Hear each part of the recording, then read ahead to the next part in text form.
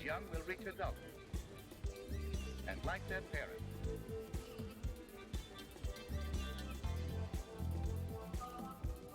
will lift their heavy bodies from their perches, and after several rapid strokes of their wings, level off in an environment of the amphibians.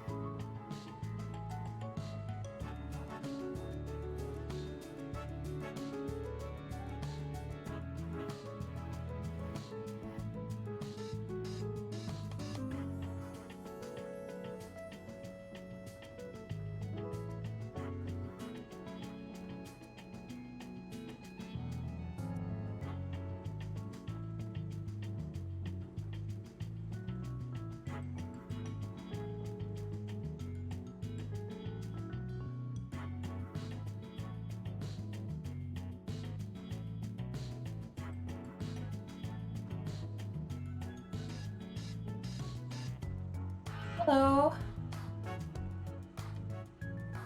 How are you, Tone? Good afternoon? Good night? Night?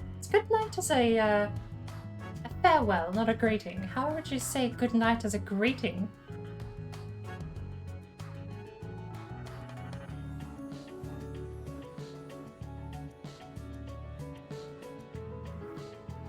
Good evening? That works, I suppose. Order? Hello?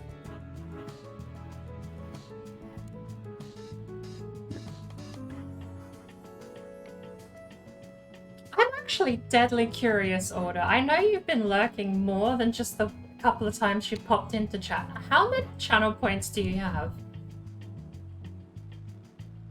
I've been trying to gauge how to set challenges up in the future on the channel, and I'm kind of scared you're sitting on about 60,000 channel points at this point. Oh, I wasn't far off.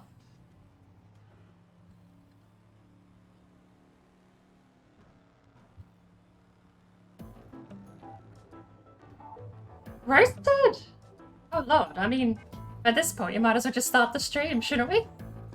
I'm just cruising around at this a little bit, making sure the wheel doesn't pop in on the mic too much. Thank you for the, hang on, is that a gift? It never says in chat. I always have to check the activity feed, because chat lies. No? Thank you for the sub, Roasted. That is very much appreciated. We have a camera button. We do.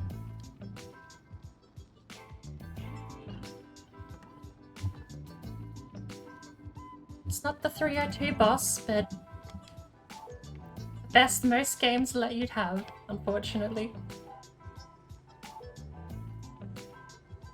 Yeah, you only redeem sound alerts. See, I don't know how convinced I am at that. If I have another drunk driving stream at one point, I'm sort of worried that there's a bunch of people going to be sitting on 40,000 points each that are just going to put it all towards drunk driving.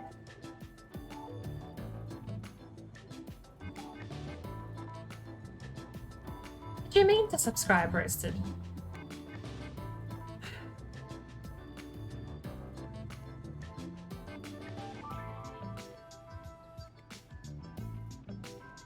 I can't do... So the challenges I put on the channel will be official. That'll be Twitch channel points.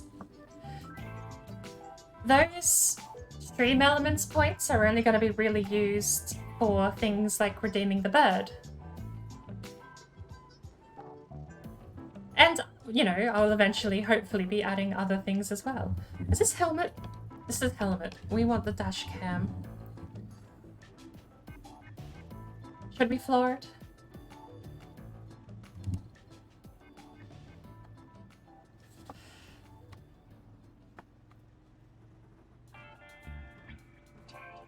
Should we gun it for the rest of California Highway?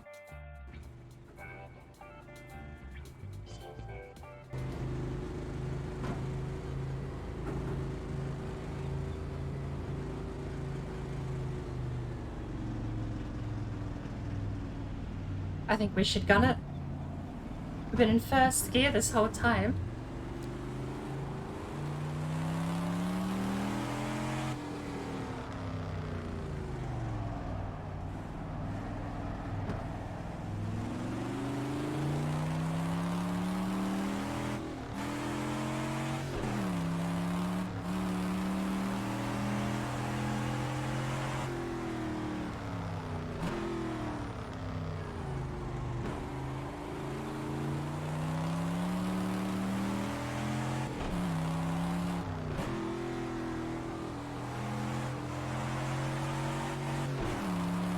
These old cars are so floaty. They like sliding around. I love it.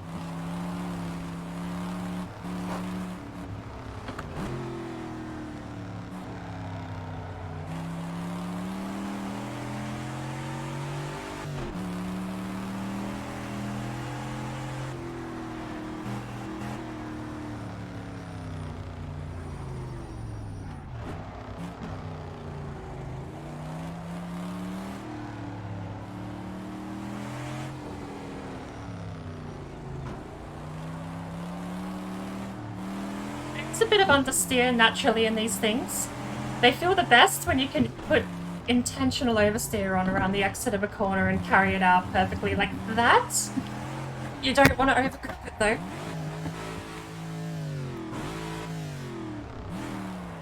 Let's reverse. I think my gear stick is giving up.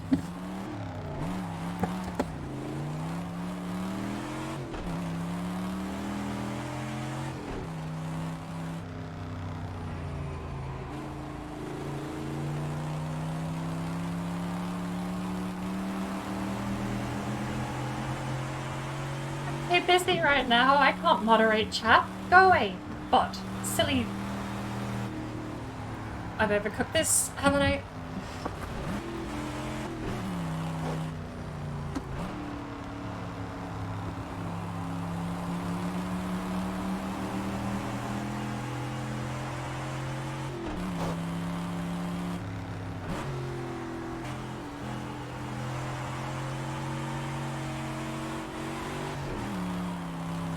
This is what I've missed. I've missed doing this.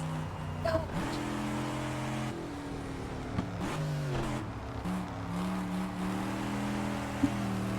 I've missed this. Oh my lord. Barely holding on at 120 miles an hour. Sideways on a highway. Oh.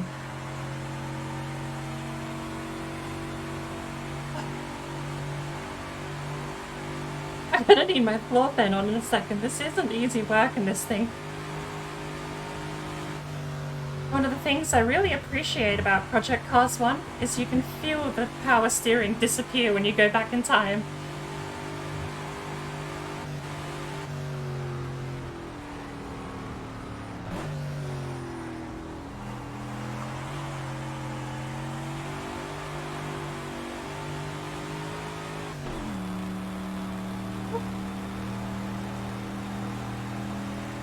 This is crazy fun. What I would give to be able to do this on a racetrack one day. Okay, signpost at the braking point, but this is an old car, so we gotta brake a little earlier.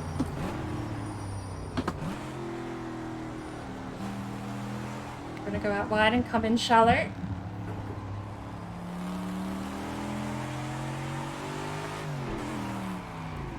Baked it.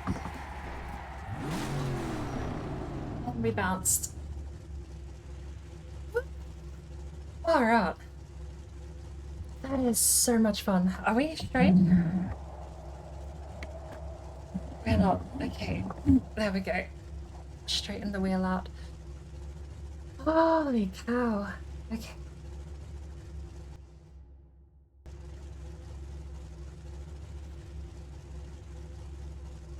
That is so much fun. My record is 9 minutes and 1 second, but it's not a clean lap. It's like, there's 3 types of laps you can post. There's disqualified, which doesn't go anywhere. There's clean, which uploads it to the driver net, which you can then use as a ghost.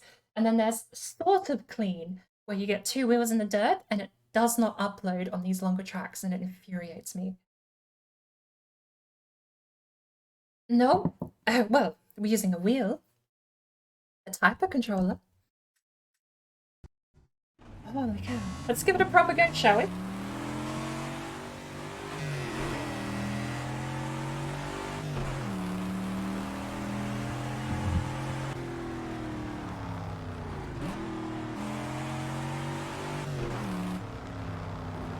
But that's what I mean about the power steering.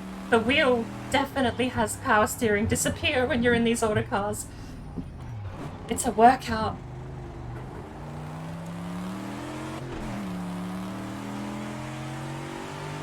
Yeah, it's a Logitech G920. It's like entry-level wheel, but it does its job really well. Kick out the back end, I need to rotate the car.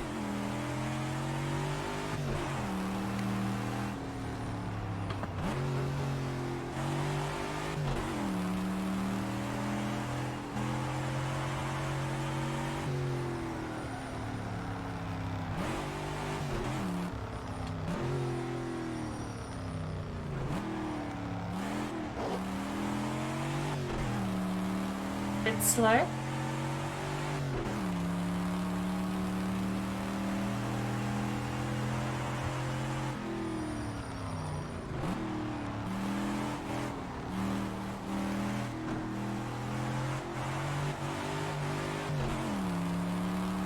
I say there's actually the G29 is like the model down from this, which I think is basically the same wheel, but the G29 doesn't have a clutch pedal.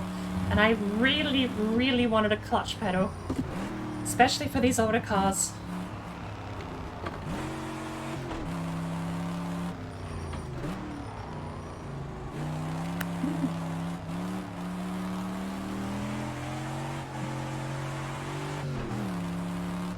I do a bit of dirt rally on the side as well.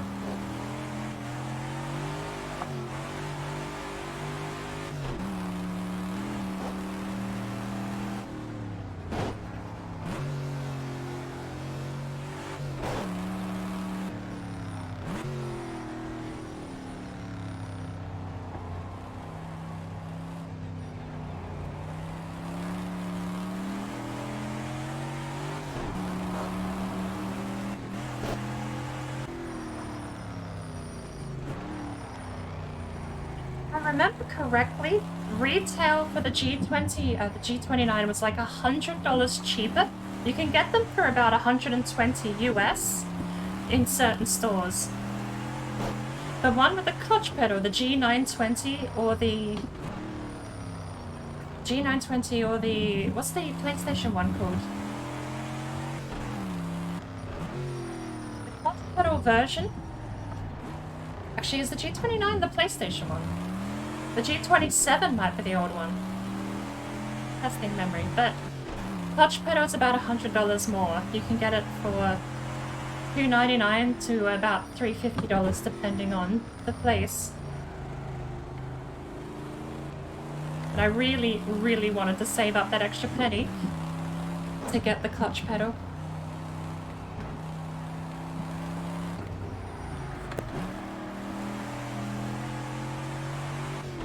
Almost lost it.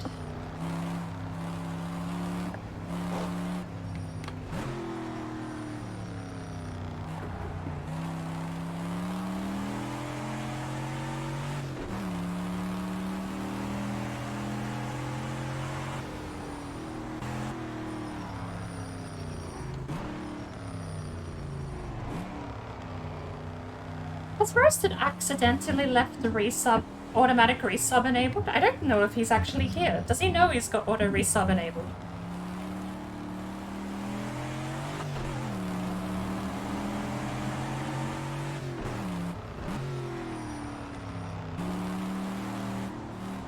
No. My lap time.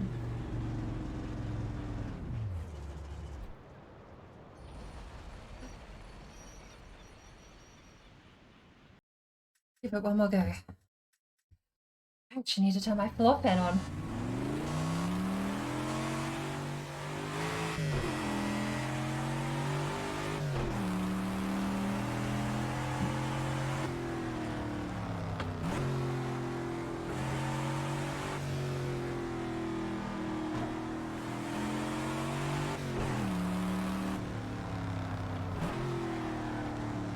I thought so. They're about $300 last time I looked up. $2.99 was usually what you saw them for.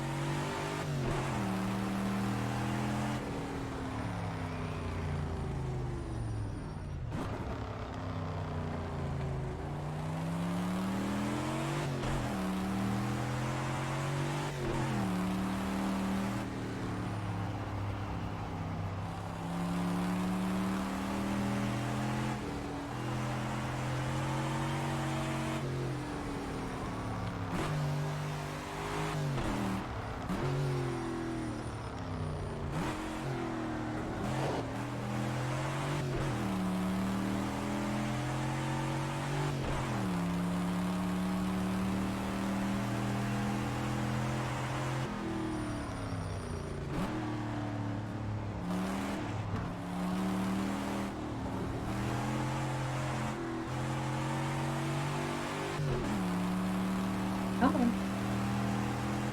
bad angle here. Okay, we got oversteer. Good. I don't know, I would have made that corner without the oversteer. So you don't seem to have a middle ground. You either get oversteer or understeer these things.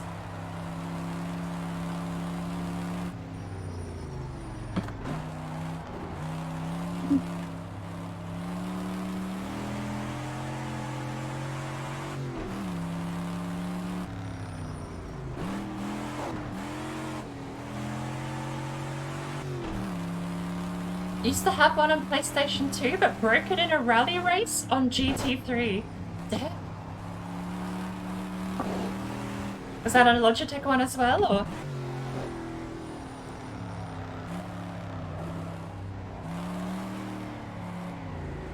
Shh.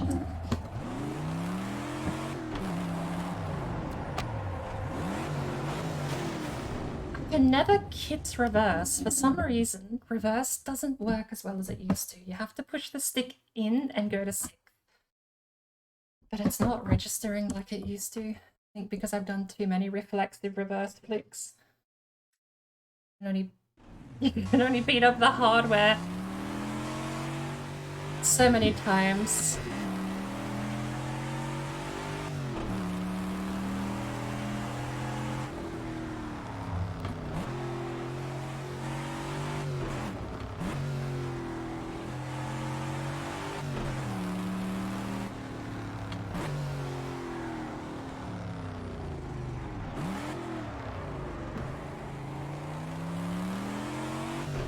Logitech, as far as I'm aware, has always used a gear. Is it gear and pulley, or is it just a gear system?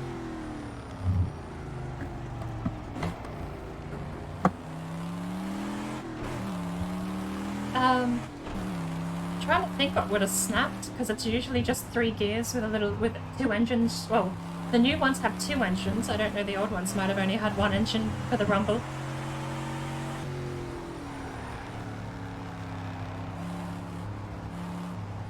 Sloppy in this start. Come on.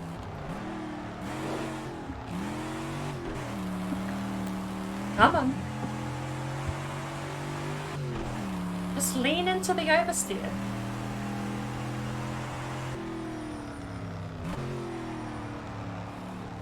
You know, I'd honestly forgotten that Gran Turismo 3 had rally.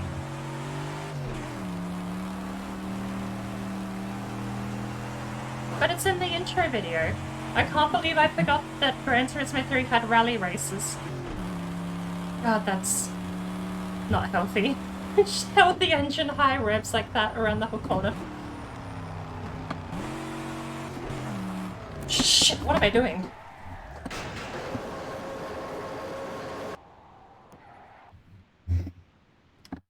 Throttle control is awful? In this thing? There is no such thing as throttle control.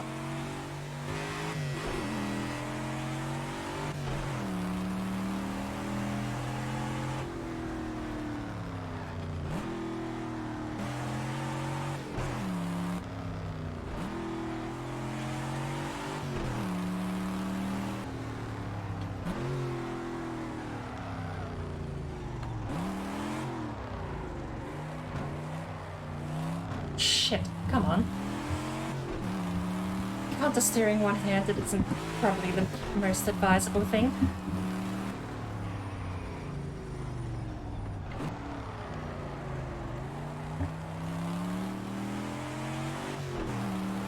It's the 68 Mustang 2x2 fastback because I'm not allowed to play with the 302 boss from 69. No game ever bloody well has it. So this is the closest I can get. Unless, actually, Project Cars 2 does have the 302 boss, but it's the GT5 or GT4 version or something silly. No, back then it probably wouldn't even be classified like that. It'd just be GT Open in the game's classification. But the 302 boss in Project Cars 2 has fenders and wings and gross stuff. I just want the civilian model.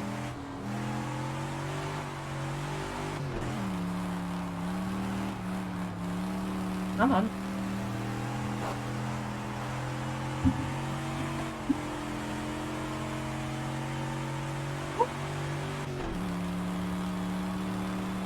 take it to Azure Coast next, actually, I wouldn't mind.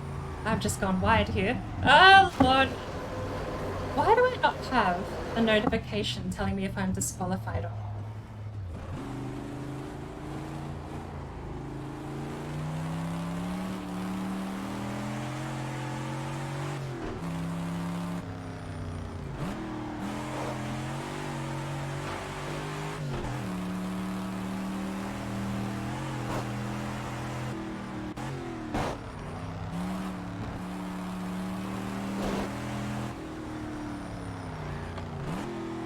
Say fucking Mustang like this thing isn't super nice. Drives better than Dodge of the same era. Wish I could say the same for the modern Mustang, but god, yeah, I'm just not getting notifications for disqualified anymore. Oh, the modern Mustangs kind of suck. I've never liked them. Like, I guess they look okay, but ugh, they feel like a wet sausage. This thing feels like a rear-wheel drive V8 that you're struggling to keep in a straight line.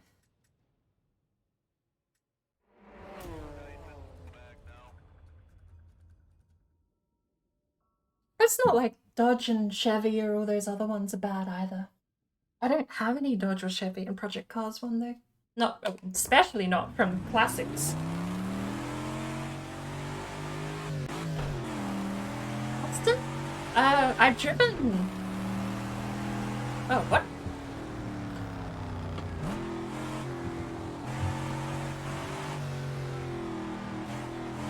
What game was it? I drove like, a 30s Aston. It's a little early. It was like the precursor to the Formula. I forget, was it DB1 or DB2 or one of the like big name brands, but that one felt okay.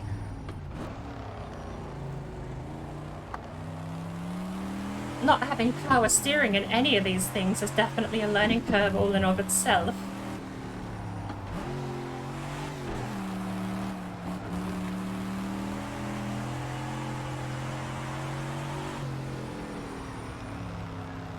You've got a couple of nice 80s, 90s cars too. There's the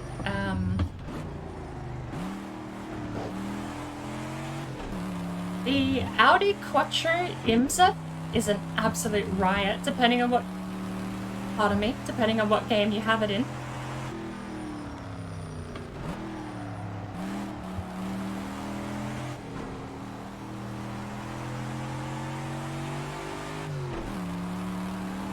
That was a nice turn. We actually got a pretty decent exit. And we're going to ruin it by running wide.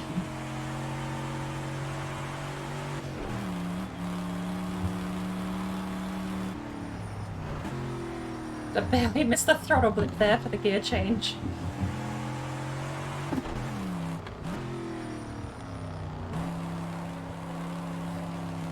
Don't go wide now.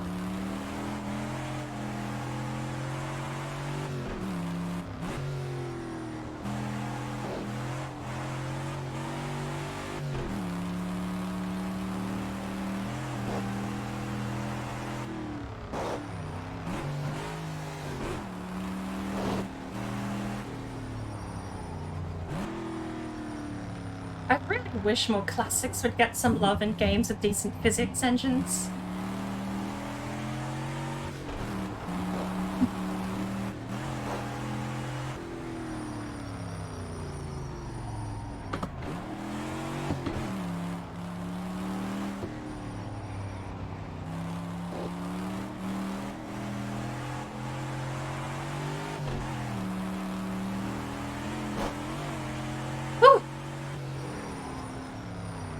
I've missed this corner entirely.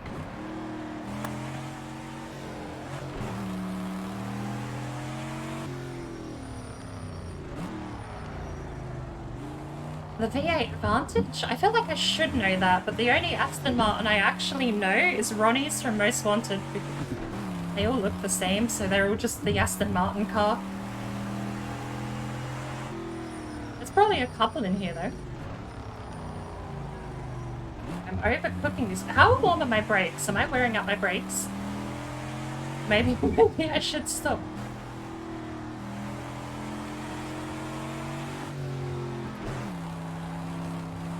Come on, come on, come on.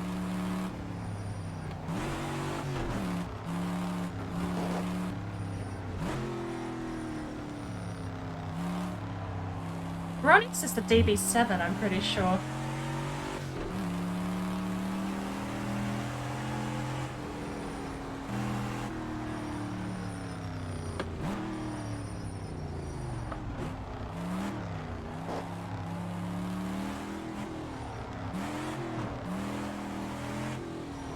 That's it. Too much throttle and counter steer. That's what you need to do. Come on, have some fun.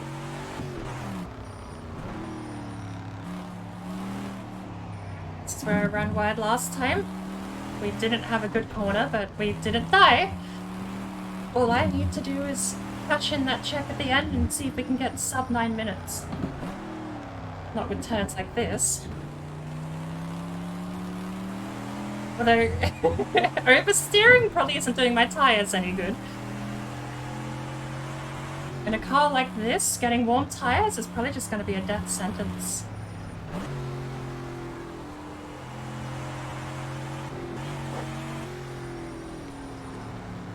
Slow down a bit more and accelerate earlier, see if that works better.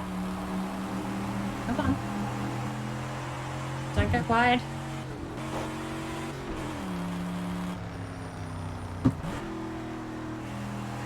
This bit's tricky, I have to apologise. I'll catch up with chat in a second. Despite it being the well, that's why it's tricky. It's the fastest part of the track here, so. And in a car like this, that is awkward. Fuck.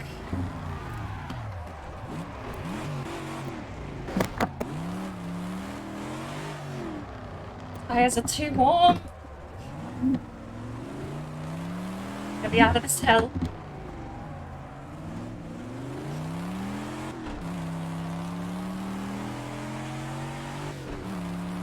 What colour is that? What colour gradient is PC1 using for tyre temps? Like brown.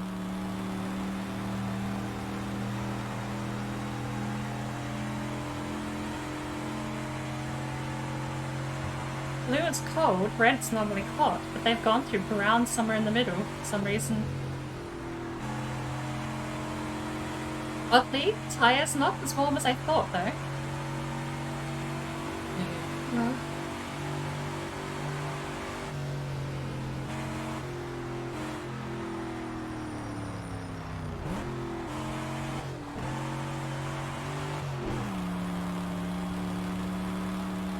We're probably not sub 9 minutes. I never spun out on the sub 9 lap, but I wasn't exactly fast, so.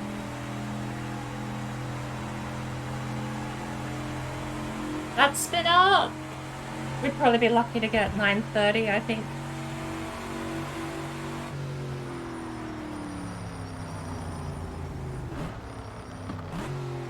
Let's come out wide again and go in sharp, but this time we won't spin out.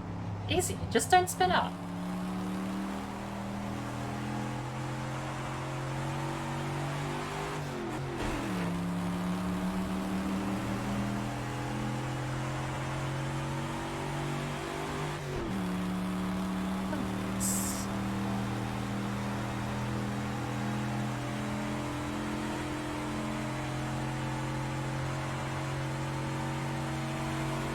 Just get good, it's easy. Agreed.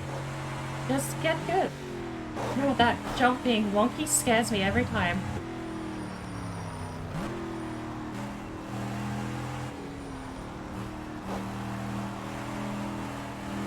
Don't too sideways there, please. So I gotta watch my speed in here, because this left is very fast, but the right needs to be a bit more careful. You can't floor it out of here like you think you can, because if you slide off that kink there can kill you if you slide off into that. Come on.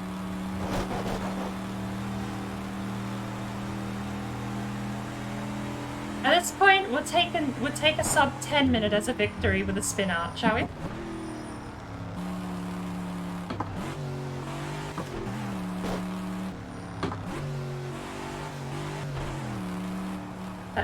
awkward in-between spot in the gears where you don't know if you should shift up or down. Final straightaway. And the trickiest part of the track coming up.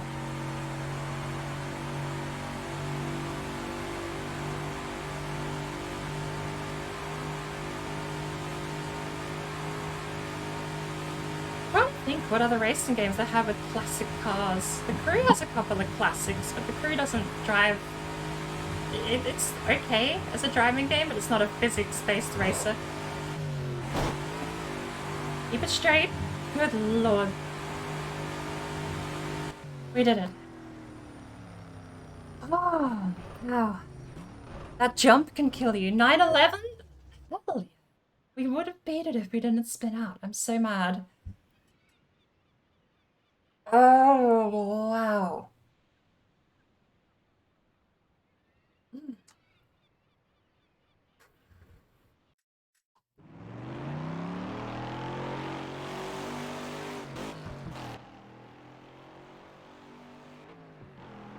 I need my floor fan on. My eyes are stinging because I've got sweat in them through that. I'm so out of practice. Even on a good day though, this car is not easy to drive. That's why I want more classics in these games. You don't need the world's best or most accurate physics engine, you just need something that captures the feeling of the car.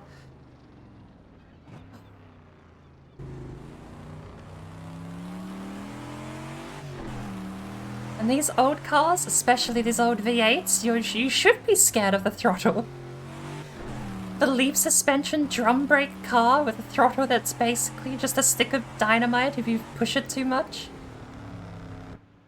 Holy cow, but that is so fun.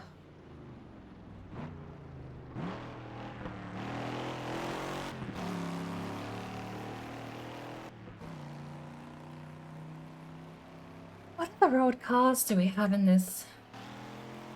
We've got the 97 Mitsubishi Lancer, which is amazing fun to throw around on this track, actually.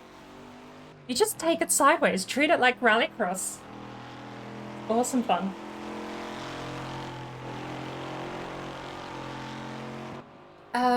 There's also the Ford Focus, which feels like a rallycross. It's the Ford Focus racing version. It's not the racing version, but it's like whenever you come out with models, you have like Ford. It's a 2003 model, I think, or no, 2012 model. 2003 is the one I have. But you have like the Ford Focus budget version, which is usually like an L or an I. L is also luxury in a lot of Asian car brands. Vivos can stop and turn on a little dime, especially if you use the handbrake to turn. 360 round a cone, they are so fun.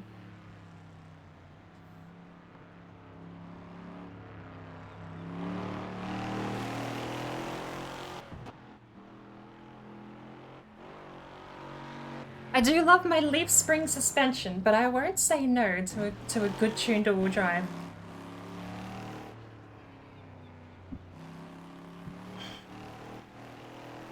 Just need a bit of a break after that. I'm gonna pick something a little easier, I think, for the next outing. We'll take the Mustang out to Azure Coast later. I completely missed that corner.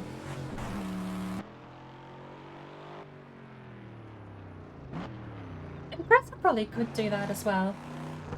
Weirdly, I've not played a lot of games outside of the rally subgenre. Seems very few racing games have Subaru at all.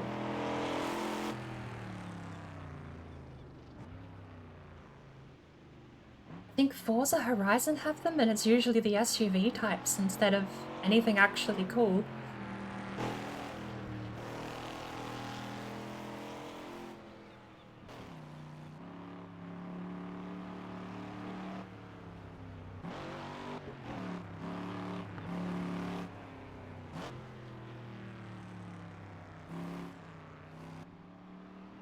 I think people used to drive these things.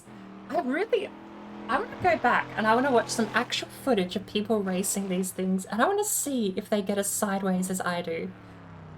Like, is that just inherently part of how the car drives, or did they master it and actually perfect the technique? So I feel like, part of me feels like to race these things well, you have to abuse the shit out of how they handle.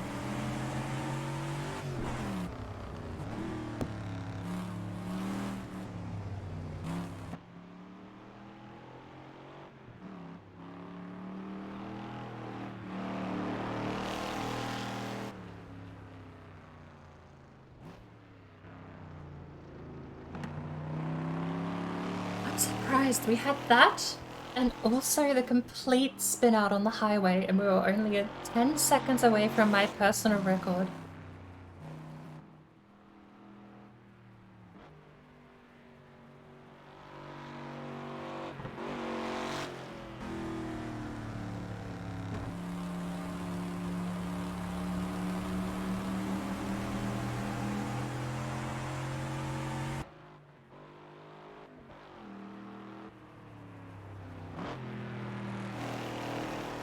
It's been so long since I picked a performance-based car. I actually wonder if we could get the GT2 McLaren out and have a go. Or just the McLaren P1 or something.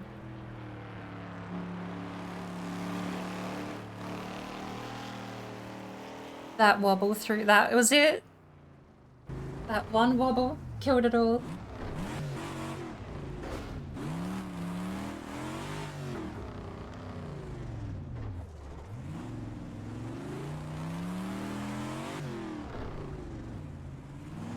What a terrible camera.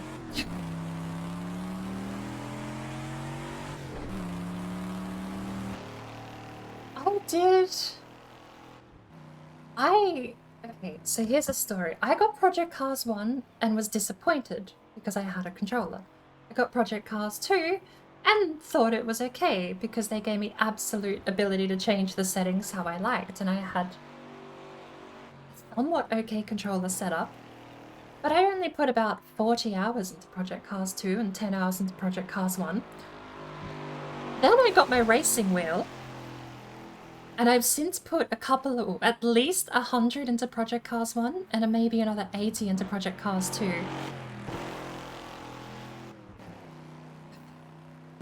That corner looks terrifying, even from spectator. Having got the wheel, I overhyped myself for Project Cars 3. I say overhyped, not because it was a bad game, but because I can't play it anymore. Well, I mean, it did disappoint because they took what I thought was going to be the amateur racing league scene, where you take grandma's old beat-up Volkswagen and you go down to your, whatever, quote-unquote, the local track, but, you go enter a tournament. You win the tournament, and you get paid whatever you place. First place gets 5k, second place gets 3, so on. But then Project Cars 3 didn't do that and just gave you cash when you leveled up, which that was like the weirdest decision ever. You're not racing for money at all.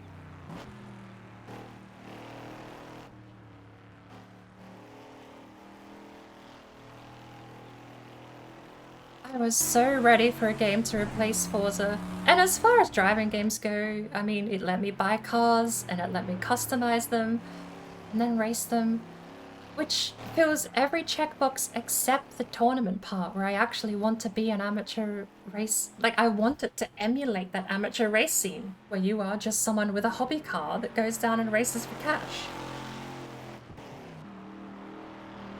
But, it was either late 2019 or no, 2020. It was late 2020.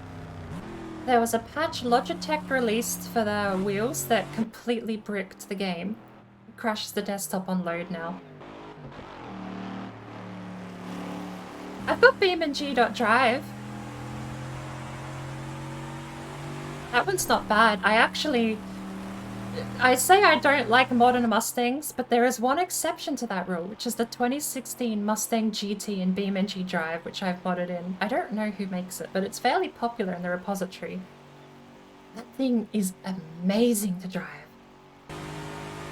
I don't know how realistic it is, because every other time I've raced modern Mustangs, they feel like a wet sponge. So I mean, the consensus is modern Mustangs drive like a wet sponge, and BeamNG guy made his car fun instead. But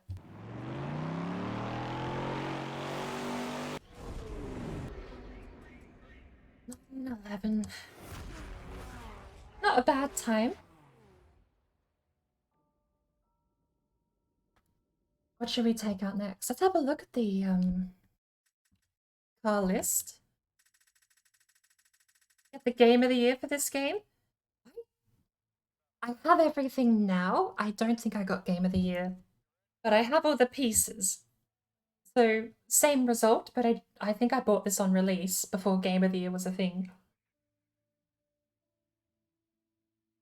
All the way back in like 2015, 2016 when this thing came out. What do we have? Aston Martin. That's not the one I drove, is it? It might be.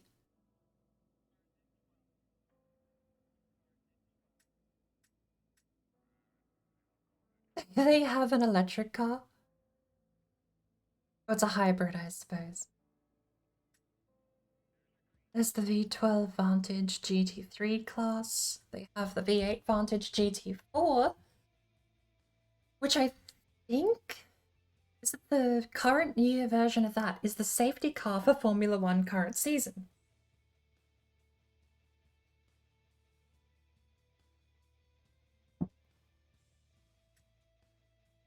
GTE, that is electric, isn't it? The GTE class, pretty sure. And they've got the Vantage G12, which is classified as a Road B vehicle. There's the Audi Quattro Imsa. That is an absolute terrifying car to drive, depending on what game it's in.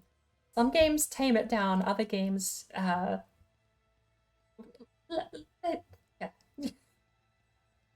I don't remember what this one did with it. I don't know if I've driven it much.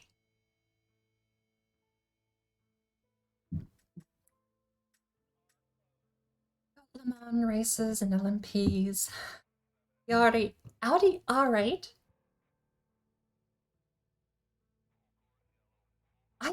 I don't know, I like the car, but I'd never drive it. It's like one of those things that's like, oh yeah, it's not a bad thing. And I just never pick it.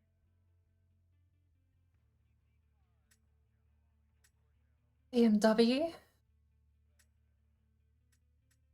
You have this, they're both road, that's road C1. I guess Stanceworks is either sponsored or DLC, I guess. Historic Touring.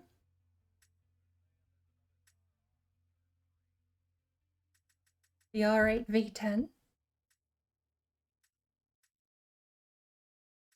I don't know, what's the... Does it tell you? It tells you the raw stats, doesn't tell you what engine is. 520 horsepower. Don't take me down to the Ford Mustang.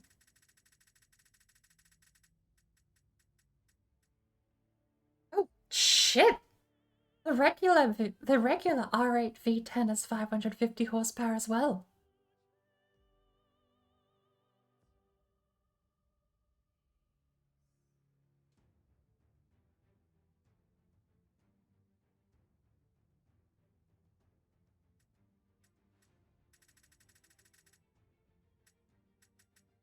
Got a couple of BMWs. Where were we? The M1 Pro car. That's another classic I absolutely love. That's probably one of the few exceptions of me going into performance stuff. I normally like road cars because they have the shittiest suspension. But this thing has like the perfect mix of both worlds. I love it. The M3 GT, I raced a bit of sorry.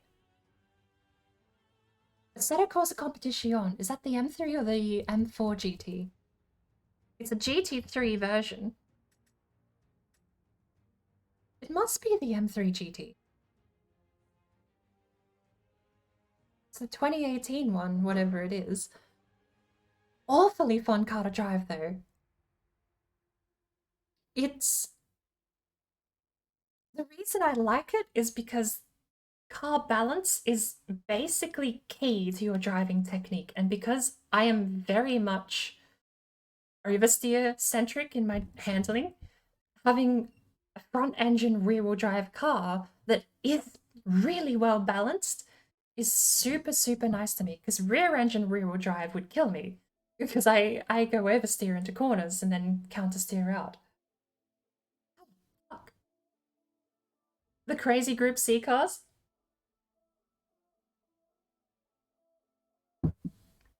I wouldn't know. We can have a look. Isn't there a way to bring up category of car?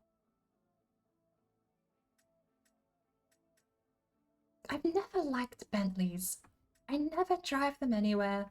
You go back a couple of 100 years, yeah. Look at the old ones. Cadillac's the same. A Caper? I actually have never heard of the brand before. Oh, we could take stock cars around Watkins Glen. And the Caterham?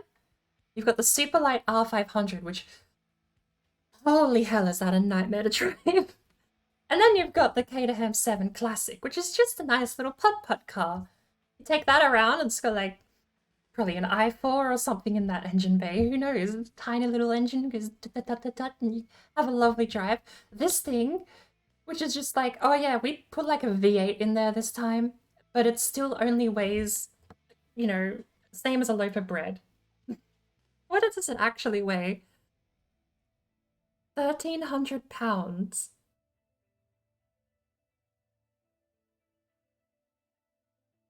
That is insane. It's, again, I enjoy all the nightmare cars to drive. Caterham Superlight is a nightmare, but I love it. I really do need to learn to drive the Corvette. I don't know, this is GT3 on the marking, but it doesn't say it in the name. The Escort. Okay. It's starting to gain popularity, but I still think more proper racing sims need this car properly modeled with the track. It's another nightmare combination, but it's so fun. Like, you have basically one perfect line up the mountain and one perfect line down the mountain, and in this thing, you do it flat out. I'm psyching myself up now. I want to take the combination out. Do a couple of laps. No Ford GT40, that's the Mark IV. No, that's the old one. Do they not? Focus, the stock car. You've got the classic. They don't. The bastards. It'll do, but... Oh, actually, speaking of, this game released before I think it came out, or before it was... They would not have been able to develop and put it in the game. The timing wouldn't have allowed. But the 2016 Ford GT, I took 3 years to warm up to it because I immediately was like, it sucks. It looks different. The old one looks cooler. But I actually saw like a bunch of close-ups and details and concept art of the stuff, and I really warmed up to that teardrop shape. Mark IV is the GT40? Then what's the one everyone knows? What's the classic?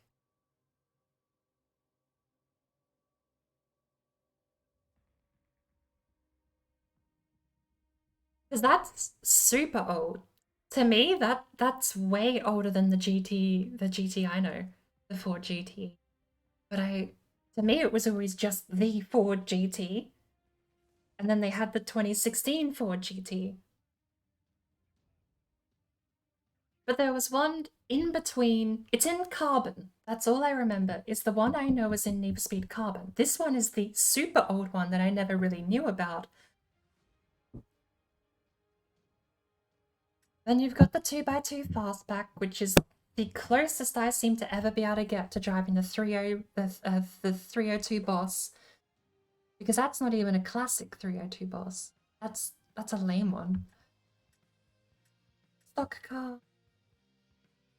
Isn't that a rally car? Is that Group A? Group A rally? Donkster, hello, welcome. I saw orange and I thought it was Tone going, oh, Brum Brums. I was like, wait, he's been in here before today.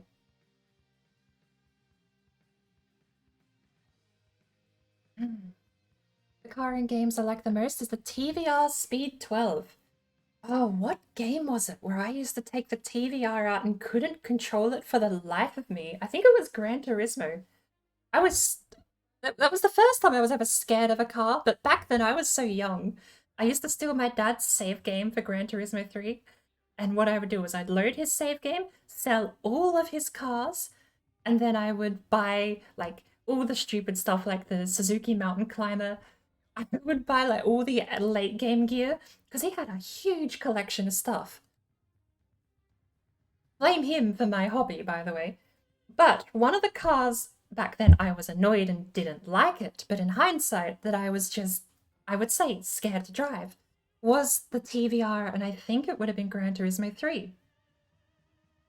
Just another orange guy. I do get confused because I'm not lines blind. I can read, but it's like I have to focus on the word to clear it. I have to decipher the blur a little bit, but I can still read. It's just that color takes precedence in my mind because it's easier. I can see orange and I can go, oh, that's Tone. But when someone else with orange name comes in and I don't actually read through the bit of blur I have, then it's like, oh, oops. The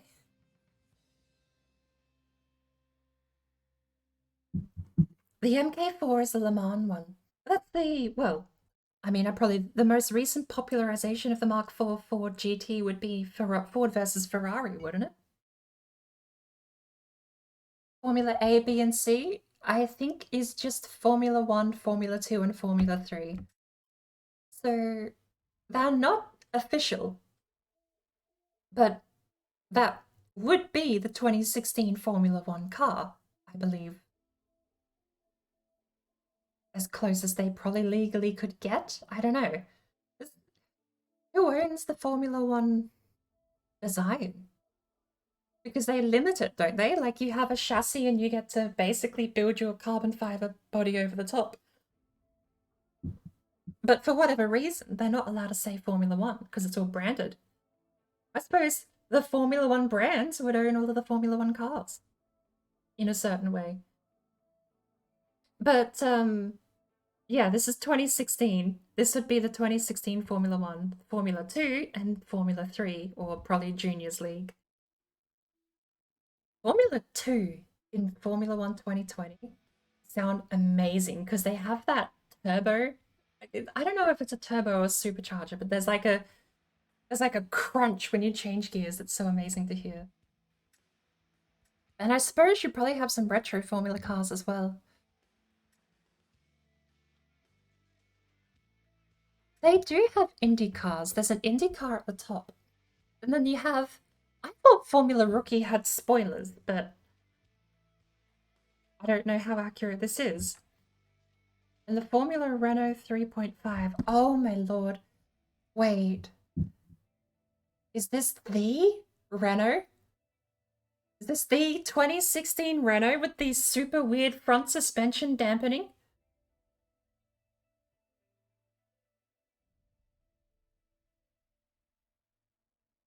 I drift this thing in Formula 1 2020 because the handling on it is so amazing. You just kick out the back end counter steer, and it just lines back up, and then eventually when you hit a certain speed, all the downforce kicks back in, and that's an amazing thing to do. I love that might not be it, but the 2016 Renault Formula One car is the one that had the funky suspension.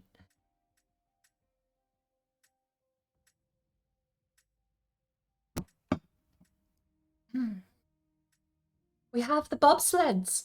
I used to race these all the time. The Lotus Type 25, then there's the 38. And then you start getting into, well, that was the precursor. All of these Lotus cars are the precursor for the Formula One model, as far as I'm aware. Well, not Lotus specifically, but that whole environment. Before the TVR, you like the McLaren F1 LM. I will say, which one is it? That one? That one is fun to drive. It's not, like, it's super old, but it's not leaf spring suspension. I don't know what that type of wireframe suspension is called. I mean, just modern suspension is probably the closest I can think to comparing it.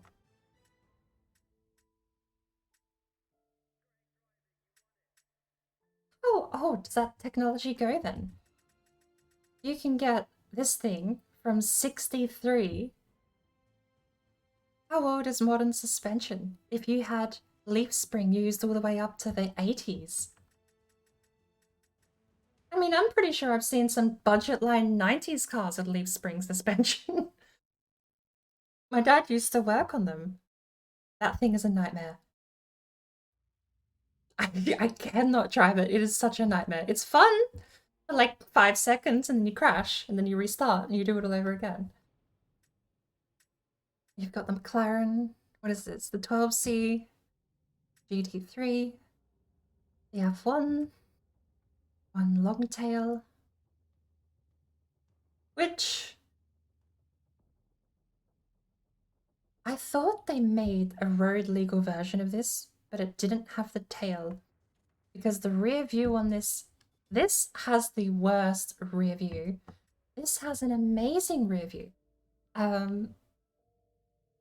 Weird trivia, the McLaren F1 has a gold-plated engine bay, and I don't know why.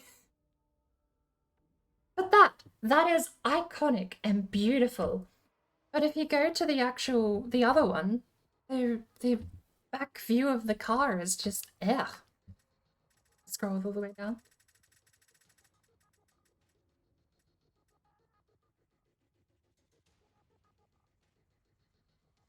I never liked this version. The long tail was infinitely better, but I don't know what the road legal version is called. Like that. That is such a flat back to the car compared to the one below it. The P1, which I think, doesn't the P1 have, what is it called? KERS? Like boost? I think is strange for a road legal car. Is that Group A too? Wait, did this Mercedes-Benz put the 190E? That's not a rally car. That's gotta be something else in the same category. I mean, it says Group A, but Group B is the rally group. That's what the FIA categorize them as. Yeah, I was gonna say if Mercedes-Benz put a rally car in, I don't think it would have looked like this. Not low to the ground and thin tires. Oh, that one's fun. There's another one in here that's old, isn't there? Or is that number 2? That's number 2, has the other one that's super old.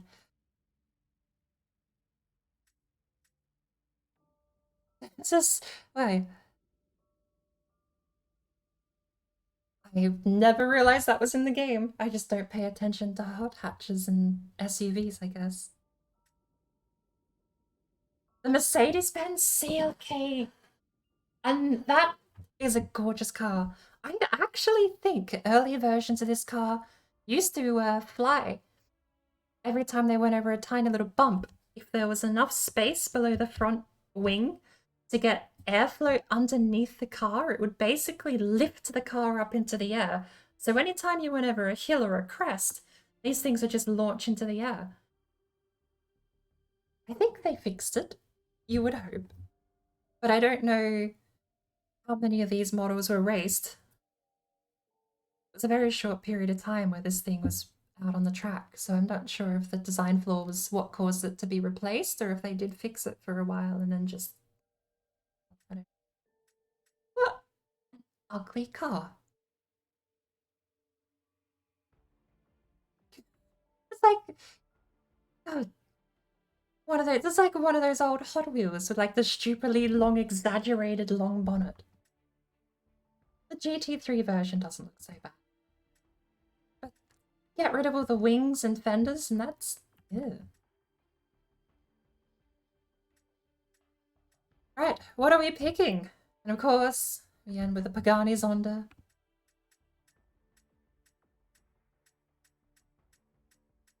Renault, Porsche, and Toyota. I think that has a single gear. I forget what that's called. It's a gear system CVT. CVT, what is it? Constant variable transmission. I think that's the transmission this thing has, is constant variable transmission, where they move like a belt between two cones to make the gear, or to make the thing accelerate. So you have whatever the, yeah. It starts out like big to small, and then you get a lot of torque, and then it just slips them along the cone so that you end up going faster without really doing a whole lot more to the engine. Apparently that technology's been around for a while too. What do we pick? I kind of want to take something faster out. Oh, they have the classic. God, that's old style. Speaking of unappreciated cars, the Porsche Boxster. The Porsche Boxster is really unappreciated. It had its own video game, and then Porsche were just like, we're not doing anything with this. And then the Carrera kind of got some of the design philosophy behind the Porsche Boxster, but yeah, I miss that look. Gradgar! We will be turning left and right multiple times. We are gonna stick with California Highway, I think. Are we in neutral? Good, because we're gonna be doing paddle shifting. How are you, Gradgar? I'm out of tea. We've done one race and I'm out of tea.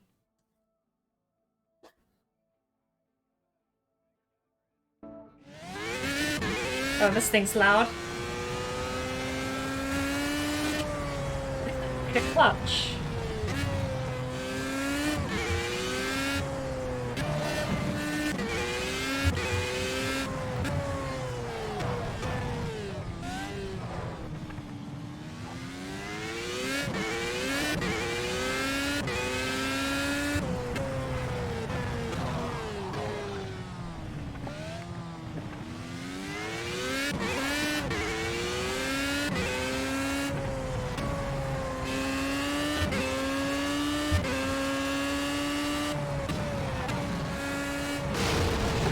These things just turn. All right, we're gonna try and push this thing to its limit.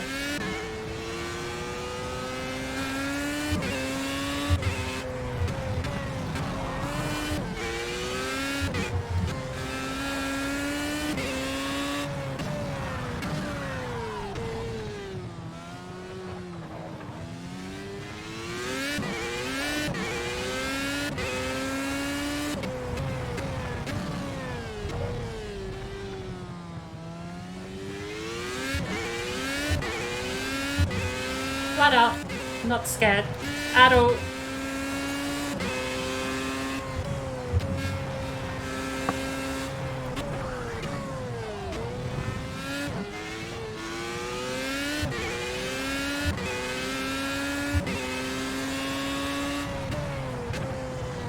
third gear.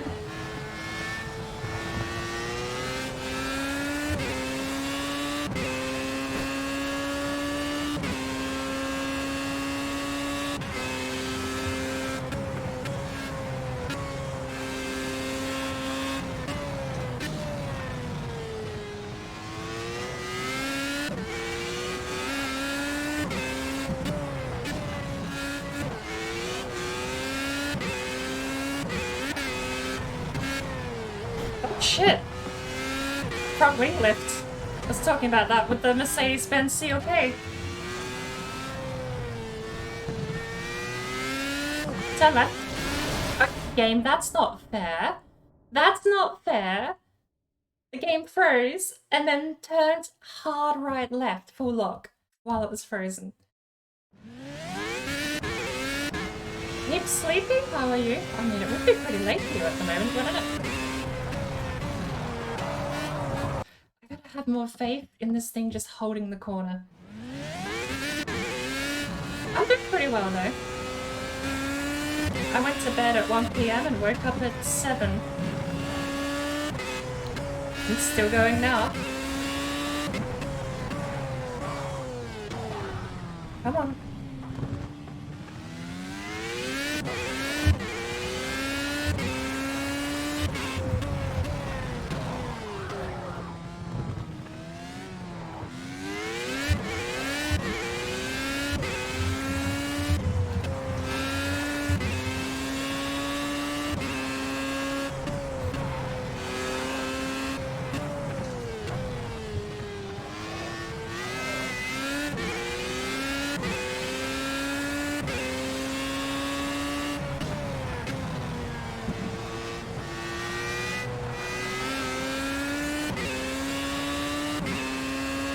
I'm scared to do that corner in fourth, but I'm pretty sure I could if I tried.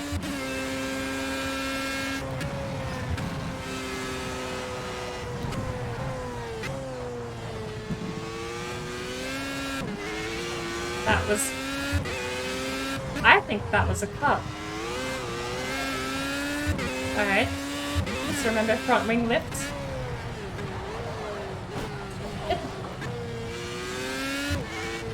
That's fine, suspension damage doesn't exist even in simulators. So we have nothing to worry about.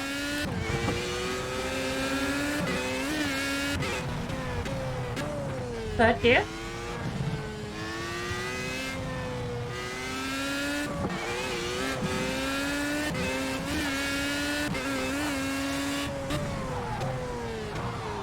What the fuck was that? What was that? What was that? Forward hard left. Out of nowhere.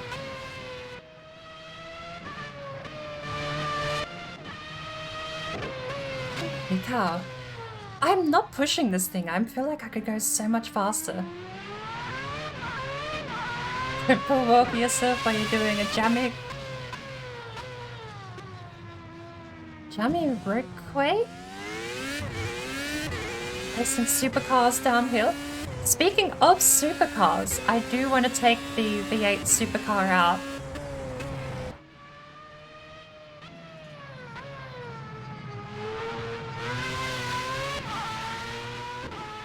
Things are so loud. If the game is too quiet, let me know, because I've got a massive gain reduction on the video on the game at the moment. It's just a scream. Wasn't 2016 the V6? Or was 2016 the last of the V8s? That probably should have been a disqualified. Give us a good angle. I want to see this bit. Can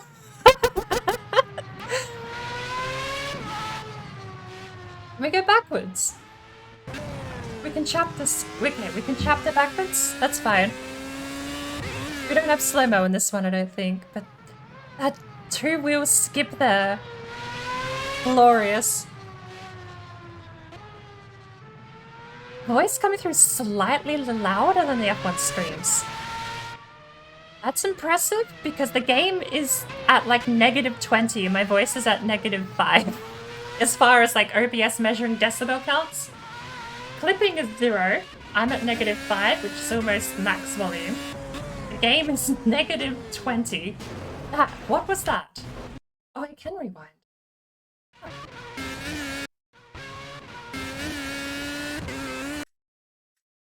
I need camera.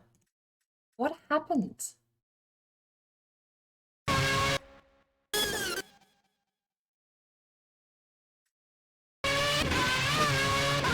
God, that is so loud.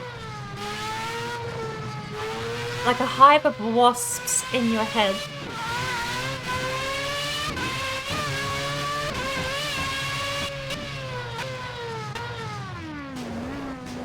I just slipped. Really? I don't see any of the wheels locking up.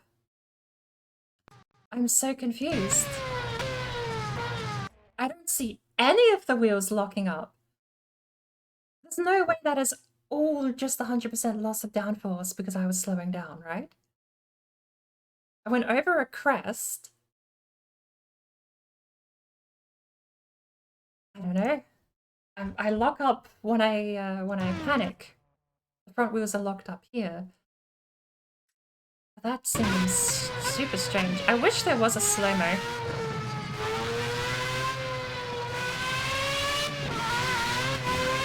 I'm sorry, I wasn't paying attention. I must have got a bit of air Prometheus. Some very slight air, because the suspension didn't seem to hit. Like, you can watch the suspension travel as I go over dips and bumps. The whole rear wing lifts. But that's like the slightest suspension and the back just slipped out.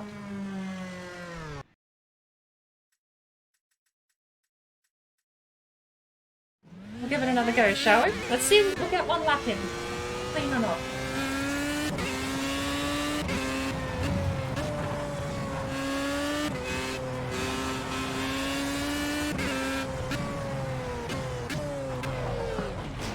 That's a little awkward.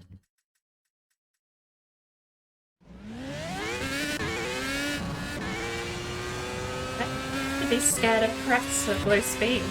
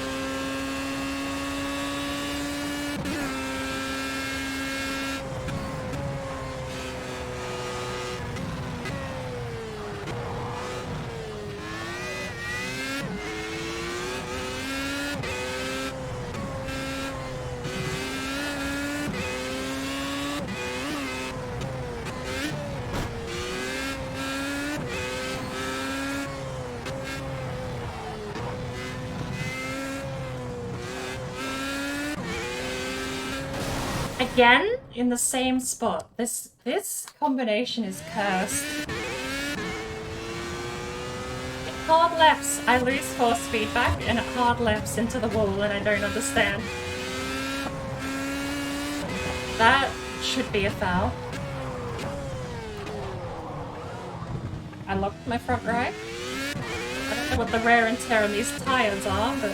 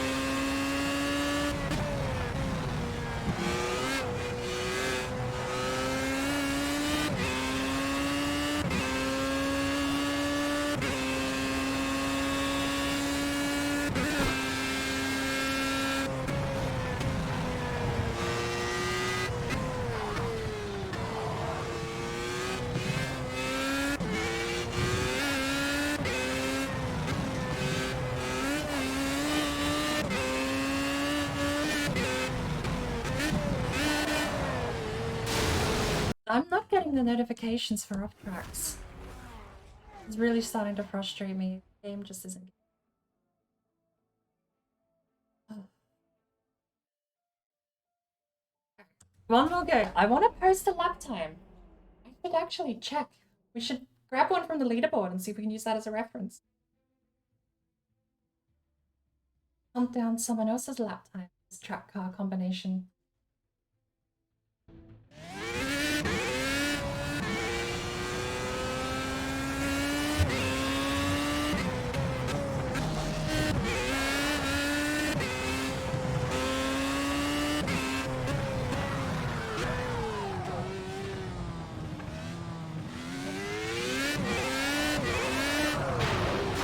Come on! Really? Let's load up someone else's. We'll chase a ghost.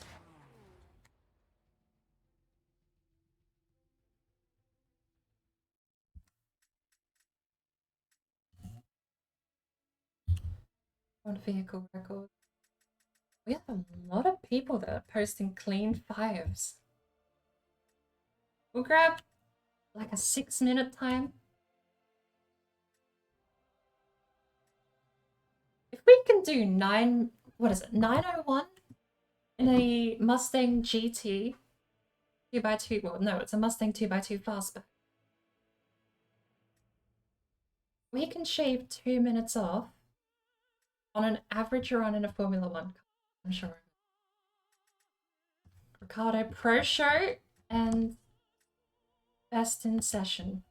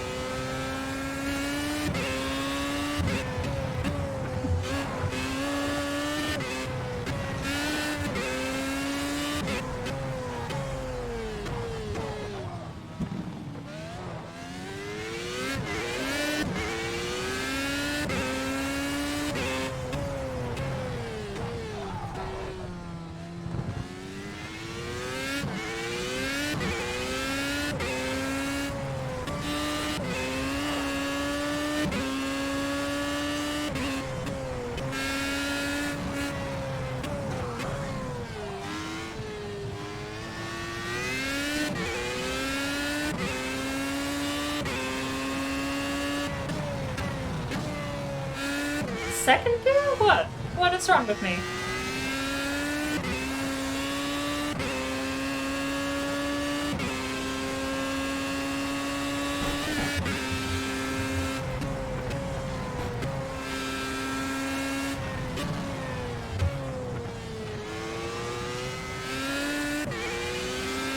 I gotta stop upsetting the balance of the car so much. The road is doing that more than enough all on its own.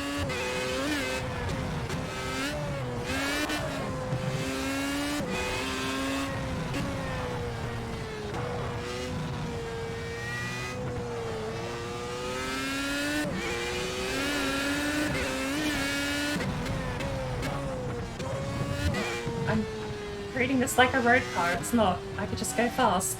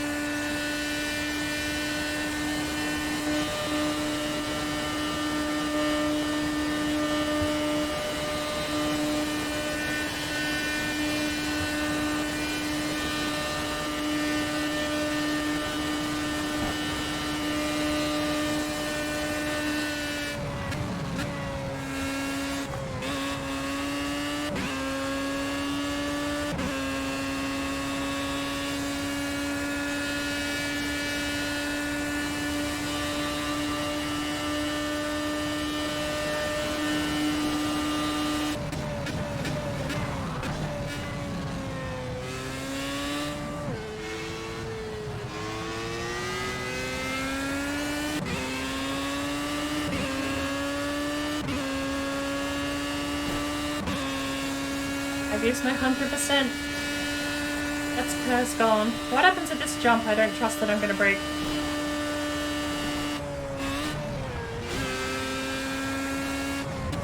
We survived? That's what's important.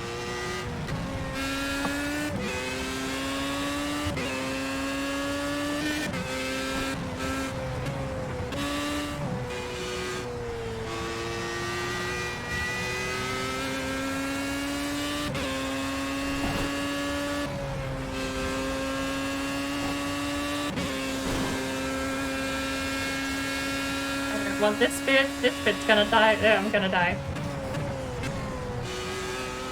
We're just gonna take it straight. Okay, that works. That works. We don't have any curves left for the straightaway.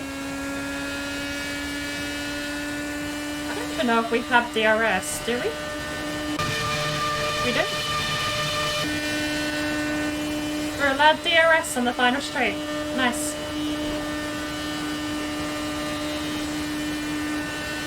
Oh, what happens here? Fine? Fine. Whew.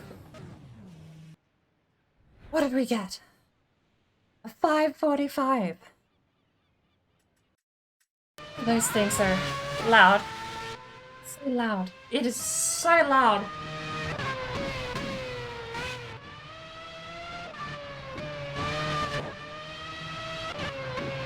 It's an assault on every sense.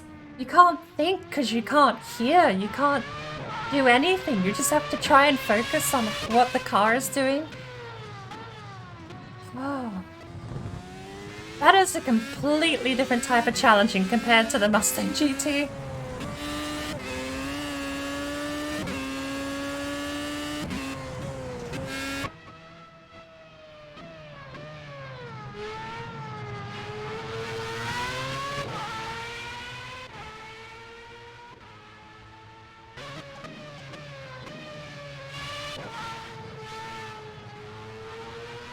And that was a 945, but we had two corners we just kind of hugged around super slow.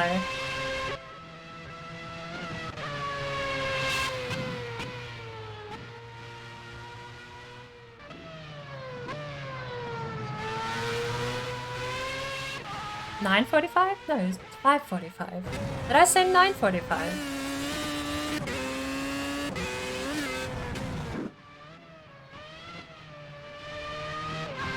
Stay quick on the throttle there. I could probably go super quick around this part too. I just don't have confidence. It's like a whole different universe. The physics that you know and love from regular driving in a Formula 1 car don't matter. These things have their own physics engine in real life and in games. The throttle blip there out of fear. We're just like, I'm not dealing with another spin-out.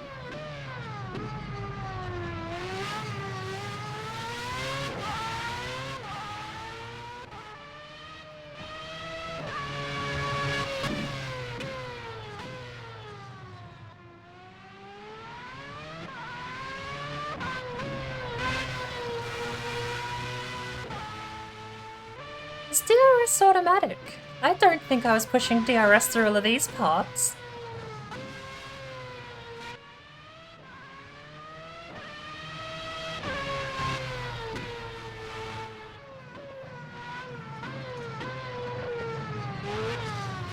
Is it tied to speed?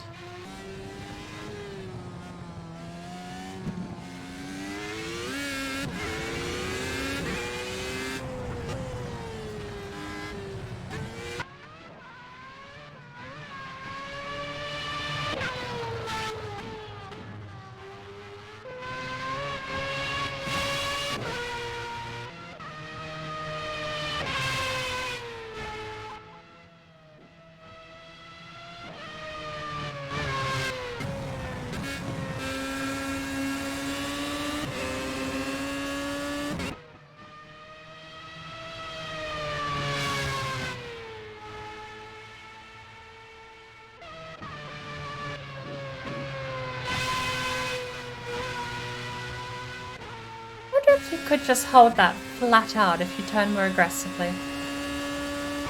That really is all Formula 1 boils down to, is just it's the only car category, it's the only car class where turn more, go faster does actually just work. There are limits to it, but the limits are so far removed from everything else. You can just, if your base starting point of driving is regular road cars, just go faster, turn more. That's terrible advice if you're driving, by the way.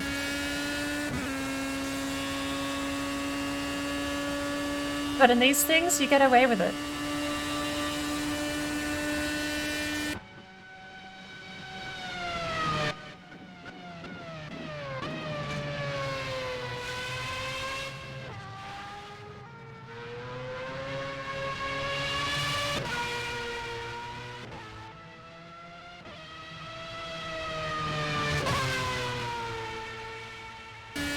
This bit was actually a bit shoddy.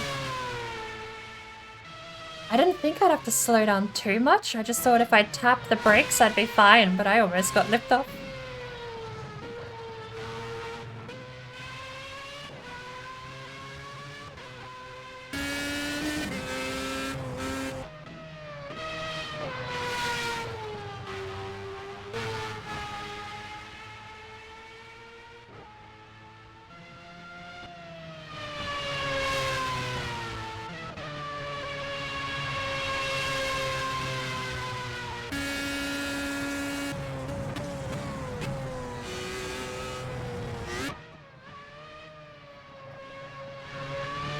That corner is in every Project Cars game. That set of corners are the dodgiest feeling, and they terrify me.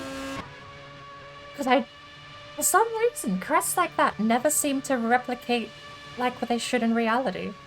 You end up just sort of like bouncing over like a rock skimming over water. Hey, Chew! How are you going?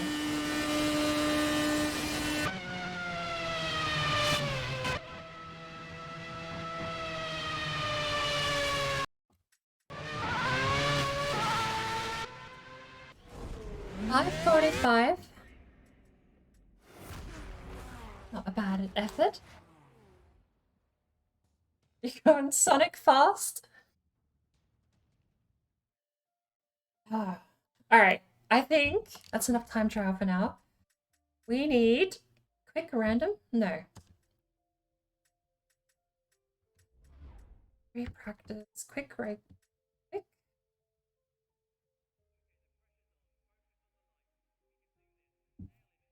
That's all online. We'll do a quick race weekend.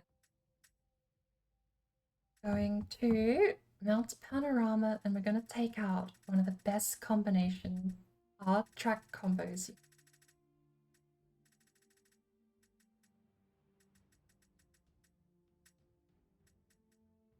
Oh, I see.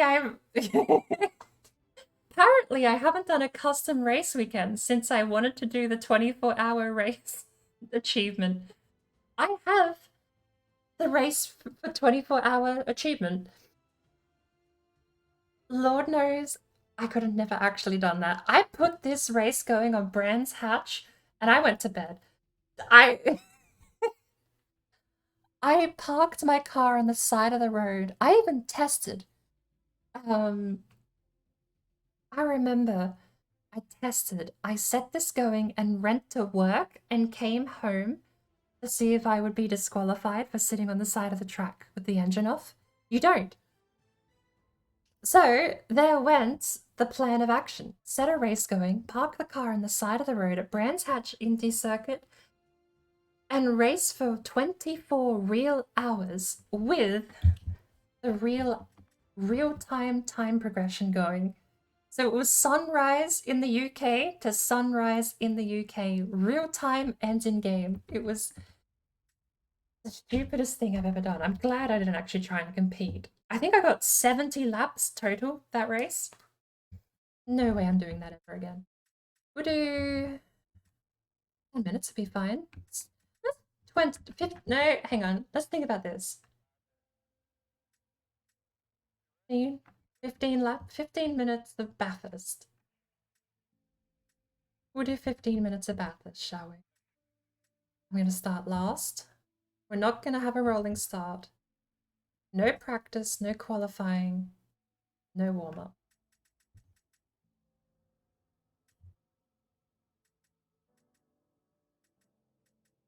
Good 20 times time. Clear weather, starting time will be 1 p.m.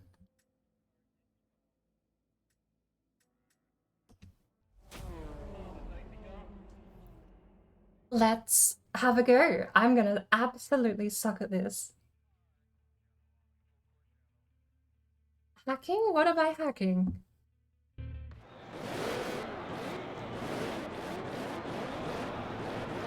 Ooh, I got my favorite skin.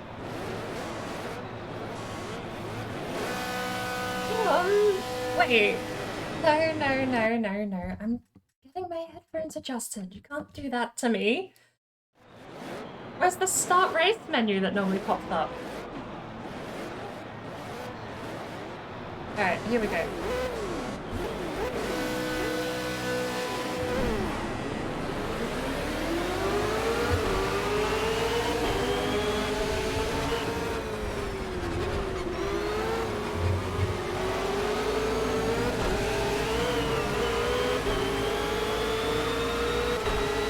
Alright, I gotta get back in the mindset of how real cars handle now.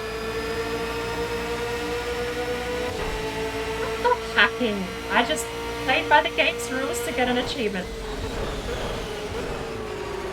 Oh my lord. Okay, Jim, calm down. Jim's probably a little quiet because he's running through the same audio the game is, and that's all got negative gain on it. We can do this. I'm just gonna chill for the first lap. I'm sorry. I hate sequential gearboxes. You click change gear and it's like, no, you're revving too much. You can never change into neutral from any speed whatsoever. Why? Who invented sequential gearboxes and fire them? I hate this.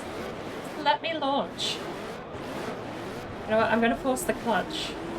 Pretty sure these things still have a manual clutch, so let's force it.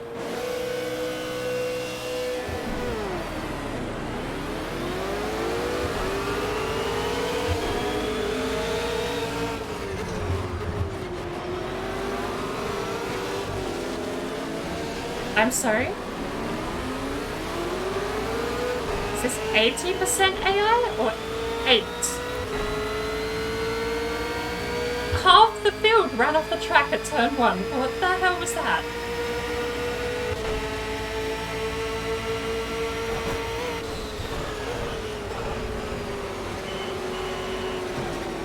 Oh my lord. What's real cars handle weird now? Formula 1 ruins people's sense of physics. We can do this though.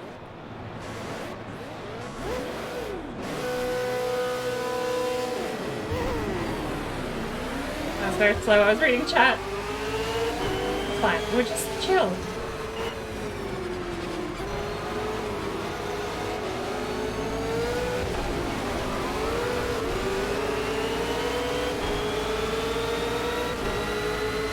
Why? That's so terrible. This is 80% AI and they're driving each other off the road.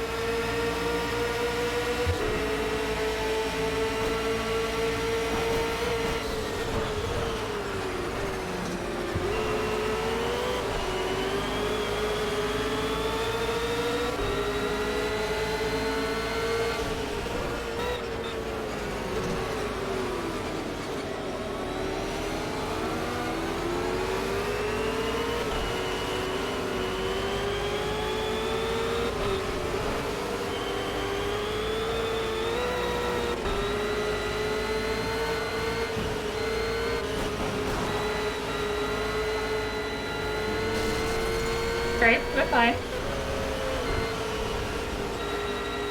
With 2 wheels in the dirt? No, I'm not able to. God, this is hard. I should have set practice time so I could have just driven around in this thing. Oh, not to mention regular cars don't handle like these things either. Oh, Can't get over my nephew rolling around while singing the Sonic X theme song. That sounds amazing. What in the flying twitchy birdseed is going on? We are driving a car really fast, and all these other people suck. So we're just gonna chill.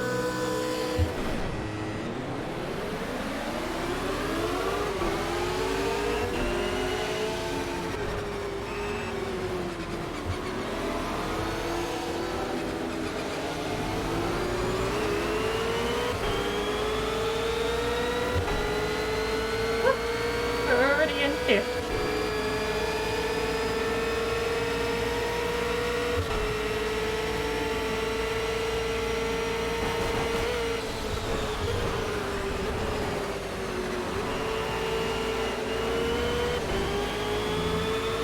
But 15,000 birdseed, you're gonna restart again?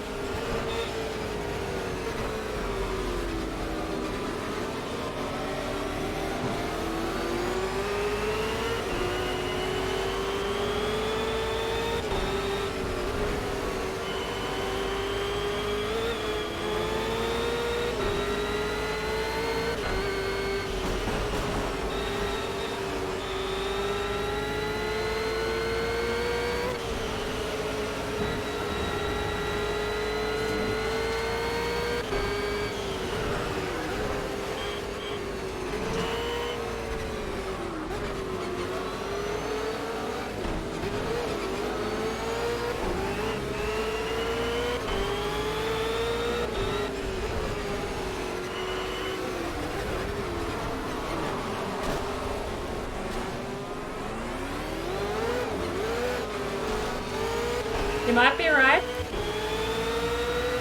But we're not out of the race with a little tap like that. My steering is still fine. So we're continuing. I want a podium though.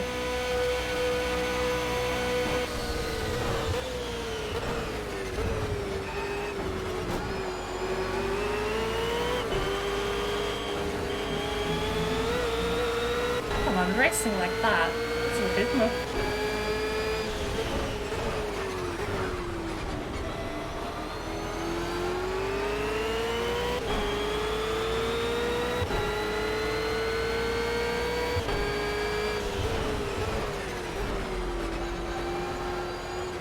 We held P5, but we really need to make some positions back. We are racing against 80% AI, and while apparently they can't make turn 1 in a cluster, we are now going to be in a bit of bother for keeping up pace.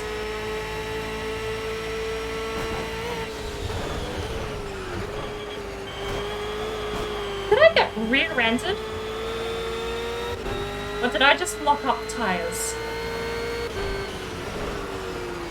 Oh, fuck's sake, that's... I'm better than this. Bosh off, hello. I want a podium with fifth. Minor aero damage. We'll see how we go.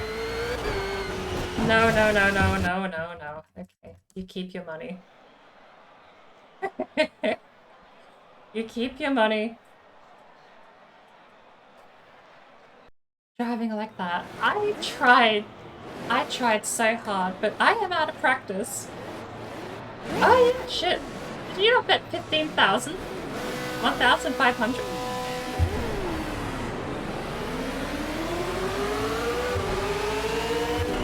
Hello, Bosha. How are you going?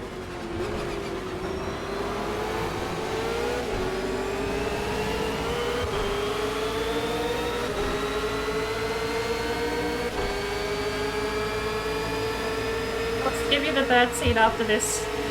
Restart or not, we'll just pause and I'll add the bird seat.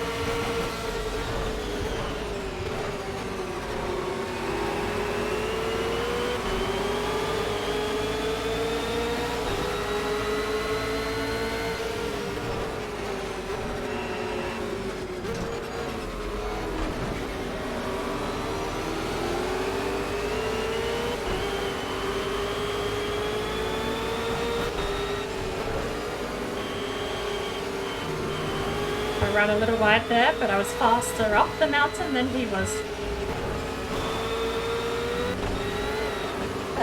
What was that?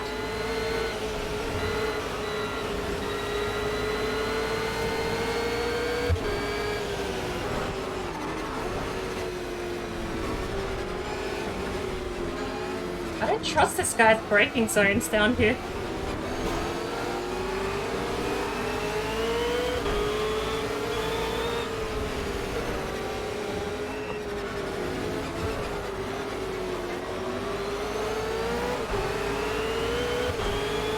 I so wanted to go for an overtake down the mountain. Doing good? How goes racing?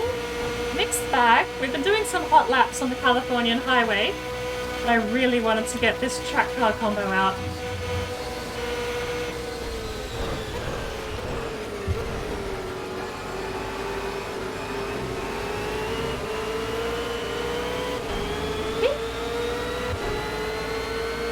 How did you make a corner with the back tires slipping like that? Excuse me, AI?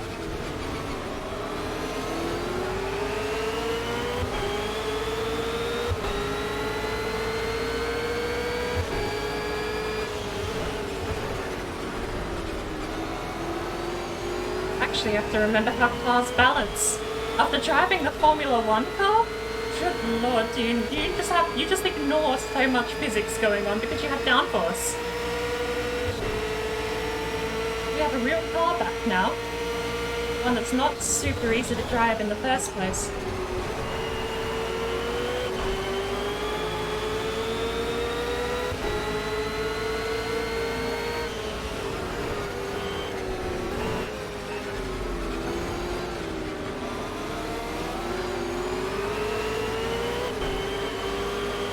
That is such a scary...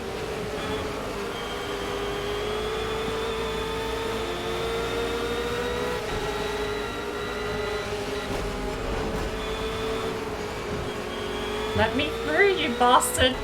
I mean, yes, I'm trying to overtake atop the mountain, which is just stupid, but I'm going on the inside, you can't stop me.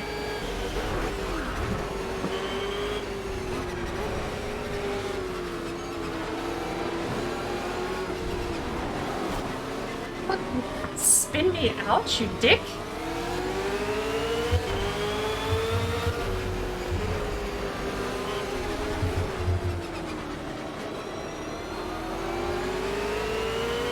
Slowed us both down. I want to watch the replay on that. I actually think he spun me out. He was so upset that I overtook him down the mountain. He just spun me out.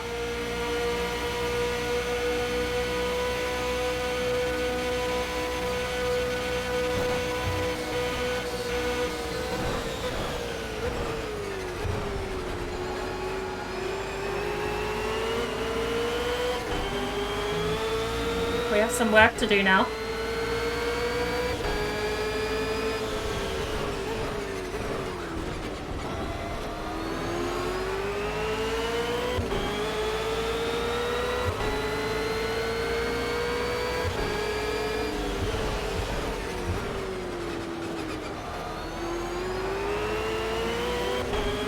Come on. That was a 2:13 is our best. Almost 2:14. Physics in the game is whack. These physics actually feel pretty okay. There are much worse games than Project Cars 1.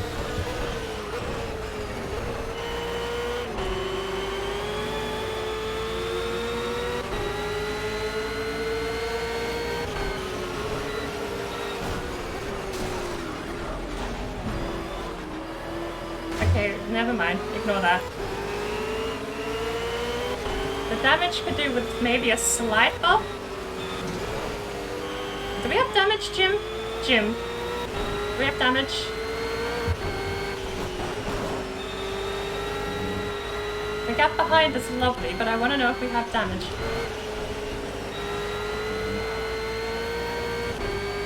I don't think we do.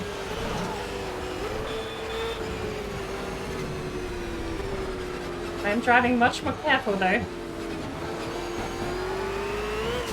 Okay, okay, that's not careful. Do we have damage now, Jim?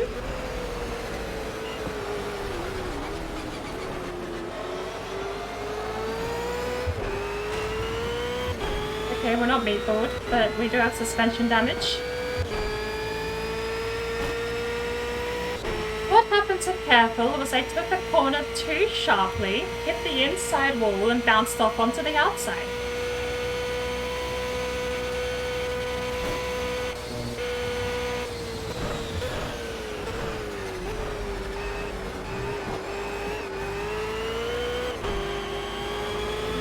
It's a dangerous curve to hit on the inside there. Okay.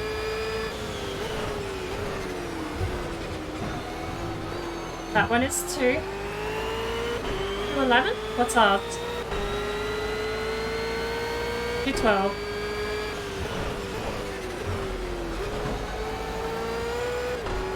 212, and we crashed on the way down the mountain. We can do... Oh, that was a 230. Wait.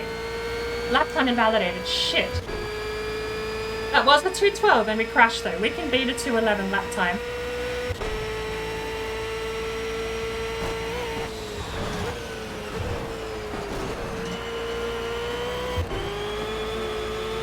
Huh? This is a lot of work. Not as much as the Mustang is.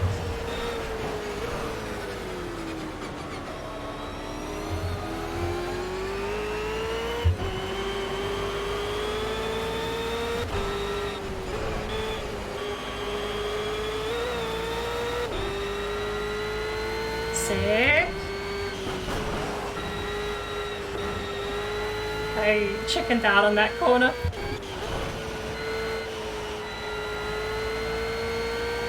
Good run up the mountain. Let's get a good run down.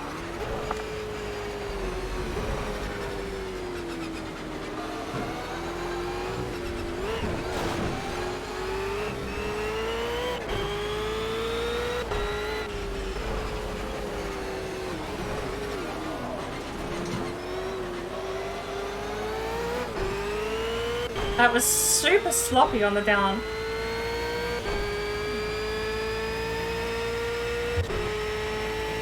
Never let go of driving a car? I actually 100% agree. If you give me a car that I don't have to pay for or maintain, I would do a roundabout in second gear.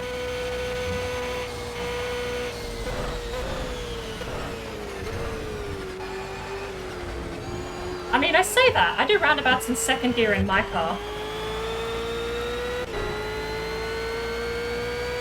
I rolled a 40-kilo battery in my boot over doing that one day. It's not speeding, it's second gear.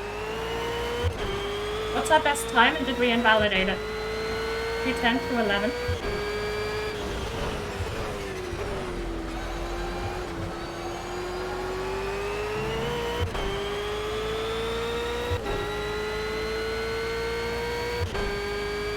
I'm trying to watch the temperatures there too. Stupid car's doing it in Celsius.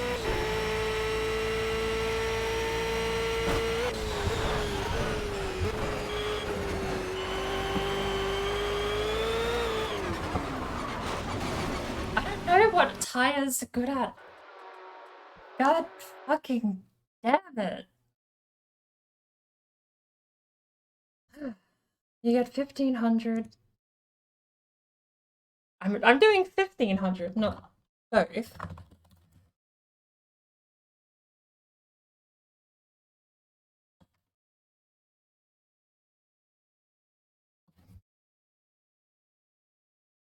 Holy cow.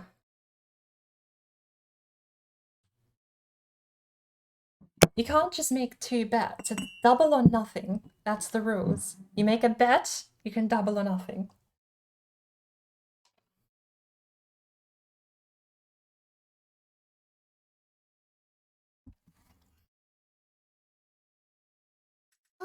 Yeah. Alrighty. Let's try that again. We got halfway. Best lap. Who had best lap? 210.5, 208.86 is the time to beat.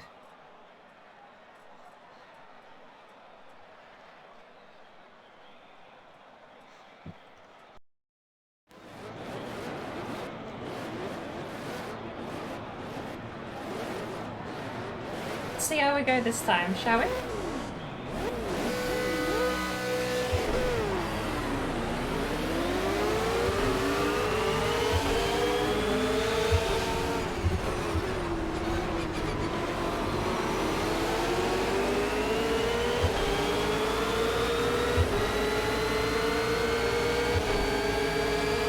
fighting for podium this time and they can't stop me.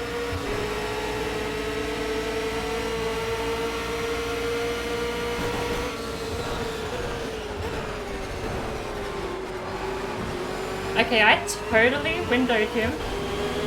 I shut the door. That was very rude. I should give that position back if this was regulated.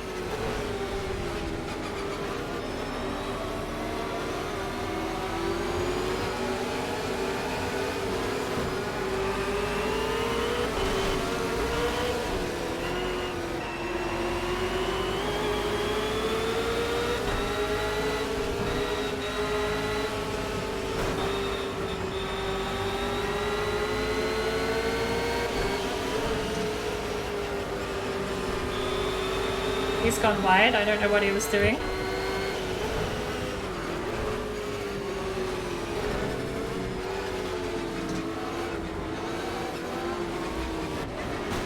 Don't hit the inside wall. God damn it. These cars are so big.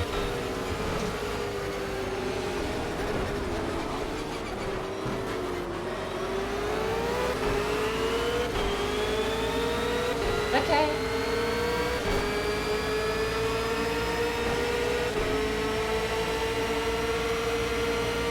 Put 1200 on this race.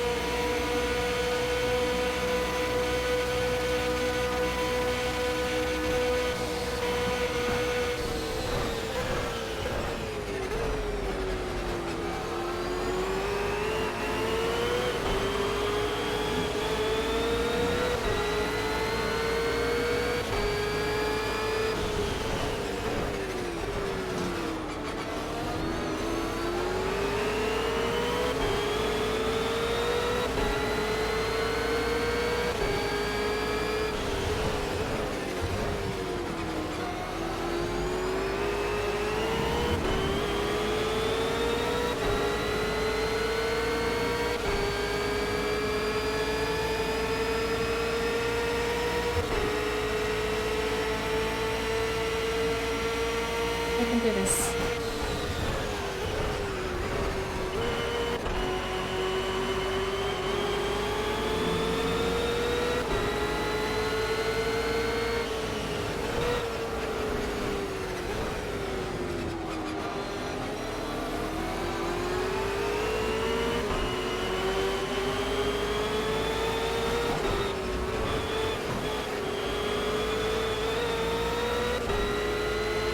So scared of the top of the mountain?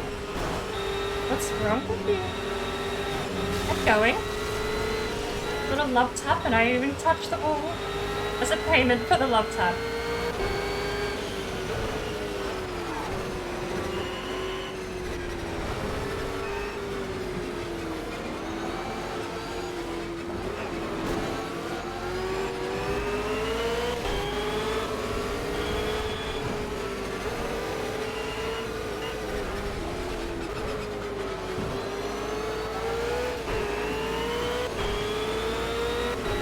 Let him go.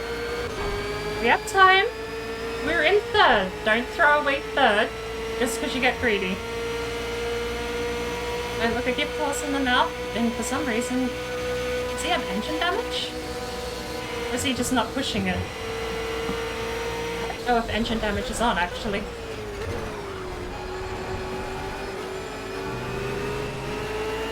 He's so much quicker out of there because he gives himself way more room.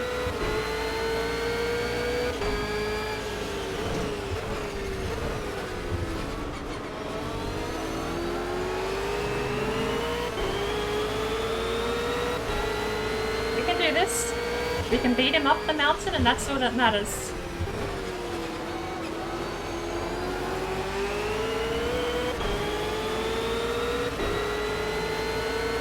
Gotta read tire temps in Celsius. What's a bad tire temp in Celsius? Okay, they're at 160, we're fine.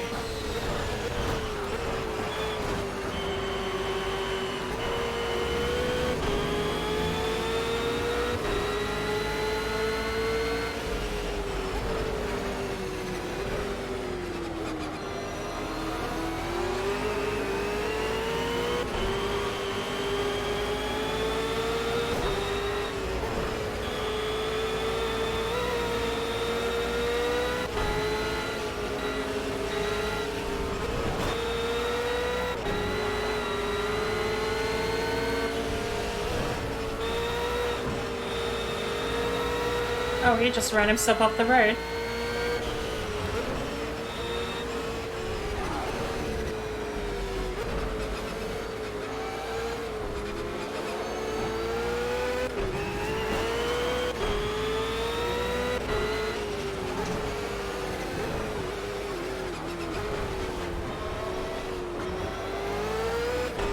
That's fast. Give me my first.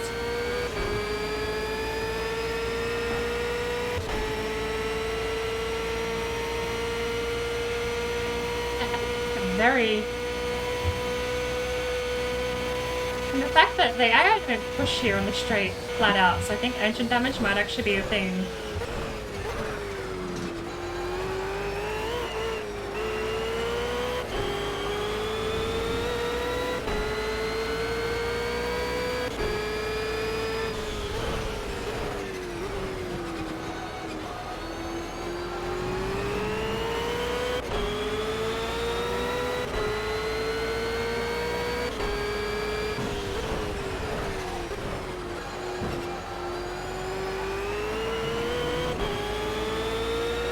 To 11.4.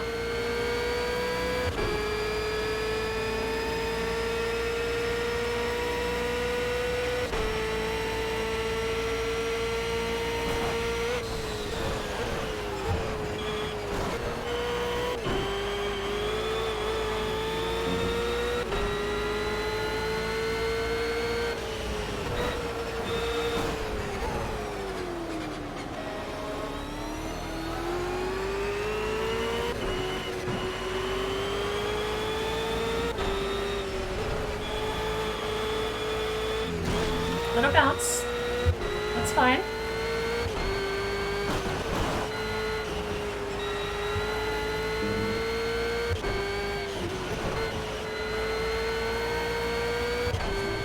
Good up. Let's go down.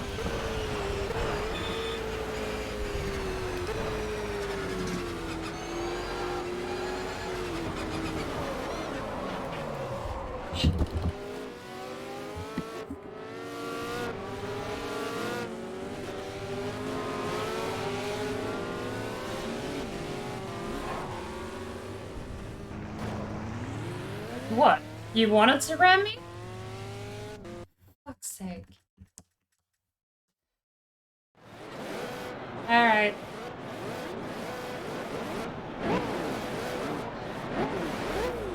Wait, that was the guy that...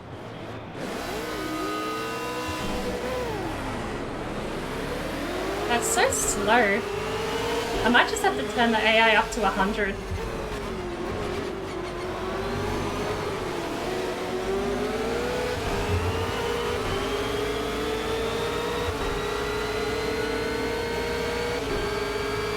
Double or nothing, true?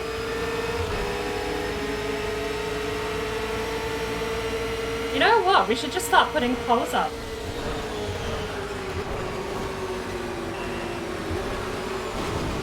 Let's start putting polls up. Predictions.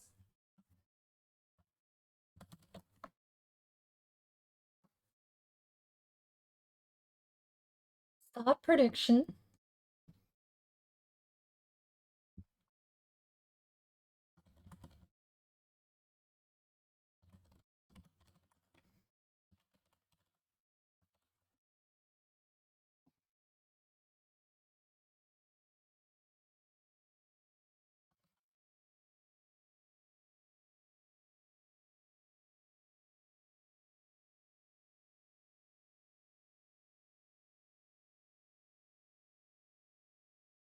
Set it for 5 minutes, because I can make 5 minutes.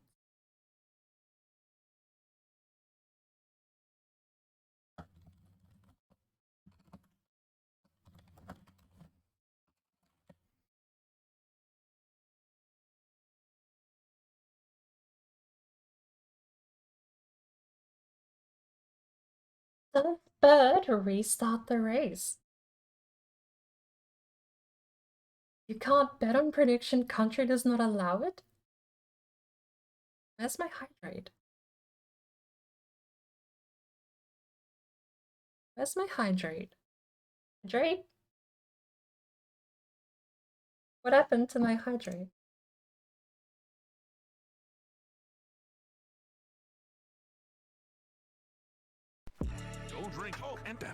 Okay, there it is. That was very delayed.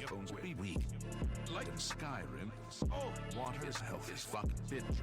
Better drink water, drink water, drink water, drink water. Oh, we need to after this. Water, drink water, drink water, bitch. Oh, drink water, drink water, drink water, bitch. Oh, drink water, drink water, drink water, bitch. Alright, in that case then, Chew, we'll go double or nothing this time.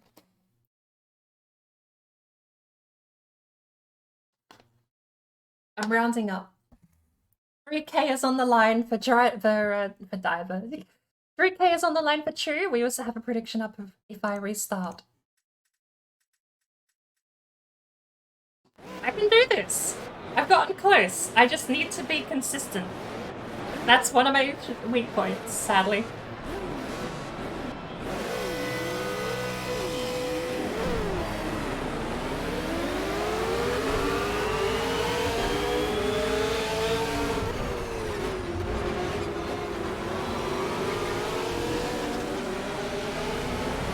Okay, I got driven. That blue car has a vendetta.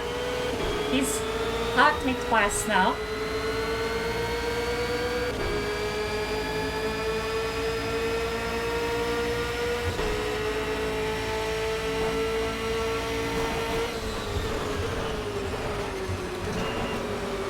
And he just turned into me.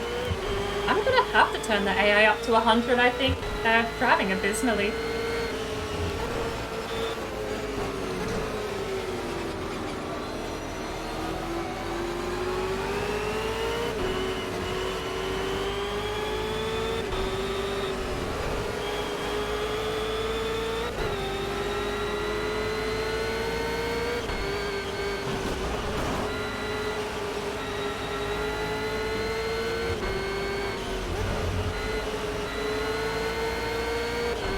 Big wheels in the dirt, get out.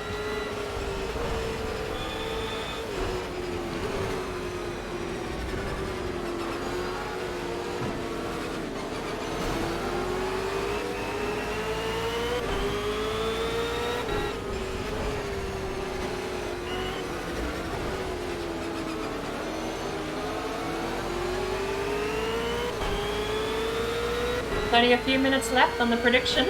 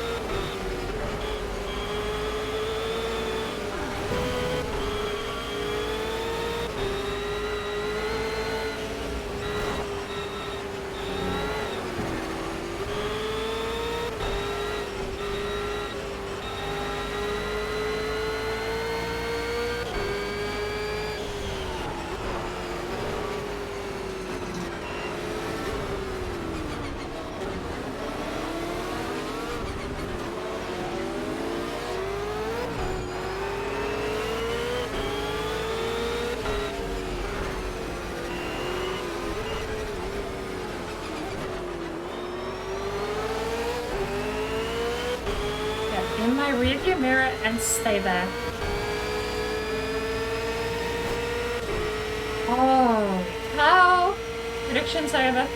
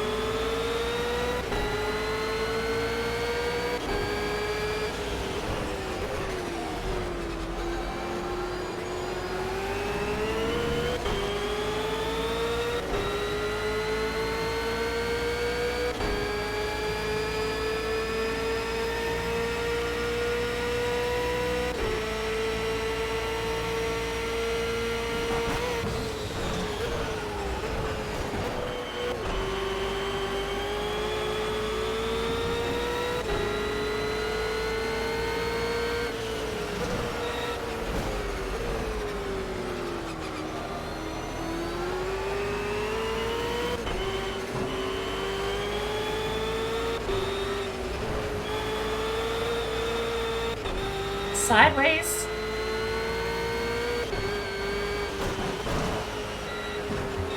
We were not gonna hit that apex.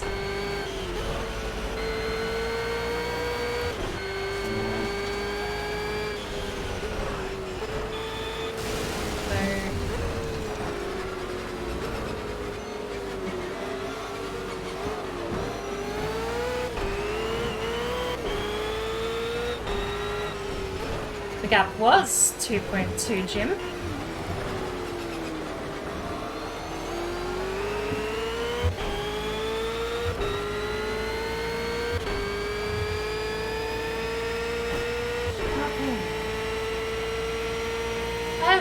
True, do you have 3k?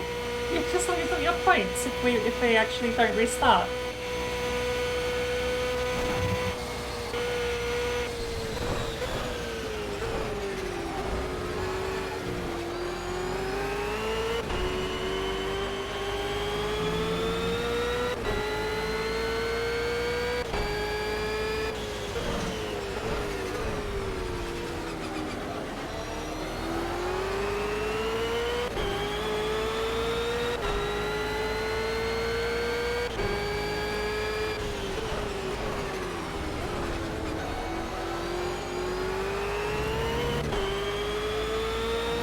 Yeah, but Sector 2 is on fire, Jim. Come on.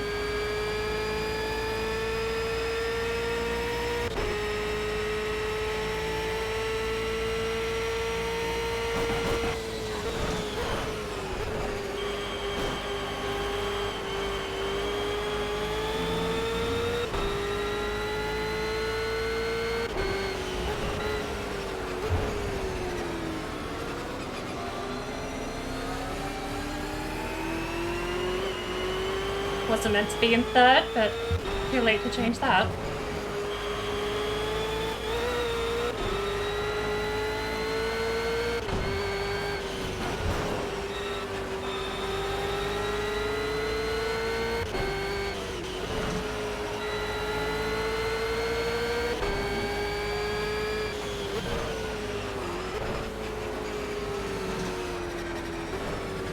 We're just gonna chill because he's slow down here. Chill, I said.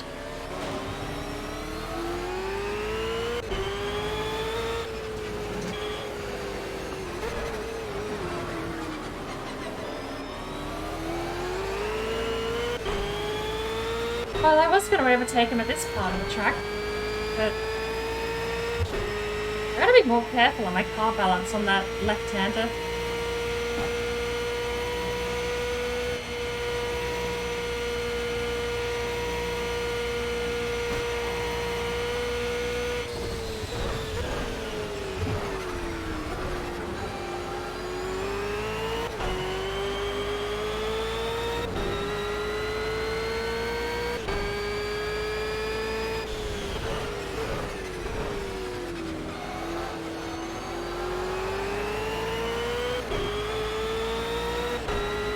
Three 10 to 11.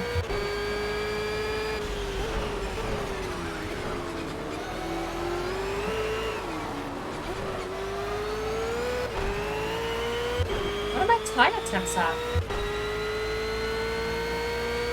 They're a little warm, actually. I might have to start being more careful.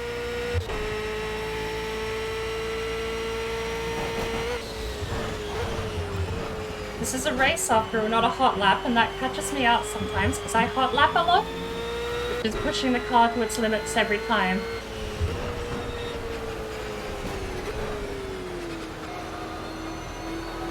Sometimes with racing, you have to realize you gotta actually survive a little longer than 2 laps.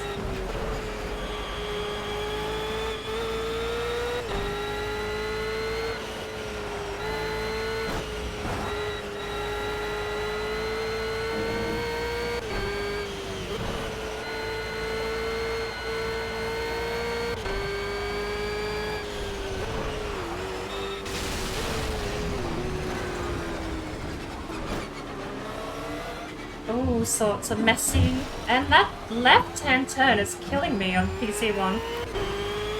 I never had trouble with it on Project Cars 2. You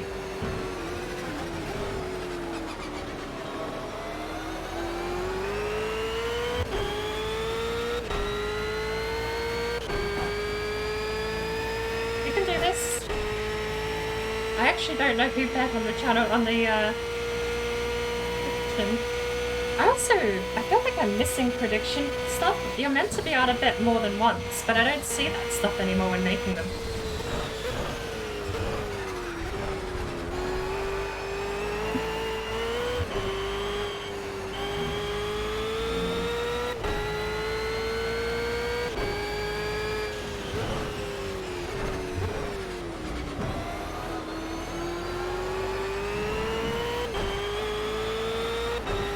Q4?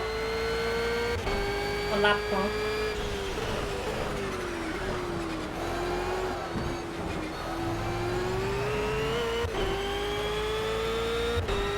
Must be P4. You lose, or just pay tithe to the Bird Empire. That works.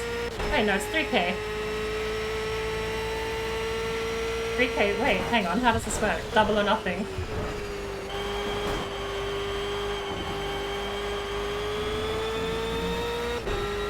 Wait, isn't it just you get nothing if I win?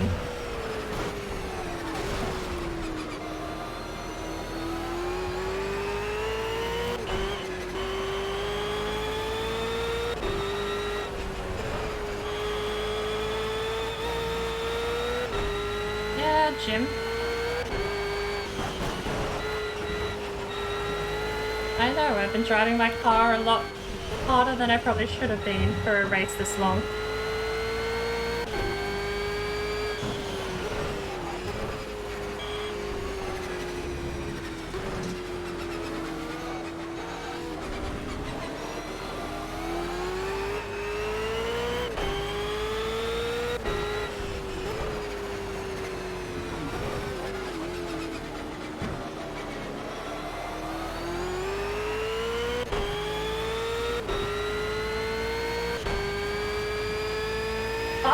Hello. I don't know how audible that is, but I can't hear it.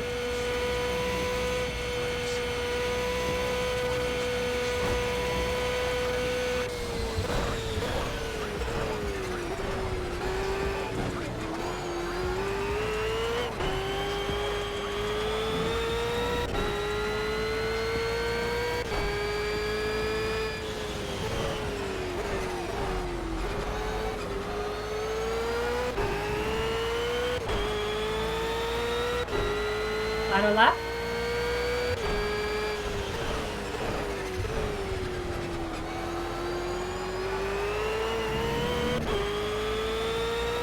I want a podium. I'm not gonna lose another bet just for a podium, but I want one. He's right there. You can do this.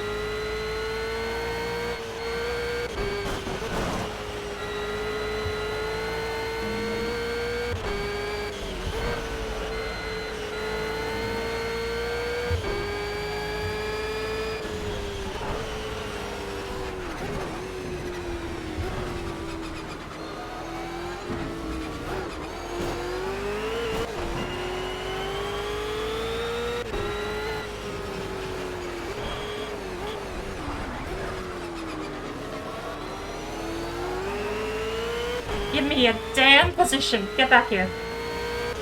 Get back here.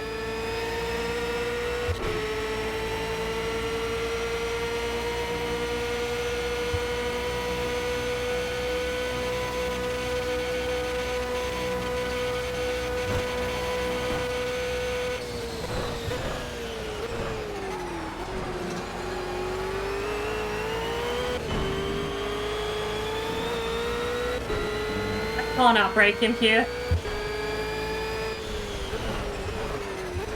He's got me.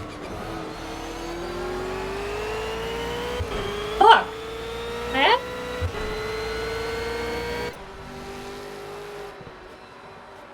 Fuck!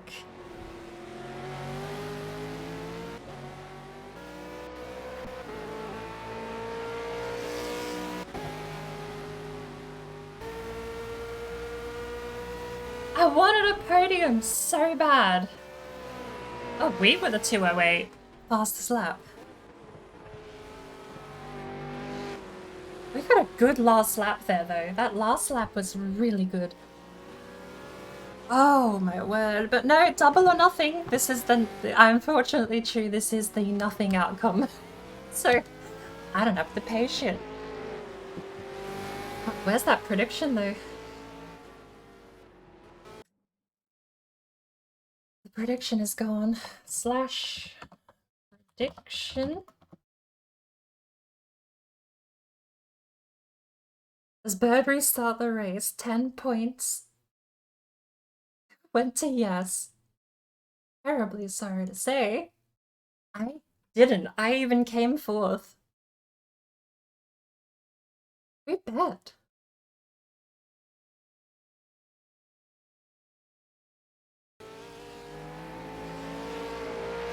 That was a blast. That last lap, I finally got a perfect up the mountain and down the mountain on the final lap.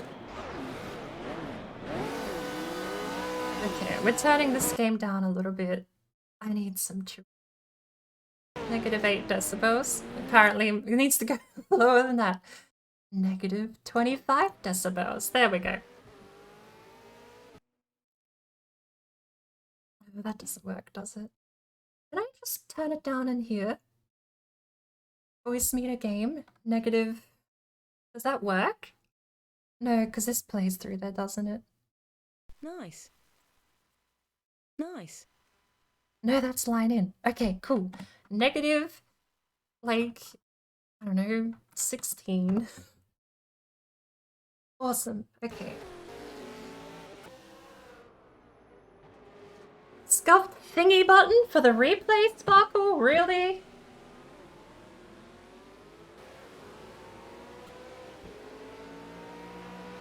Did that work? Did that do anything?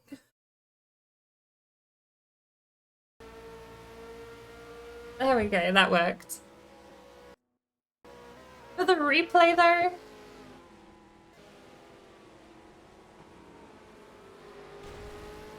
That's just mean.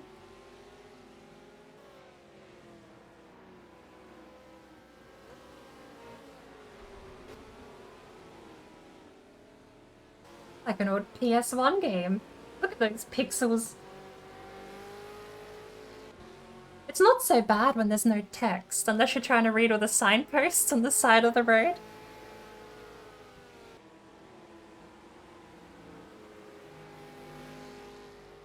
Shows me offline. I still haven't fixed that, have I? This was that race? I went lap 1 into the dirt.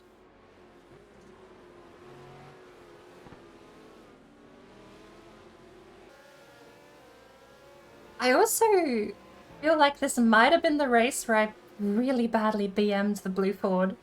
I mean, to be fair though, he's beat the shit out of me in 2 of the previous races. And a hydrate. There was a hydrate, I can't forget that.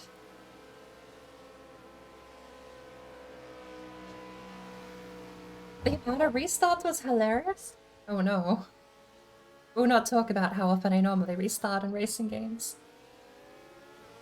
I normally turn everything up to like super serious, super dumb mode, so touching the wall destroys your car and you have no choice but to restart.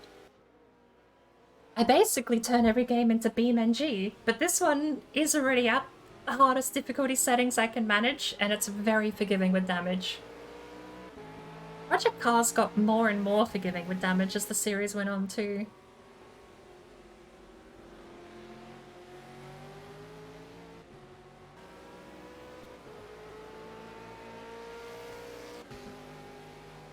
Why would I torture myself like that? I don't feel like it's that much of a torture. Oh, I must be online, because I just got an invite, Sparkle. To me, I mean, racing games are a bit of perfectionism. Oh, the damage model, you mean? No. Well, again, racing games are a bit of perfectionism, so when it comes to having a high penalty for messing up, I don't mind it so much. I mean, BeamNG.drive is just as real life as you can probably get in a video game. Oh, yeah, he totally ran himself wide around the next corner, didn't he? No? Okay, never mind. I almost lost control there. Alright, we gotta... That's enough scuffed thingy button. Oh, we... Oh, okay, that was his fault. He turned into the wall.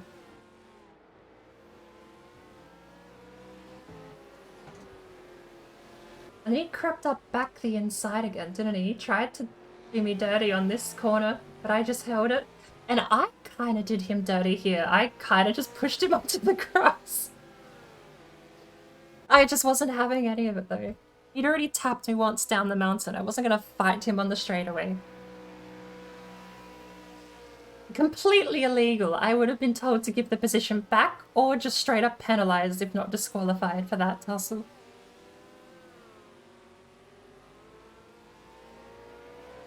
But worth it.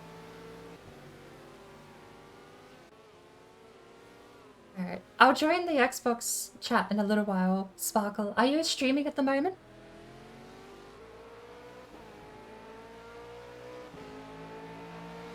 God, this car track combo was so fun though. If you're even slightly into racing games and you love tricky car track combos... Oh, only for an hour, not streaming in the mornings, of course. But if you love tricky car track combos and you're only even slightly into racing games, this is just perfect.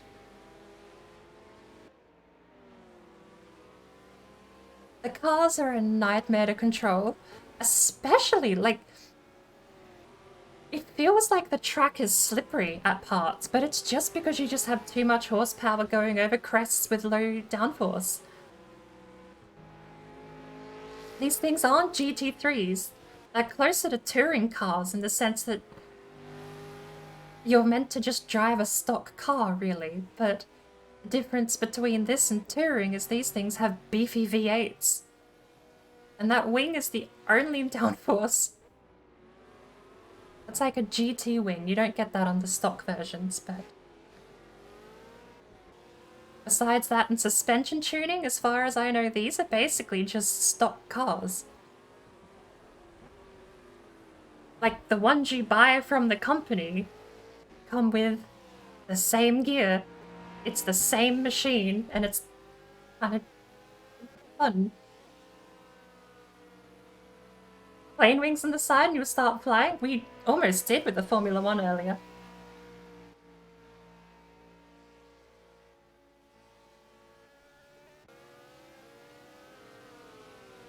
This was me hunting down third, wasn't it?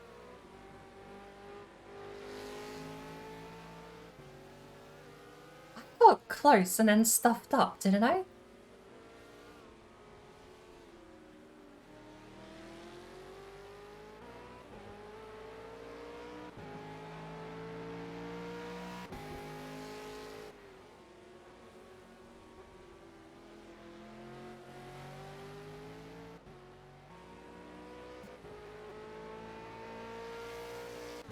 I I think this is the final lap because I was hunting him down. This was the super, super clean lap we got.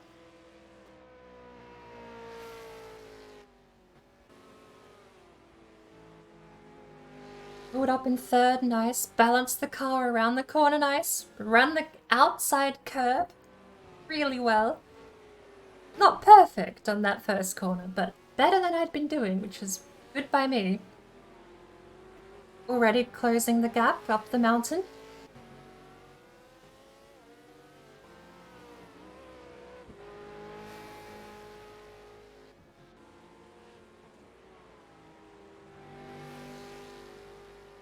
Is this the battle for fourth or third?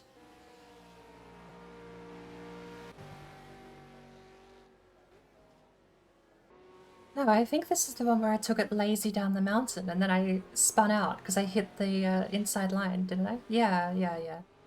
But held it. Almost came back without incident.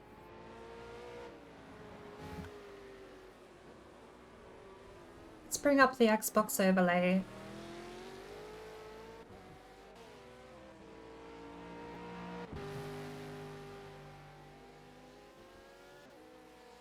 Join party.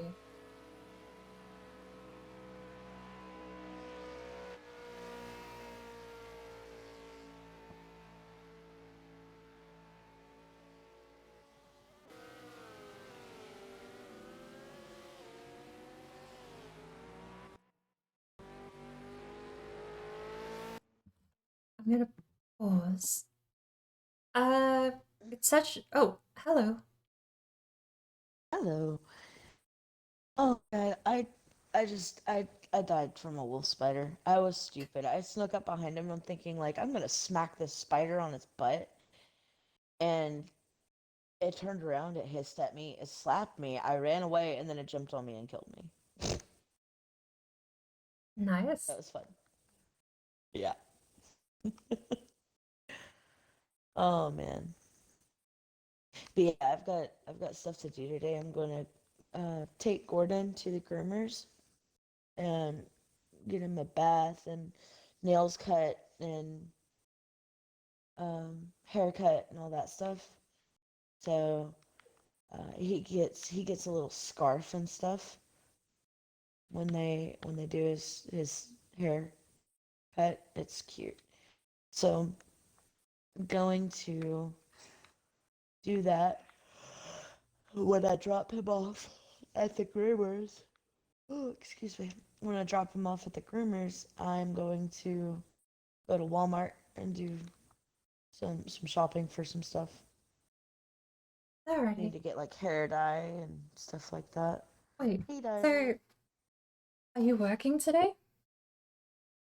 No, Oh, I have a 3-day weekend. I'm off. I was off yesterday. I'm off today, and I'm off tomorrow nice. because they reset my schedule. I'm So I'm also gonna have Sundays and Mondays. I'm terribly worried that the moment I click play on the replay, you're going to be drowned out. That's fine. Go ahead. Give it a go. No, that should be fine. We should be fine. Cool.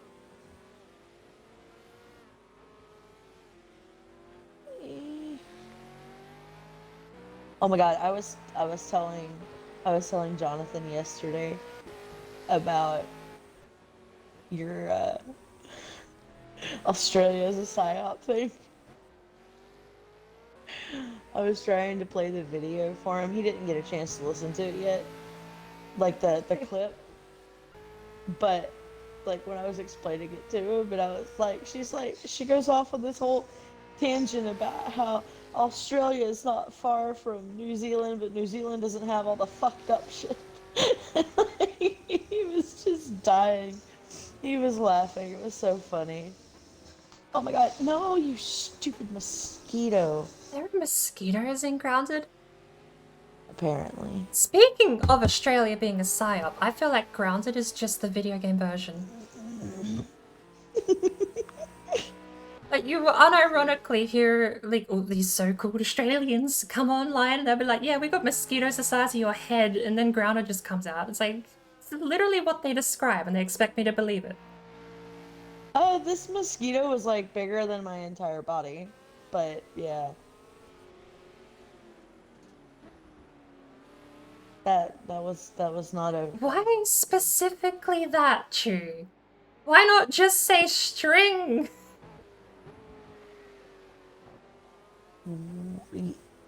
I mean, yeah, why not just say string?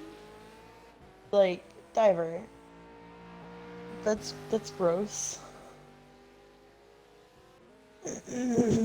Why as fuck? Oh. Oh Lord. I mean, you could just be like, twine, because, I'm tiny and piece of grass works Yeah, with twine. well, string would just look like a really big rope to you, I guess. Yeah, exactly. Alright, here we go. This was the final lap where we hunt down third place again. I am so annoyed we missed out. Please don't let me have a mosquito after me. Oh, the mosquito's on me again. Oh man. No, I got stuck. I got stuck. Leave me alone, leave me alone, leave me alone, leave me alone. No. Bored. I'm gonna die, I'm gonna die, I'm gonna die, I'm gonna die. Oh, I got one. Got the other. Oh my god. I'm gonna die. Oh, Although, oh, no. I don't think I can change the volumes back. I think this has to be it while we're in a call, because I couldn't even hear the hydrate emote. I have no chance of hearing you at all if I put volumes back to normal. Yeah, I mean, the car was loud. Which is saying something, because these things have been turned down by like... I've got a -10 twice over. Right now it's sitting at negative... Why is this mosquito still on me? Don't drink and The hydrate's a little easier to hear now. Bored, I had to go towards a spider to get rid of the mosquito. Drink water, drink water, drink water, drink water, bitch. Jesus. But I found a golden tooth. Water, bitch. Oh, drink water, drink water, drink water. Yoked girth milk molar. I think I used to play this game with 300 degrees of rotation on the wheel. Shit. I just threw my weapon. This is not what I meant to do. Thank you for the hydrate, Chu.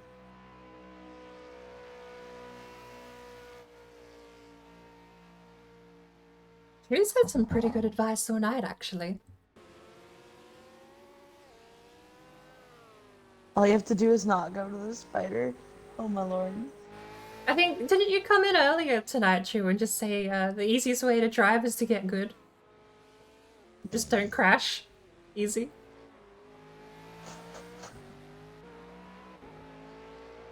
Oh my god, I hear that stupid mosquito. Is this the last lap? Oh, I lied. That wasn't you? Oh, someone did. I've misremembered.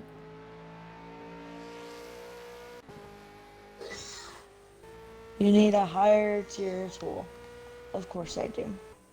I need better stuff. He said I need Sonic. Metro 2033 has exact same scenario as Serious Sam 3 at the library. If I had played either of those games, I might have actually understood what the scenario is. I've seen a fair bit of Metro 2033 played, but I won't lie, if there was a library, I must have slept through that bit.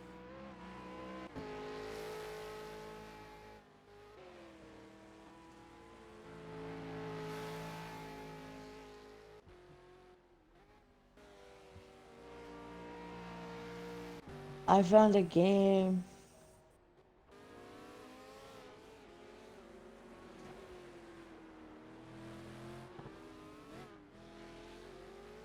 I've played the first mission and, okay, Metro 2033 has like a couple of missions and then you're on that train being chased by the glowing light. I played that about 3 times and then I uninstalled it.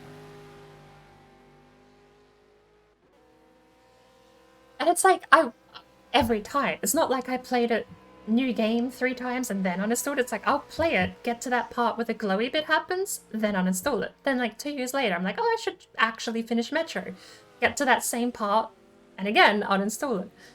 The most recent one was like 2018. I tried it again, and I was like, I'm gonna actually try and stick through and play it.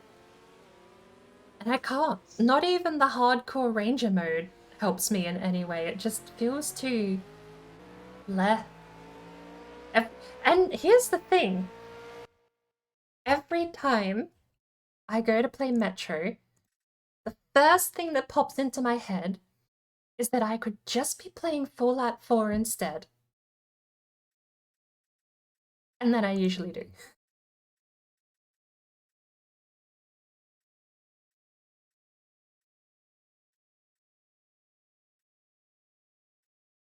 Rewinds. We're gonna watch rear cam for the final lap. That's clip. Stupid little clips on my YouTube, and that's probably one of them.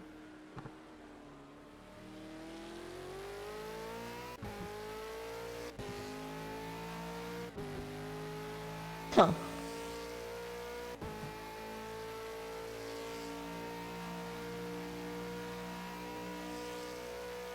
Metro 20, the Metro that got released a couple of years back wasn't too bad. That actually looked like a really fun game. Putting Metro in an open world seems like a no-brainer to me. It actually makes it seem way more fun.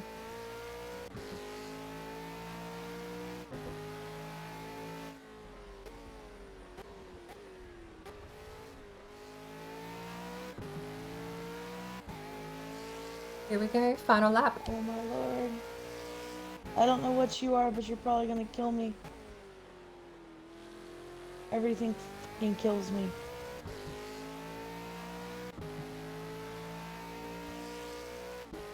Too far from my camp for comfort. I'm If going home. I want to make a clip, I hate everything except the game. This has suddenly become awkward. I mean, it's only one lap. Be back in a second.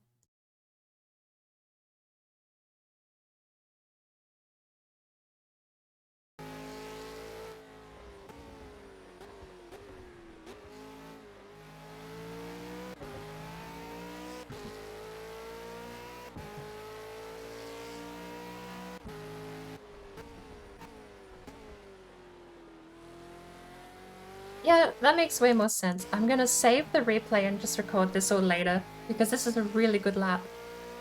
It's only a 2:08, but we can deal with that later. Not right now. It's so messy to do it on stream, because you gotta keep things moving. You can't just sit down and spend half hour recording 3 camera angles. Yeah, that's fair. Especially not when you know, you're going to be yammering over the top of the footage. You can't edit. Unless you're as bad as I am, and I am as bad as I am, because I'm me. The only solution to editing out talking over footage like this is to just recreate the footage from scratch. Not the footage, the sound. The audio. We can save the replay. We can.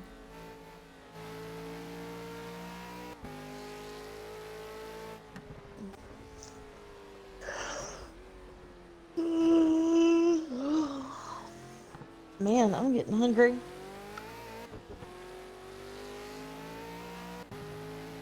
I was so happy with this up and down the hill. I got a little slow on the exit there. Hey, Tom. There's me yelling at him. Flashing the lights, just screaming at him to give me his position. Hey, Tom, do you have, grounded?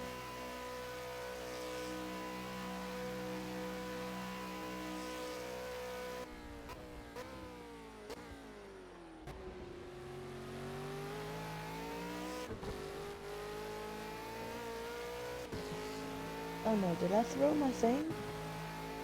No, I didn't. Okay. Oh my god. And my gear is broken again. Ugh. What a beautiful lap.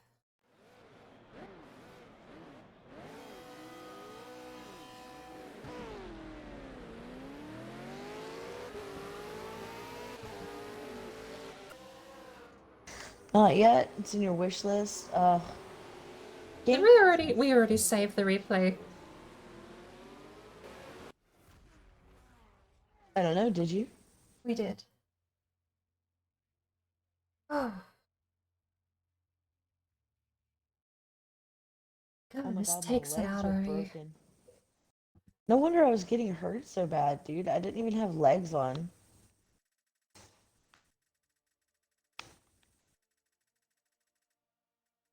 I don't know how to make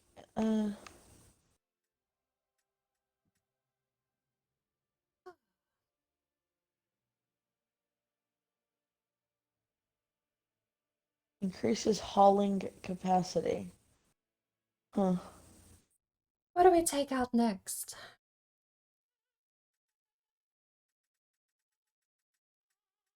A Chevy. Anything that ain't a Ford. We have one Chevrolet. Corvettes are hard to drive. We will use same class. Use. No, that time is fine. Damn it, I need more acorns. I gotta go back to the oak tree. Up the difficulty 90. Although, having said that, I came 4th against 80s, so maybe we'll leave it because I don't know my confidence in a Chevrolet. Corvette's hard to drive. The old Corvettes are glorious. I have a Corvette mod in a Assetto Corsa, which is amazing. It's like, it's a tank. It's back when Chevrolet used to make tanks, and it is so fun because it still has the V8. Nice. Alright. Disqualified? Why were we Wait, in you were gear? disqualified? Yeah, my hate shifter was in 3rd. I just realized we were in gear. Oh.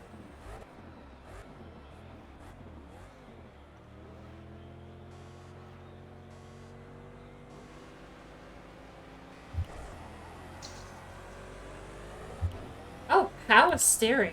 Oh.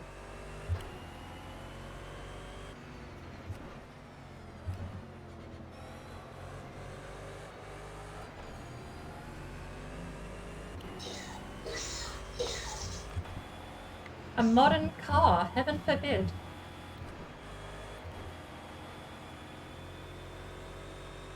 Woohoo! I've got acorn stuff. That's nice to have a bit of...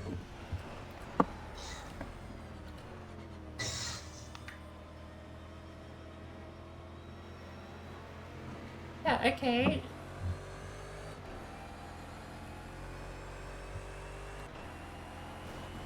Nice of them to bump into me like that.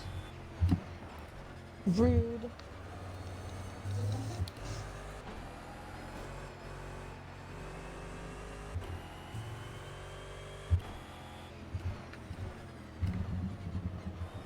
I could probably turn the game up a little bit. It's very quiet, but I am enjoying some nice chill volume for a change. Cars are loud. Cars are loud. Totally. I did notice that game doesn't sound like it has like a radio. Sorry? Is there no radio? I said your game, it doesn't sound like it has a radio. Does it I have a... radio? My pit guy talks on over the radio. No, I meant like music. No, most of these cars don't have radios. Most of the road class ones have cassette players though. But I don't have any cassettes. Jokes aside, no, there's no racing music.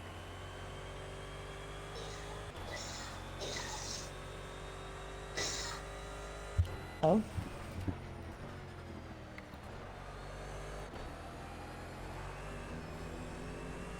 Okay, I broke it up. There we go.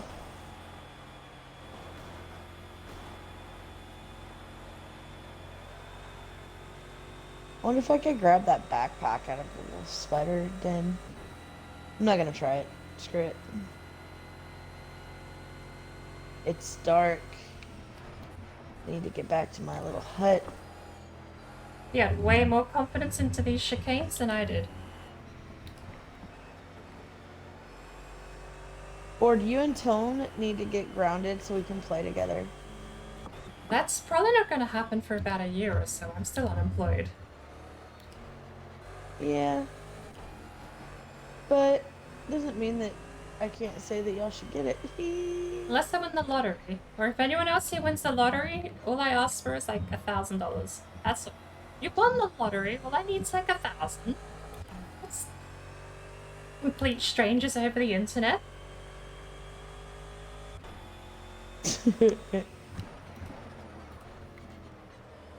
Oh, so I was gonna ask you.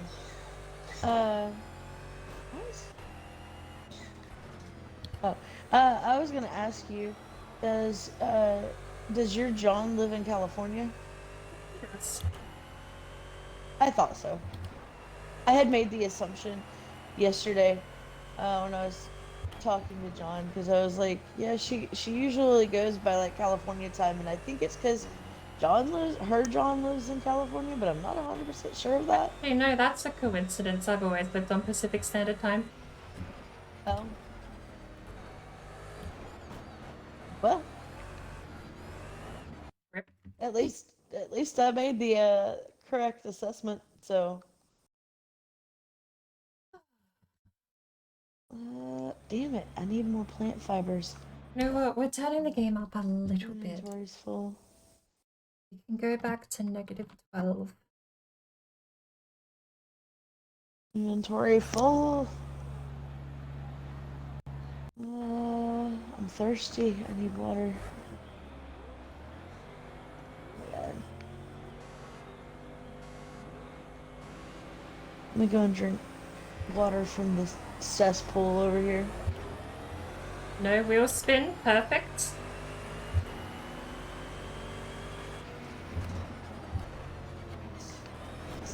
Yeah, I know you're thirsty. You give them room and they still run into you.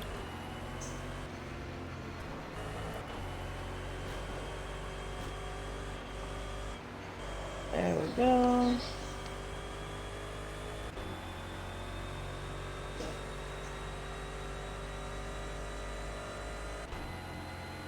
Okay, now where's my house? Over there. Oh, and that... Shit, Jesus. That shortcut is not a shortcut, that's a runoff.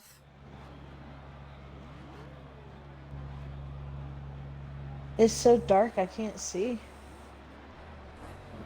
Where's my torch? I have a torch. Where did my torch go?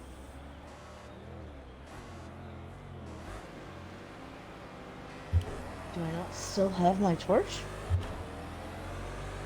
I wonder if I have traction control enabled. I'd have to double check on my assists are off. I don't have a torch anymore.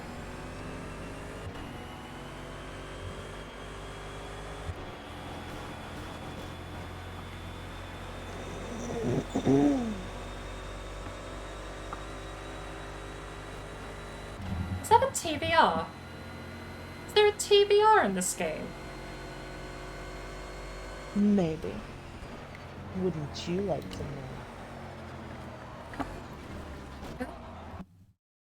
I can't keep the car balance on fine. Janetta G55.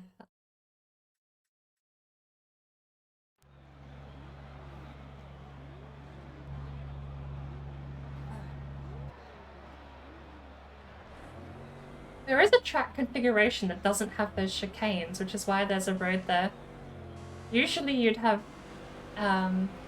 cardboard. There'd be like little tiny blockades there made of foam.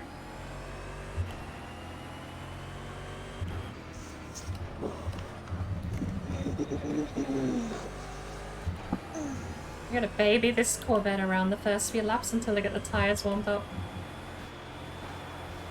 If Grounded had real life insect biological anatomy, all Mommy Sparkles has to do is use the spear and Shit. them where their head attaches to their body and they will die easy, but it's a game. Wasn't expecting to have so much. Well. Was that you can't outrun them if you take the shortcut? Yeah, I wish I won the lottery too, Cheer. I think everybody wishes they won the lottery. I'm just saying.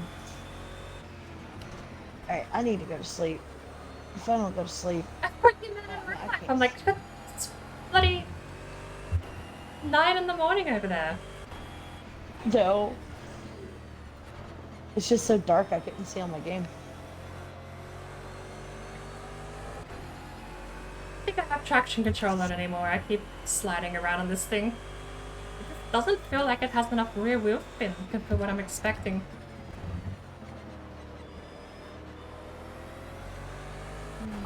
Is that an Aston behind me? Probably.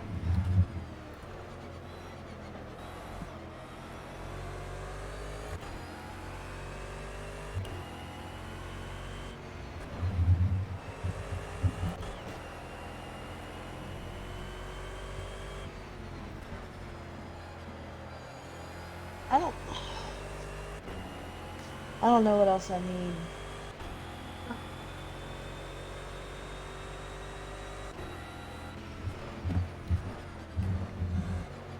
I had somebody helping me last night with like I do have as a sorry, Sparkle. No, you're fine. I was just bullshitting. I do have a video called Tokyo Renault Drift with the Tokyo Drift soundtrack. I wanted to fix that up and use a couple of extra clips.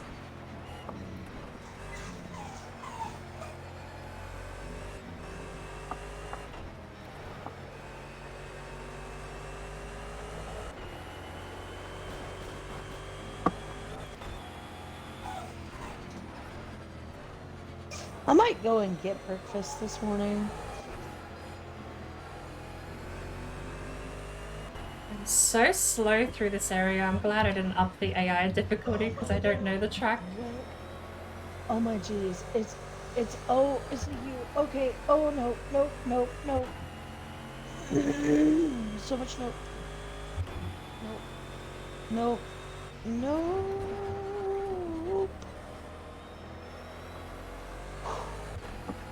That fighting behind me, that gave me a bit of room. Almost got murder faced by a golden orb weaver spider. Beautiful spider. Very evilly. I love spiders. That company looks like makes food, but I don't know. Red and yellow is just food colors in my brain. What?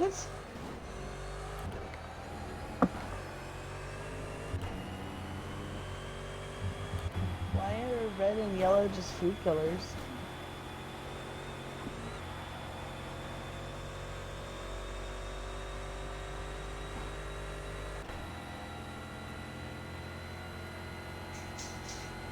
I need more aphid spit and I can't find it anywhere. I've been drinking the aphid spit for water. It's surprisingly good. Oh, it's a ladybug.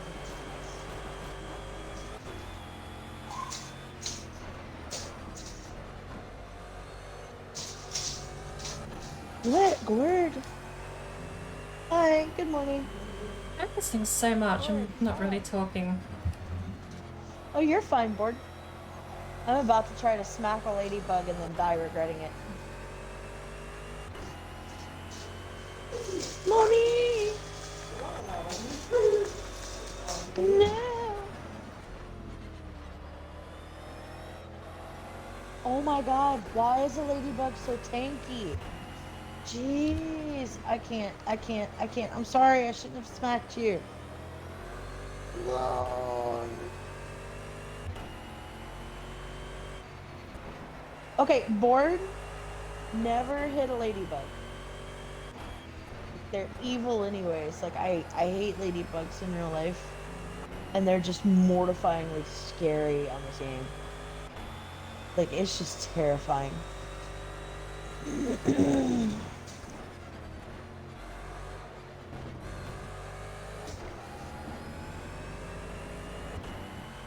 Alright, some juice. Hi, little aphid. Hi. He's so cute. Yes. Green through the first sector. So I think I'm just gonna have to go and kill some ants. I don't know what else I can do. I need gear. I need better stuff.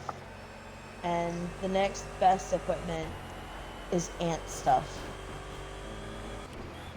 Which is weird because I think the acorn does more protection, but I don't know.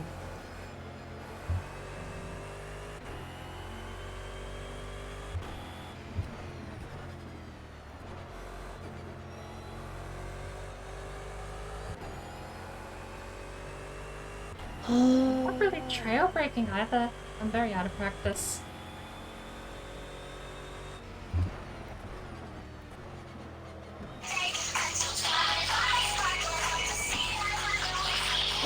So I'm gonna be going in like, I don't know.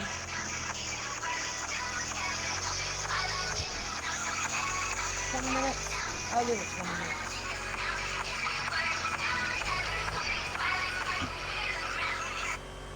Yeah, I'm gonna go in 20 minutes. I gotta, get dressed, and then I might go and get breakfast before I drop them off.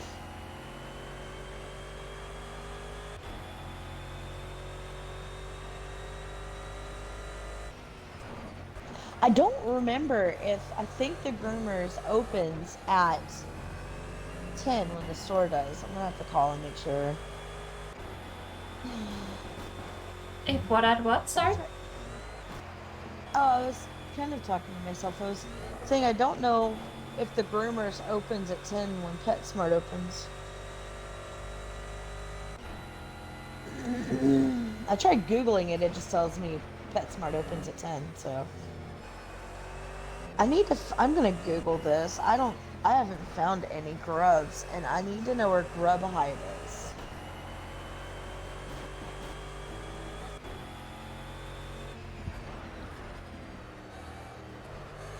Grubs. Rounded. Gordon, baby, stop.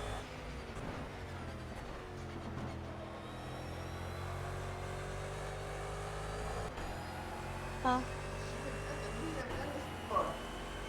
Oh, he's like that every morning. Come here, Gordon.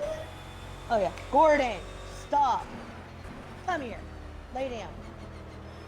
Hang on 1 second, Gordon, so I'm not screaming in your ear.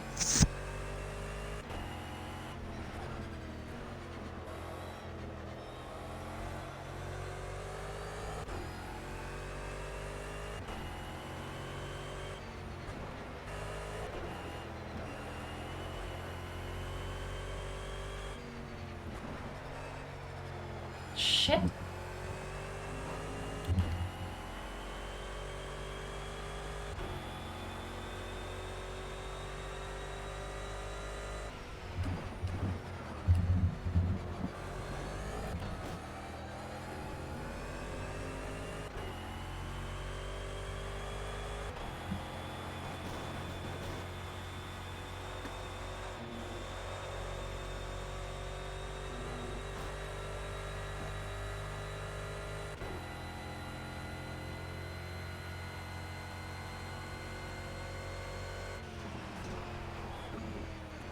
That's a cut. That was terrible! Come on!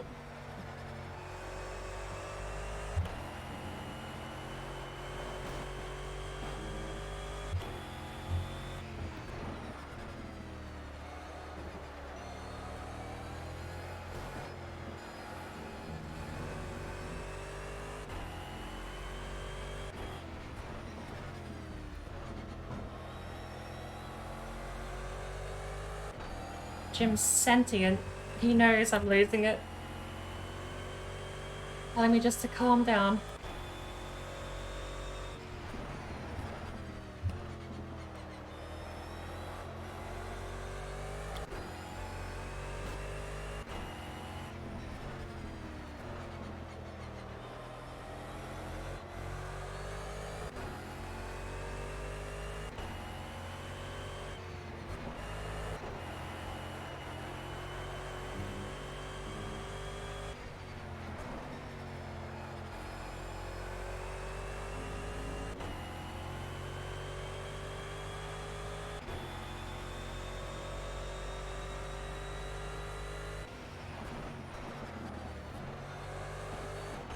1.7. It's all on that corner, I bet. Oh, we did get wonky, didn't we? Let's see if we can actually take the chicanes. Can I gain on the guy in front, though? Like, that would be nice.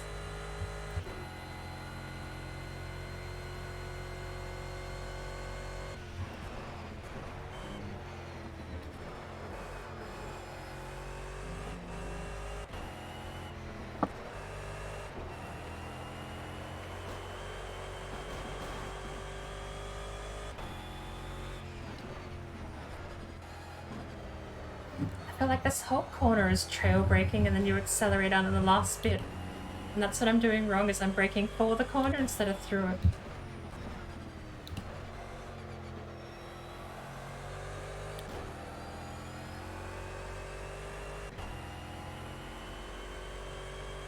Scuff thingy button on.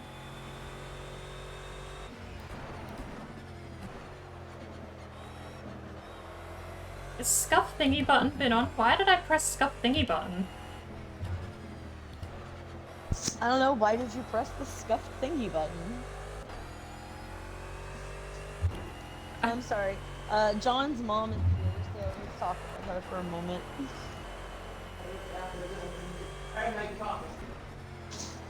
So, she's staying with us for a couple of days. So it's 145, 44, 31. Do I really want to go and kill Ant's board? It says it's light armor. Well, see, this is heavy armor. See, the acorn stuff is heavy armor. The other is light armor. So this makes way more sense to wear this.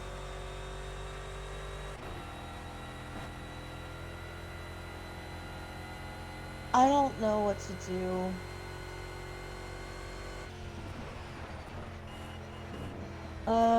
Bully last night had also said something about making the larva weapons, but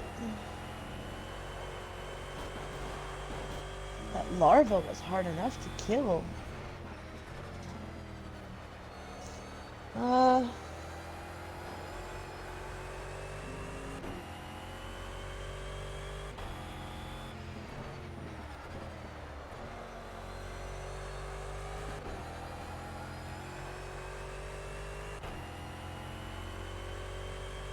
I don't know how long the scuff thingy button was on for. I don't even know why I pressed the minus.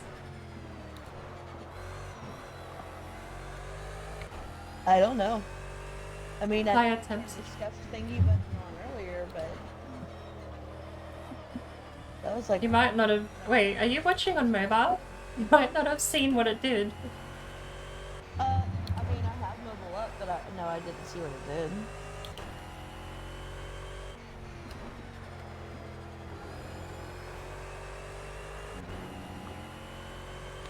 No, like I don't have it up. Like I've got up your stuff. I can see the chat, but like I wasn't watching the stream. To be honest, I'm kind of running around through tall grass right now. Is there more juice, little aphids? Little aphids. He's so cute. I love the aphids, man. Okay.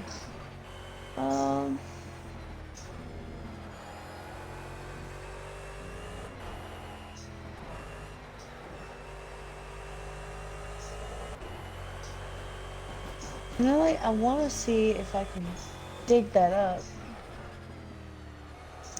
I guess I could go and see if Fergal has any work for me, because that's what I'm supposed to be doing anyways. I need water. Or aphid spit. Or jeers. Sounds disgusting. The aphid spit? I mean, it's just honeydew. Really sweet. I mean, you say it sounds disgusting, but what do you think honey is? Bee spit. Exactly. I don't eat honey. You don't eat honey? No. I love honey.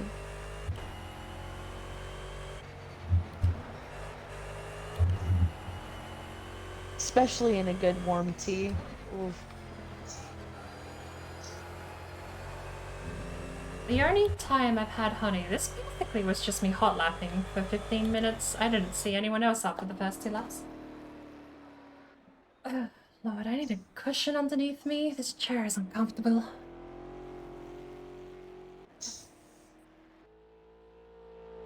There's a few exceptions to when I actually have honey. I will have it in a lemon honey sip, which is for when you have super sore throat or a cold or something, you have a lemon honey sip. I forgot the other one. I think it's food. Man, I put honey on biscuits. I'll drink it in tea. I'll eat it straight by itself. Like, I like honey. It's too sweet for me. Yeah, I mean, like, I don't. Gordon, honey, you fell, buddy. I need to get a cushion. Give me a second. Crazy dog. Okay. No worries. Well, I'll still be here, but... Oh, you were talking to the stream. Fair enough.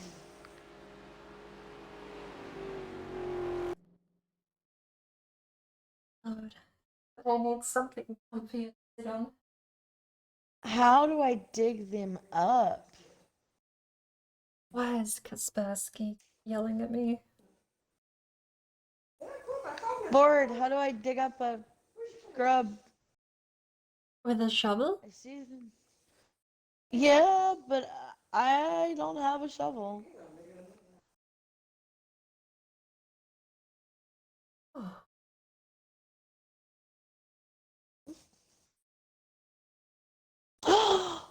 There is a shovel board. You're a genius.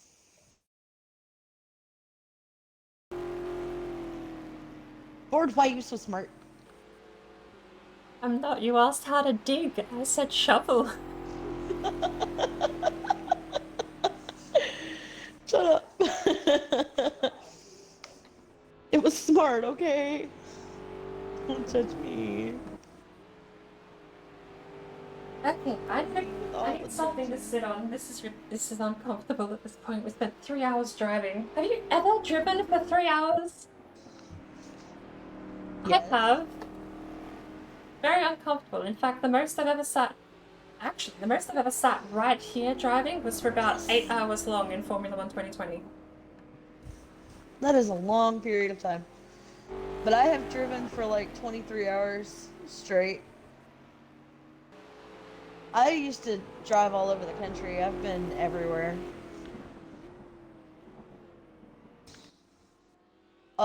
Board, you're such a genius. Thank you. Welcome, I guess. Don't guess. You want to know?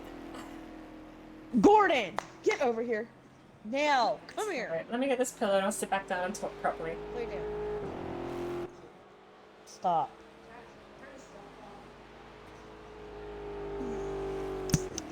You know, I'm getting tired of you doing that, so you're getting this. Oh. Come on a leash? Yes. Without taking him outside? Yep. I never heard that. Oh, okay. There we go. See, like some people might have a desk job. Some people might just work in a seated position for a large period of time of the day.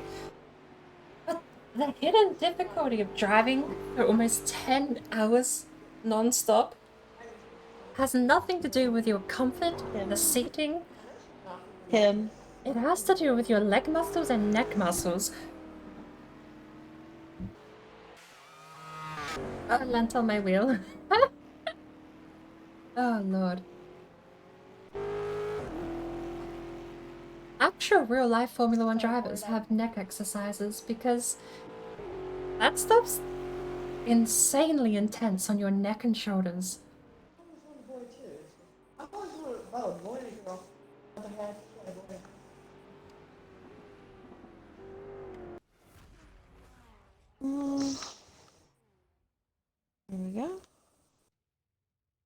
would like to mention, after spending 10 hours behind the wheel of an F1 car in F1 2020, that my neck and shoulders just locked up and became a singular item. They didn't move. Ouch, that sounds painful.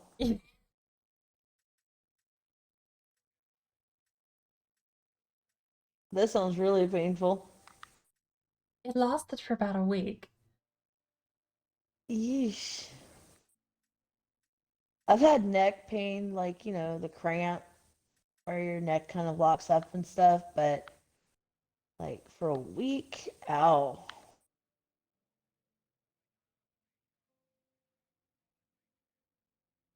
Oh my God. Bored, seriously, you're an absolute genius. Now I just need to figure out how to get acid from ant spit.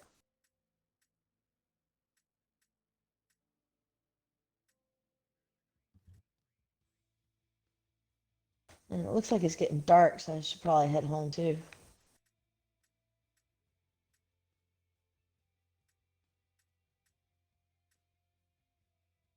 It's the Raceway Laguna Seca. What do we pick? Oh, they have Imola? You should drive a Honda. I like Hondas. Basically, drive anything except a Ford.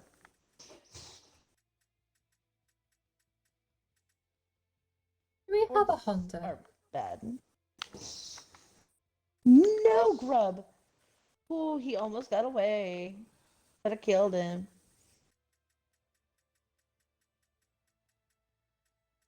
Mm, H-I... There's no Honda. oh, I got a drink. Oh no. Oh no, I'm far from water. Oh no. Wait, wait, wait, wait, wait. There's a soda can. Where's the soda? Oh, I'm gonna die. Where's Ant Hill? Oh man, I'm that far away. I don't know that I can make it in time.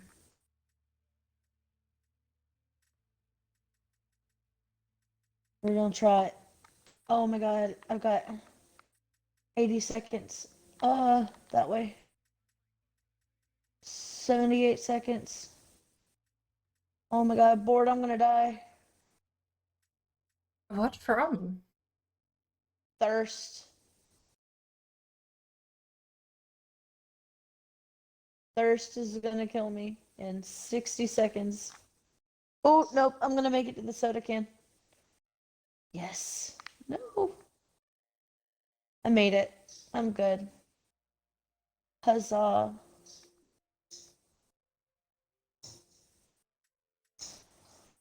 I'm so thirsty though. Ooh, more.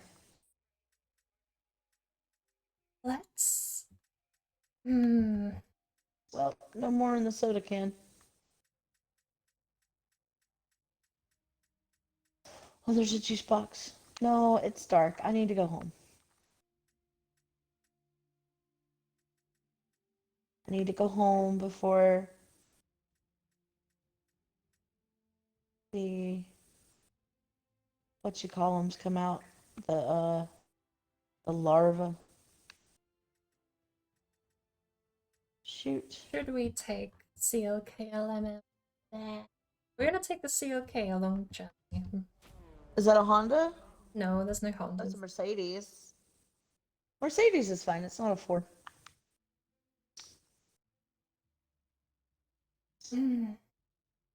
Although I'm thinking we change off of racing games. Oh, this is an actual race. I just wanted to do a hot lap.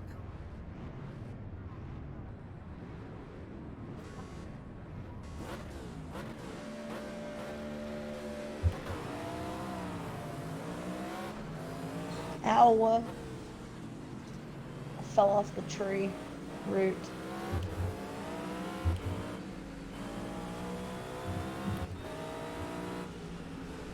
Come here, buddy. You got acid.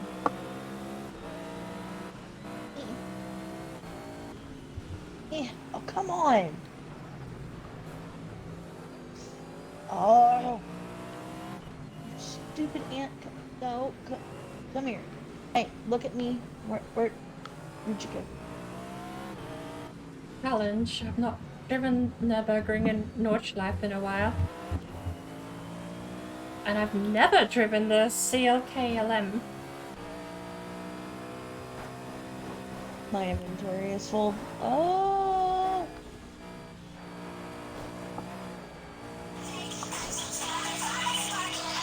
Oh, that's my alarm. Alright. Guess I could drop pebbles. I don't need the pebbles.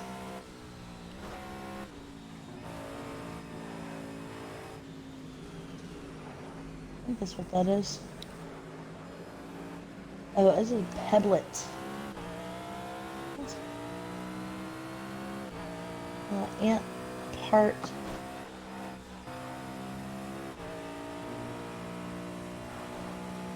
Okay. That's not acid. Damn it, I gotta go. I gotta go home.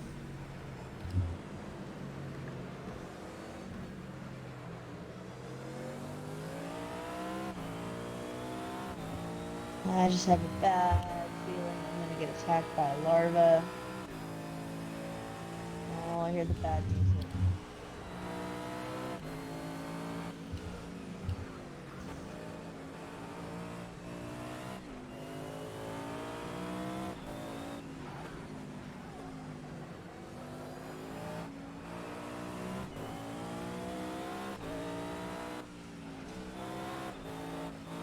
Hey, come back.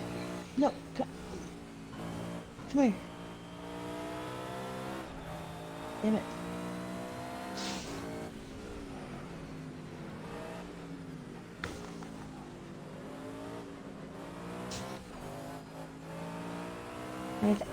Is that all that? Is that it? Man, is it the big ants that have acid? I could take those.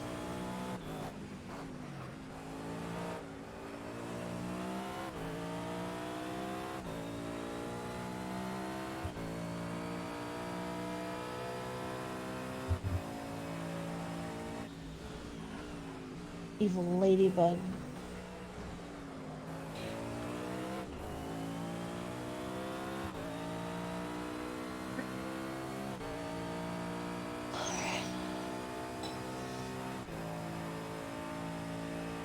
But I call Sector 2.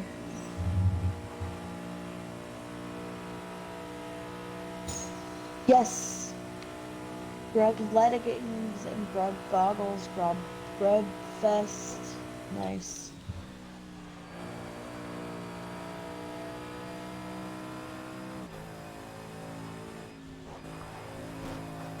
Okay. Mouse. Go to sleep. Alright, Bart. I am gonna go, but I will catch you later. Do you think you're gonna be up tonight? You were gonna stream tonight? Yeah, I stream tonight. Maybe? Not sure. If you're up, let's do some Minecraft. If not, then I'm playing some Grounded. No worries. Sounds like a plan. Awesome. Sounds good. I'll catch you later. Bye. Bye, Tone, and everybody else in board stream. Have a good day.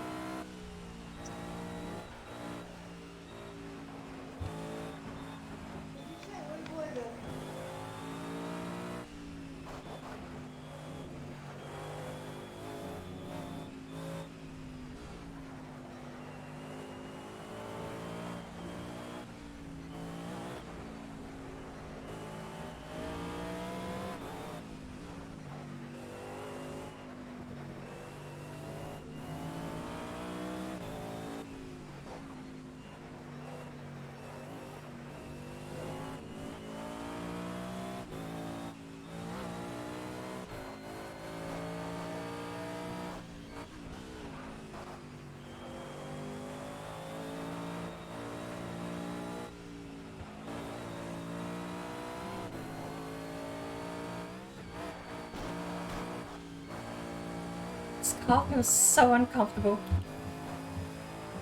I don't trust anything it's doing, but it does hold itself well.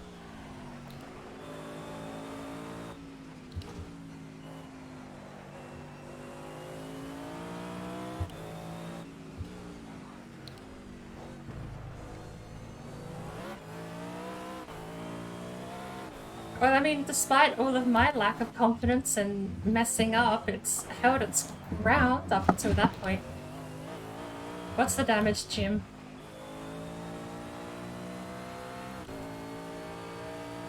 Apparently none.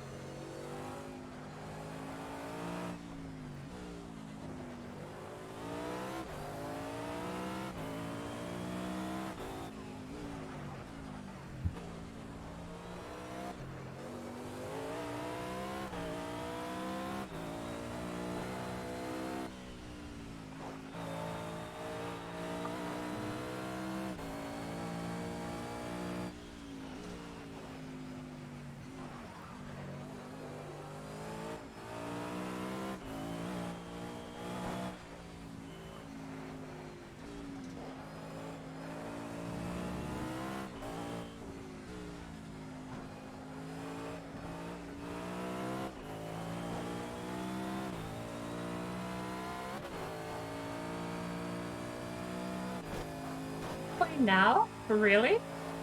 What was the last time he posted?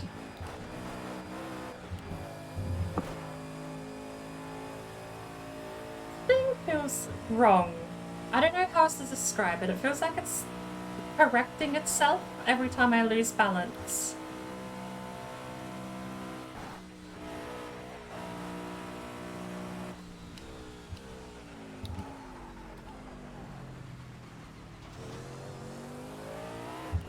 I might just switch. I don't know. This feels weird, like it's not obeying the laws of physics. I've not come across a car that felt off like that before, and I don't know if it's just... I mean, besides cars that probably are designed that way, like Formula One.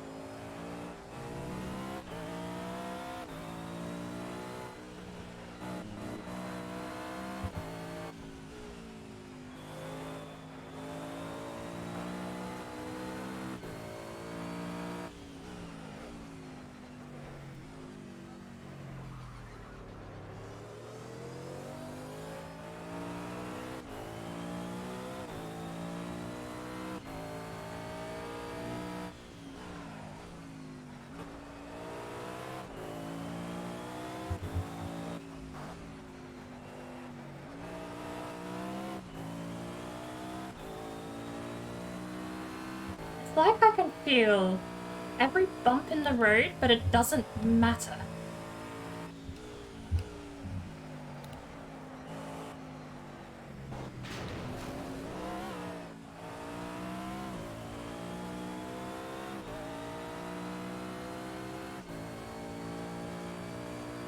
Oh, keep them up. Jim, we're almost 12 seconds behind the pack. I need a different car. This thing is weird.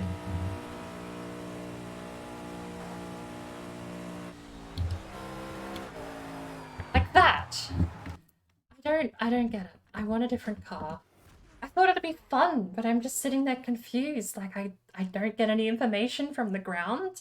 I don't get any information about the weight of the car or balance. The whole thing is just confusing me. Where are my volumes, by the way? We're gonna back regular, I think.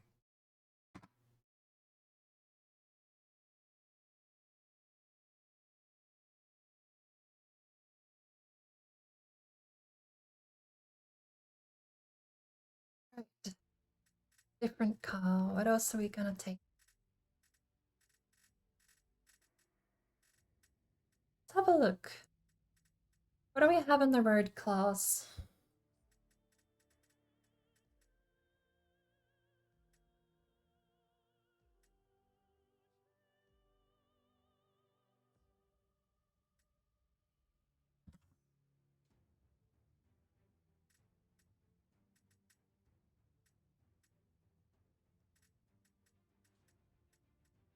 Why not?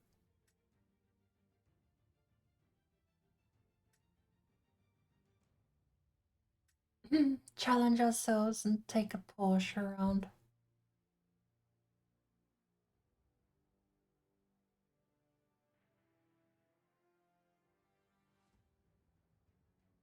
That one probably looks the most like current Herrera. You've also got the classic.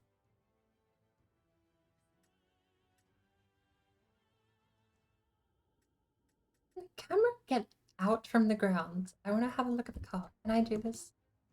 No, I'm not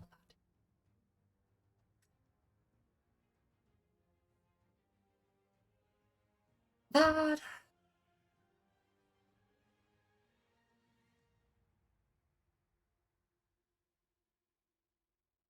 A flat 6. Well, you have my attention. Flat 6.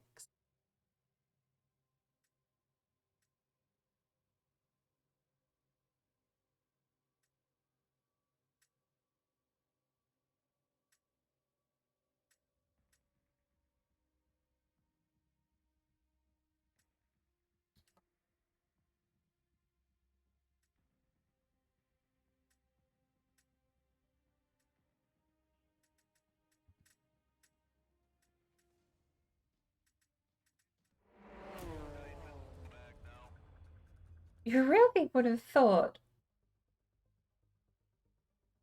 I would have caught on sooner to the fact the Boxster Porsche probably had a box.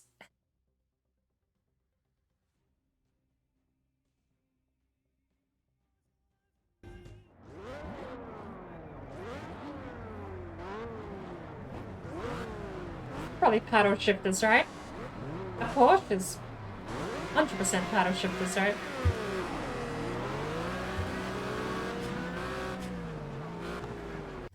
It is a H shifter. I have learned today.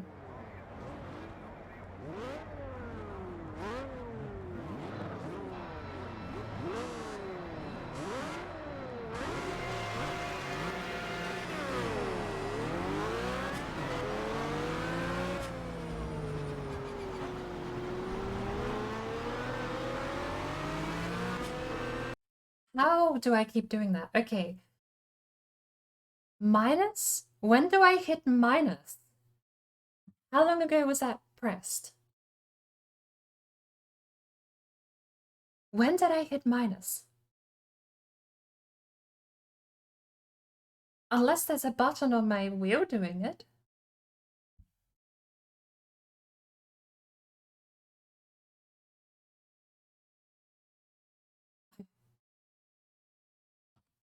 I don't know. Okay, I'm gonna have to pay attention to that. How long was it with the scuffed thingy button?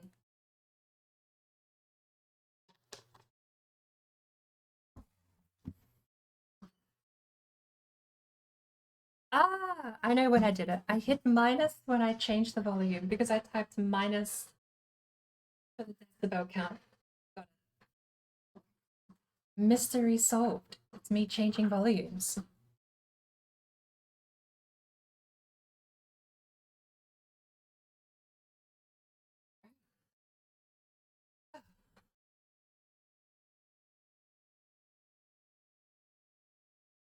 Get myself seated.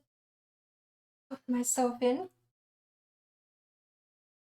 Right. I think I'm back, ready to go.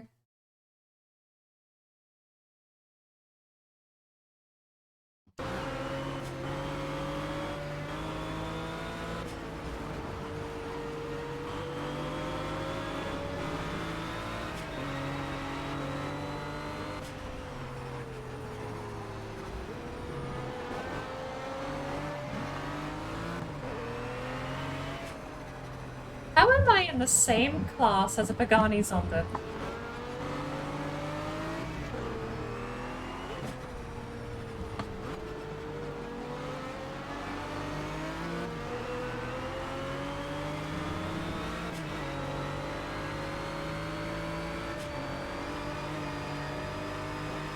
Maybe I am. Holy shit.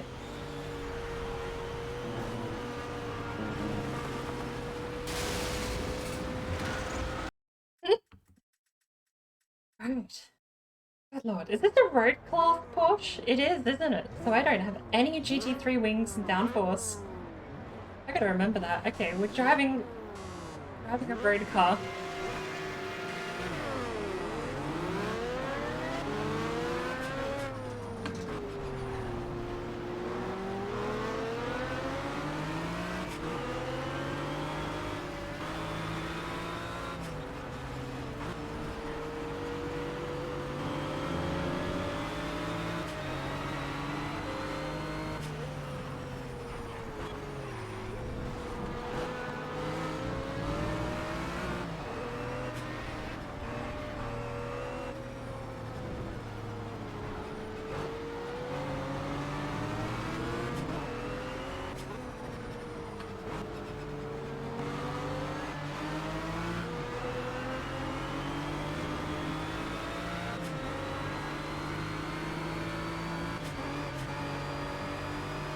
Love the turbo.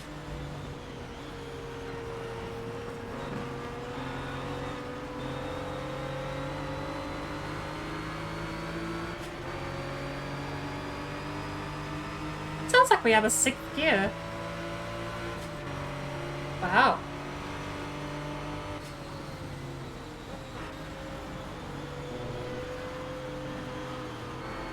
I can't brake, mate. I can't brake if you're blocking every... Okay. Do you not want the position?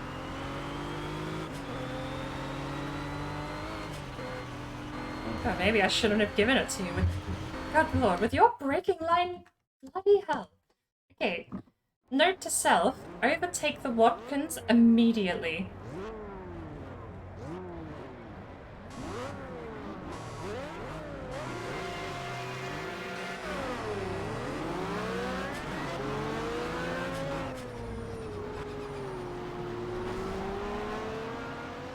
Oh, not like that.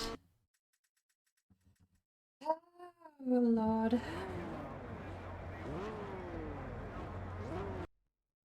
You know, it would be a good prediction to have. Let's set another one going.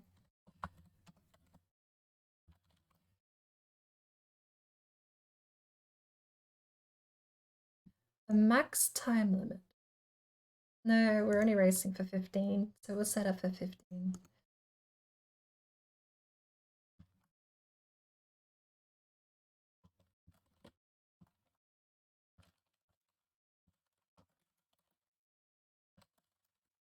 We could set it longer.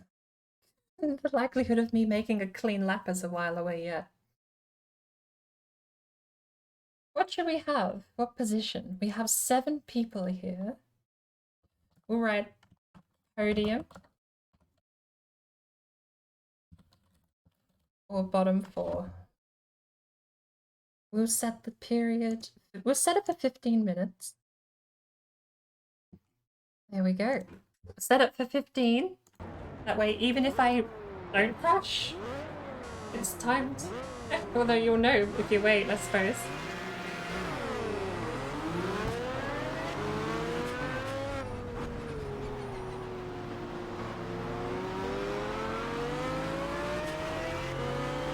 Kind of scary to think I'm in a rear engine mounted car. that apparently can compete with a Pagani Zonda.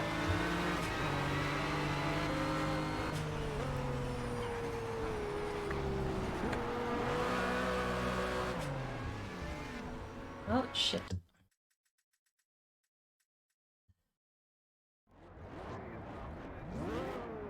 And I should probably mention that question is when I do finish, what position, not just.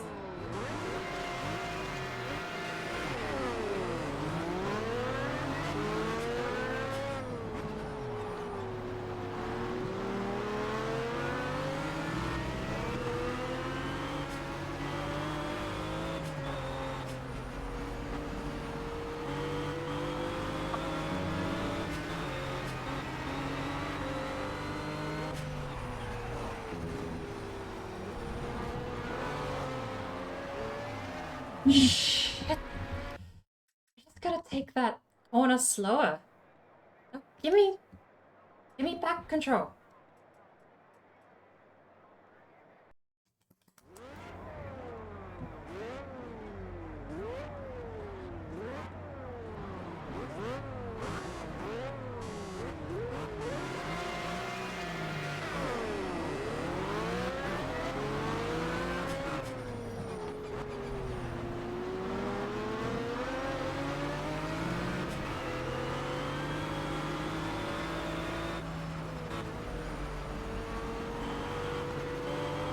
The Zonda is just off-road.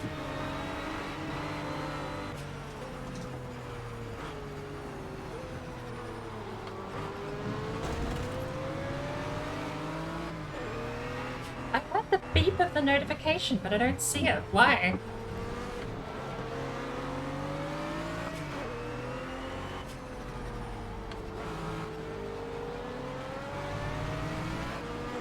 I also can't. I'm sitting wrong. I can't feel the car.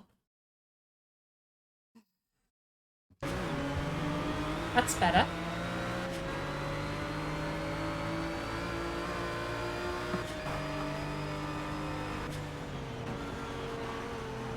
Then never mind. Well, there's a notification. Tell me about it after I restart you.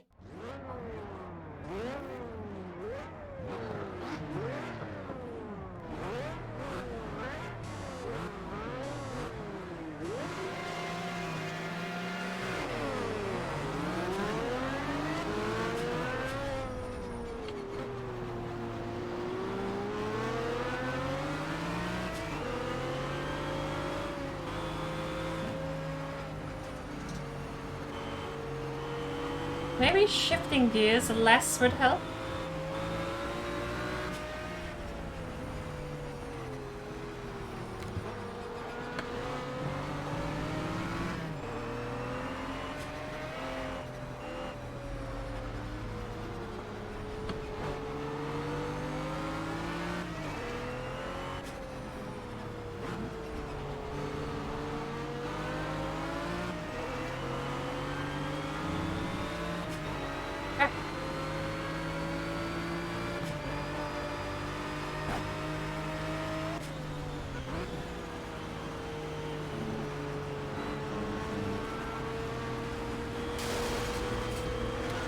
I don't know what I meant to. I'm. What am I doing?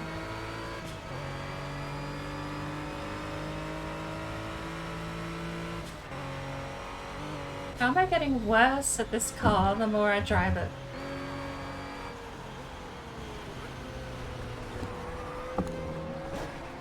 How am I getting worse at this car the more I drive it?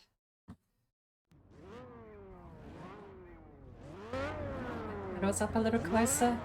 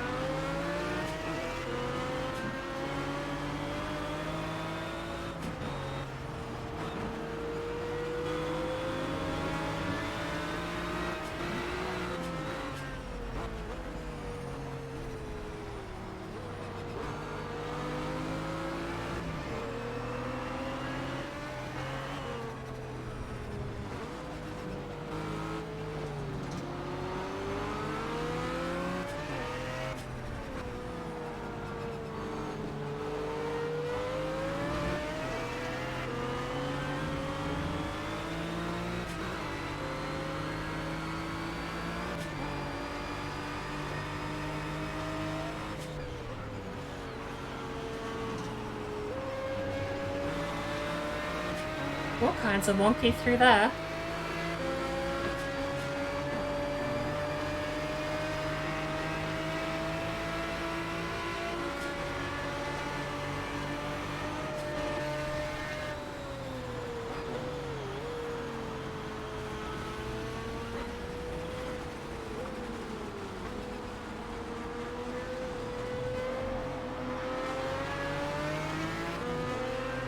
Okay, it wasn't clean, but we kept it off the walls. We can do this.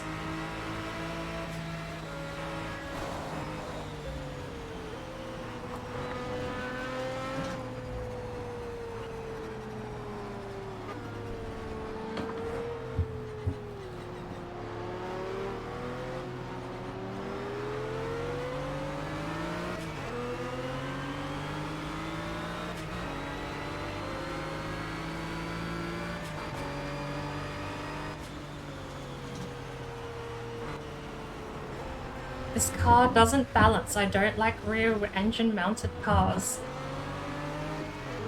They're the unfun kind of nightmare where you don't understand what's happening. I mean, you do. Car designed terribly, so it drives terribly.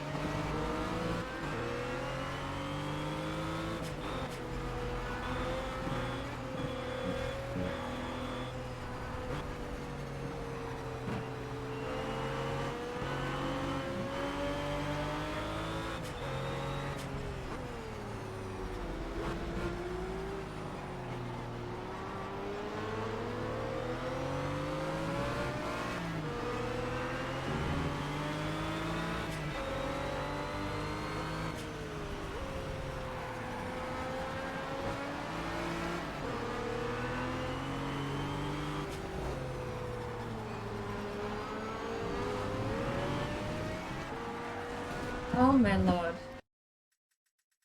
Why did I think a rear engine car was gonna be fun? I might have to veto the car. I don't get it.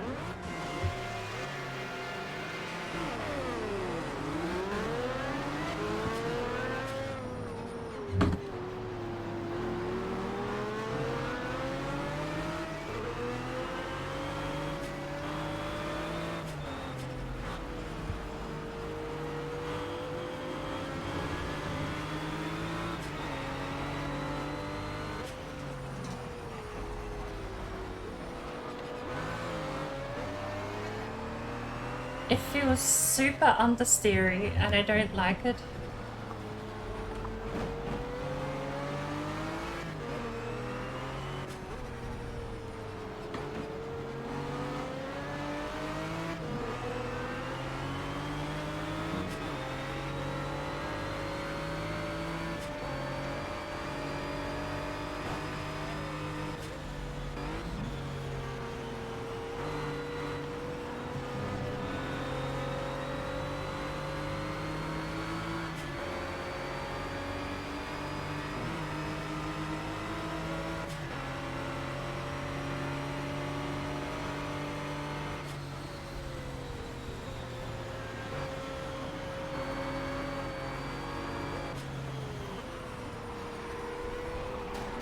And the brakes just don't work. I can't brake as well as everyone else. I can't turn as well as everyone else. And yes, I'm blaming the car. How do you know if there's a front wheel mounted? Almost all Porsche rear and front engine mounted. They're all rear engine, aren't they?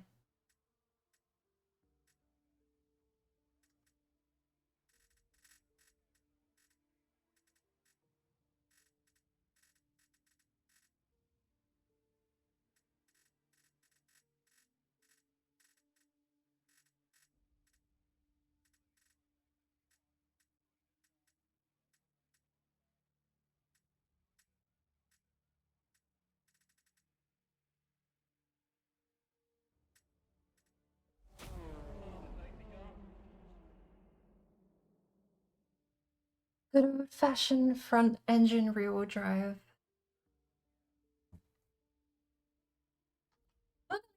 The Porsche GT3 that's in Dirt Rally 2, actually a ton of fun to drive.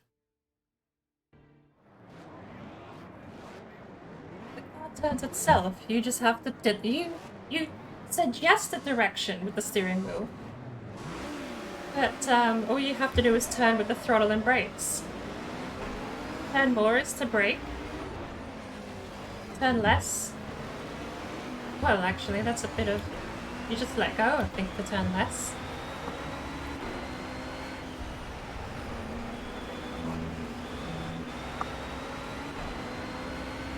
I'm actually not remembering how you turn less in the Porsche GT3. I know the brake digs your front in, which is good for hairpins. But accelerate definitely doesn't turn less.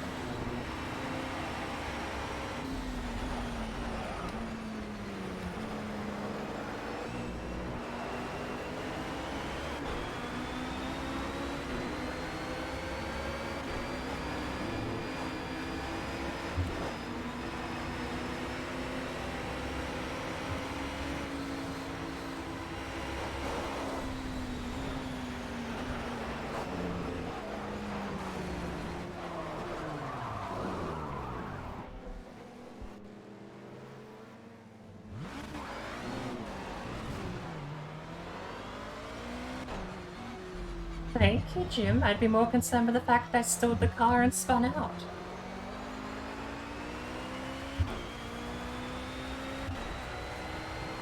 Well, that's gonna heavily influence the outcome of the race. Assuming I don't crash. But at least now I'm left to hot lap instead of fight for position, so, well, till I catch up.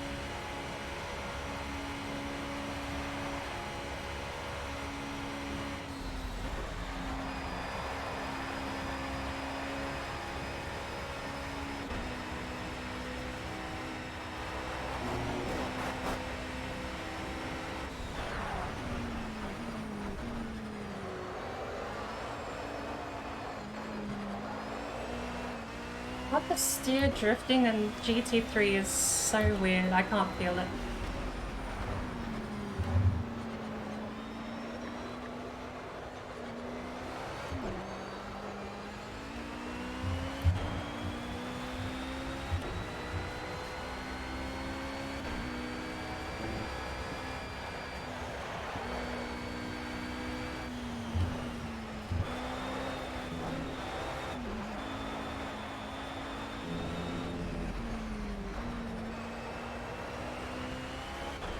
This is where Sector 3 starts.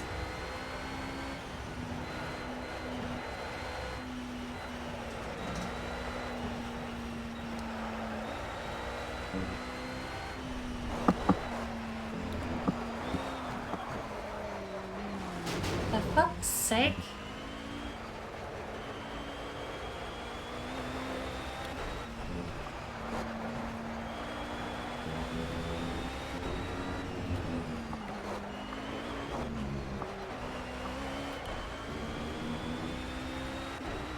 Ring doesn't normally feel this shitty. What? Why is it so bumpy?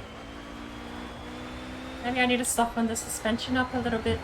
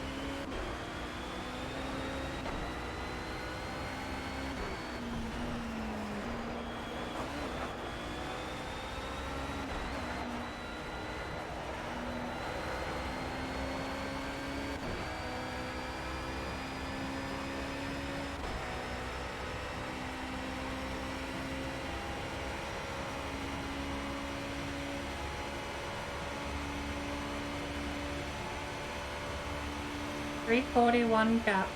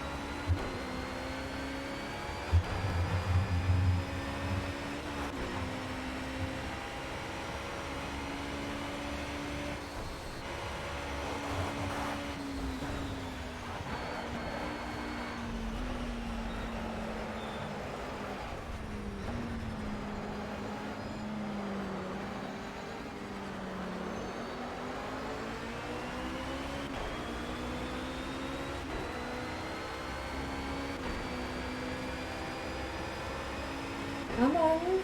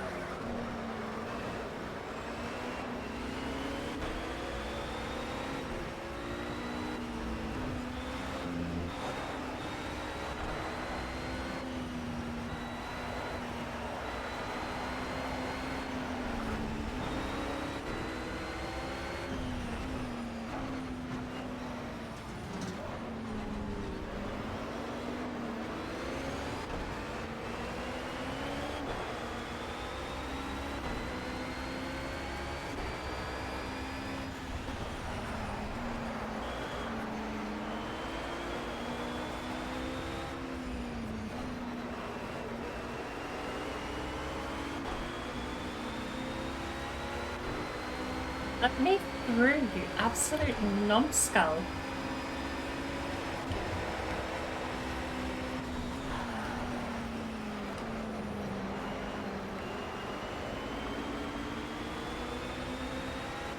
These two are battling.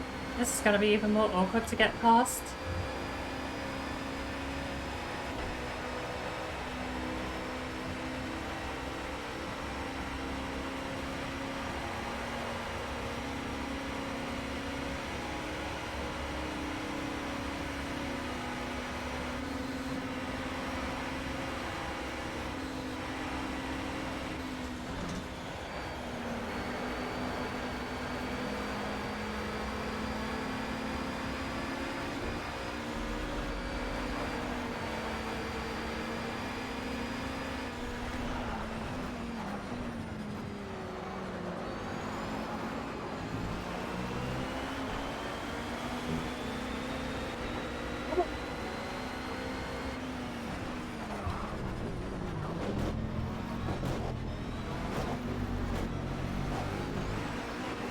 Hate that bumper. I never know how to take the bumper.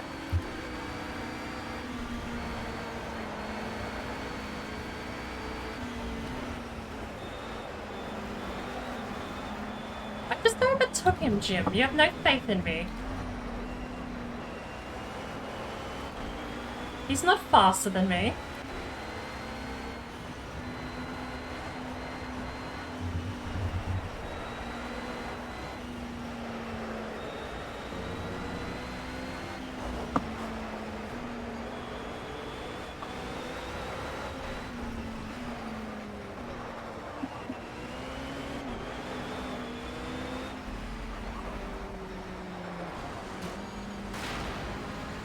What a bullshit.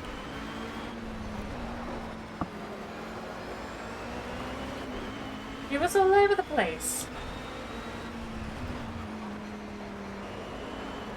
I should have backed off because he was all over the place, but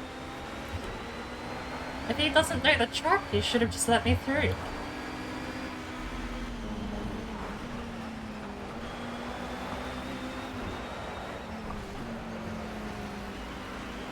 I swear, I'm gonna up that difficulty just so they don't brake check me. This is stupid.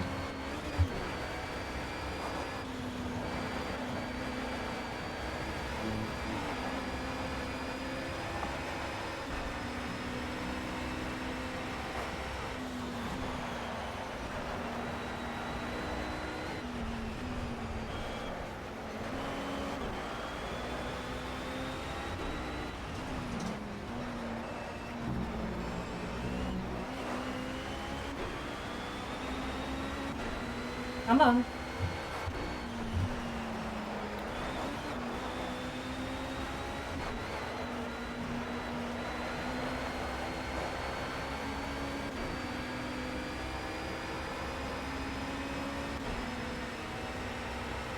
Give me the sweet slipstream. Don't you dare get away from me on the straightaway. I don't have slipstream.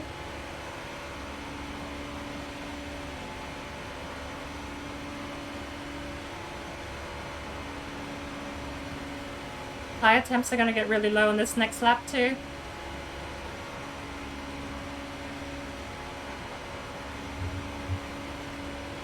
I needed the slipstream through here.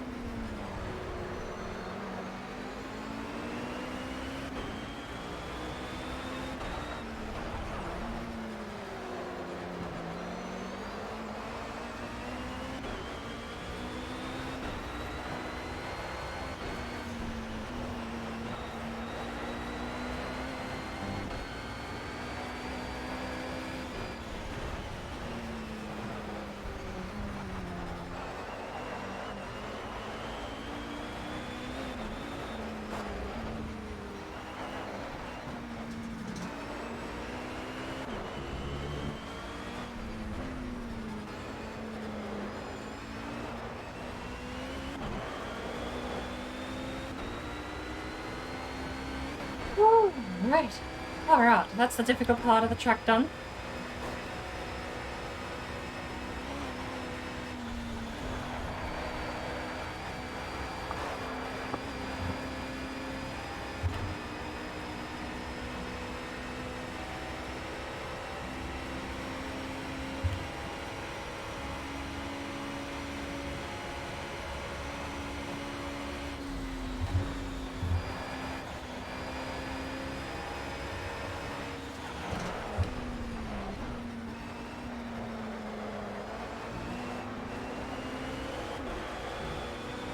Porsche just catching back up. Do they not have to do with tire temps? Because I'm dropping significantly on these tire temperatures. I might have to get rid of the day-night cycle.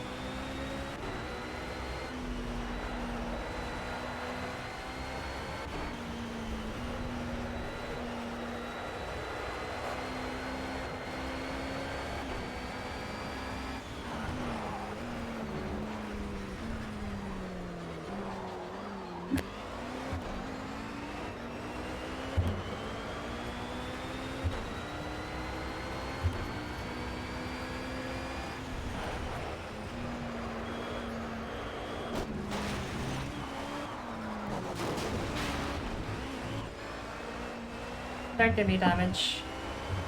Don't give me damage on the final lap. I'm too invested at this point to restart.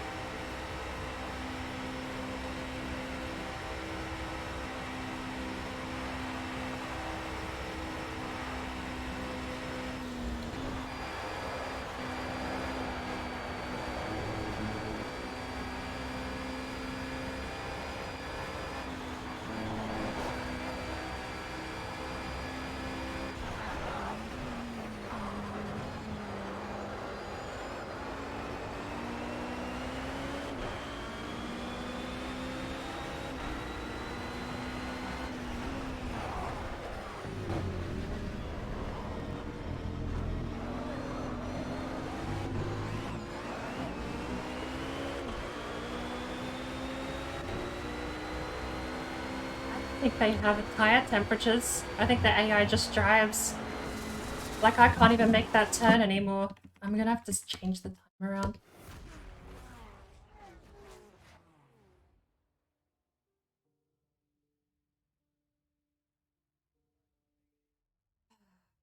We'll start at crack.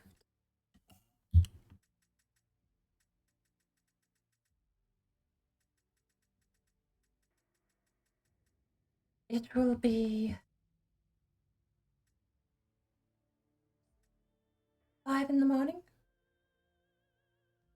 Let's see, we go through about 6 to 7 hours.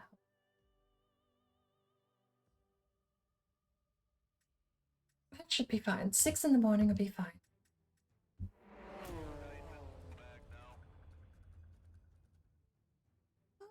Lord, 5 direct messages. Should I check that?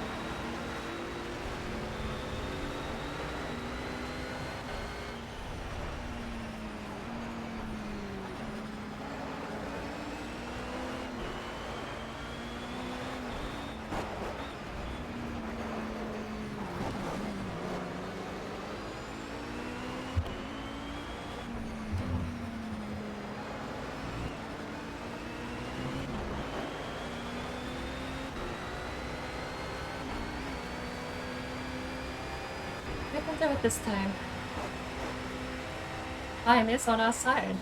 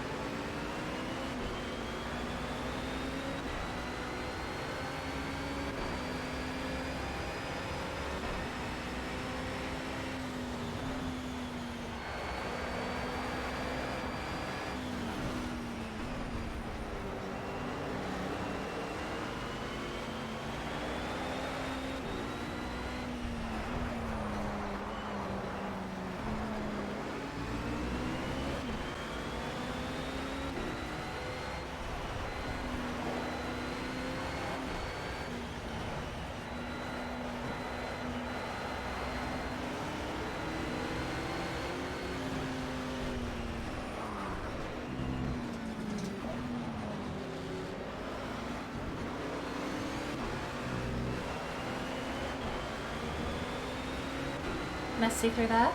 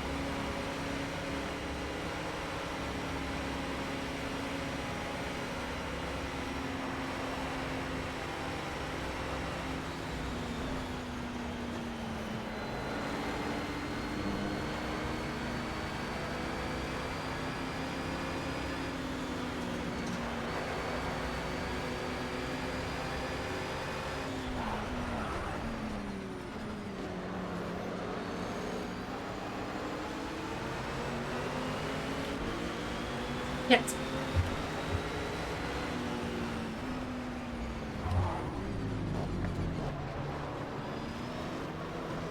He held that? Damn.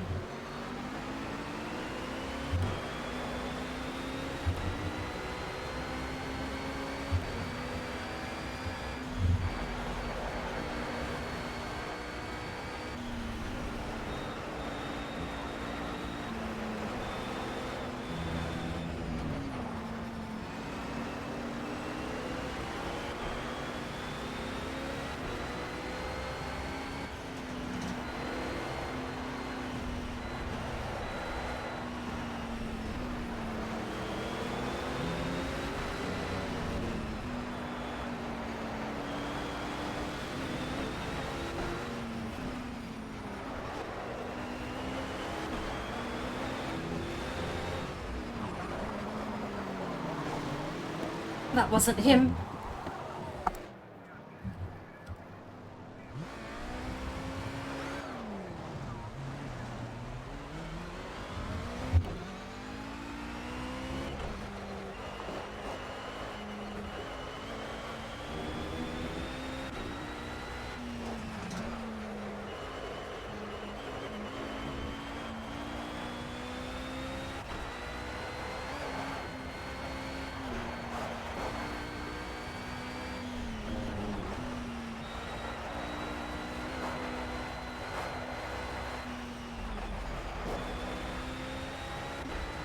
Remember this part of the track being so bumpy?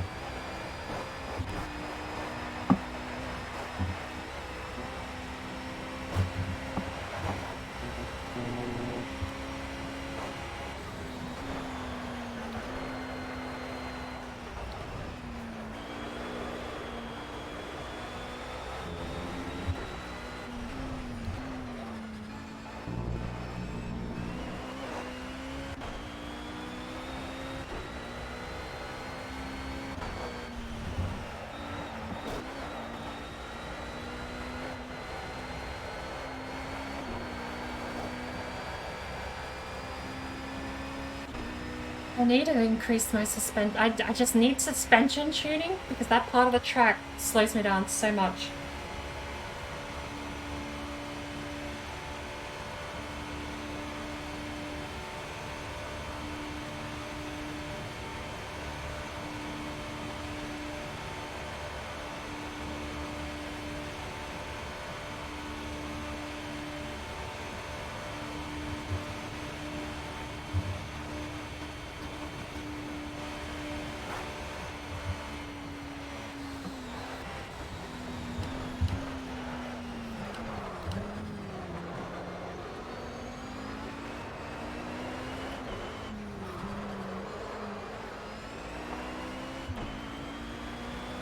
Do this.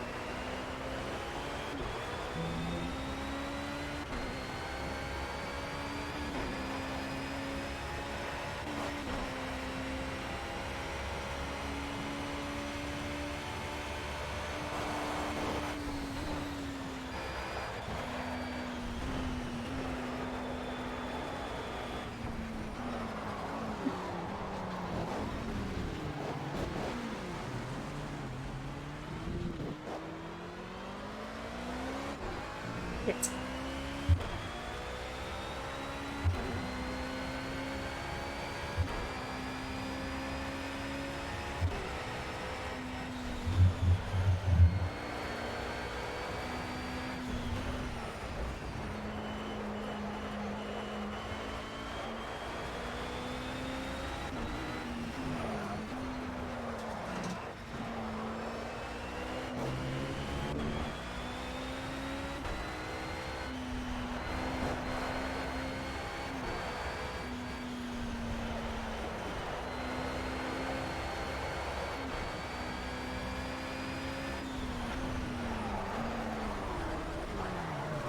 Are you shitting me? Come on.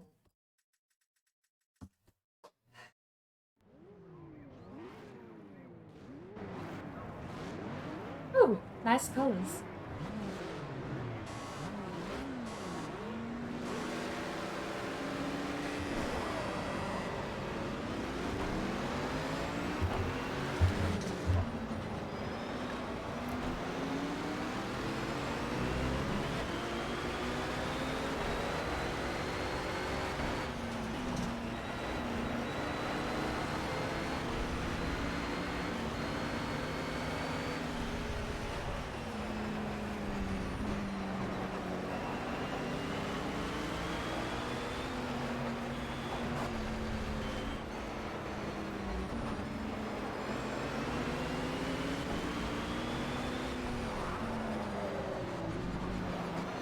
Don't lock the fronts.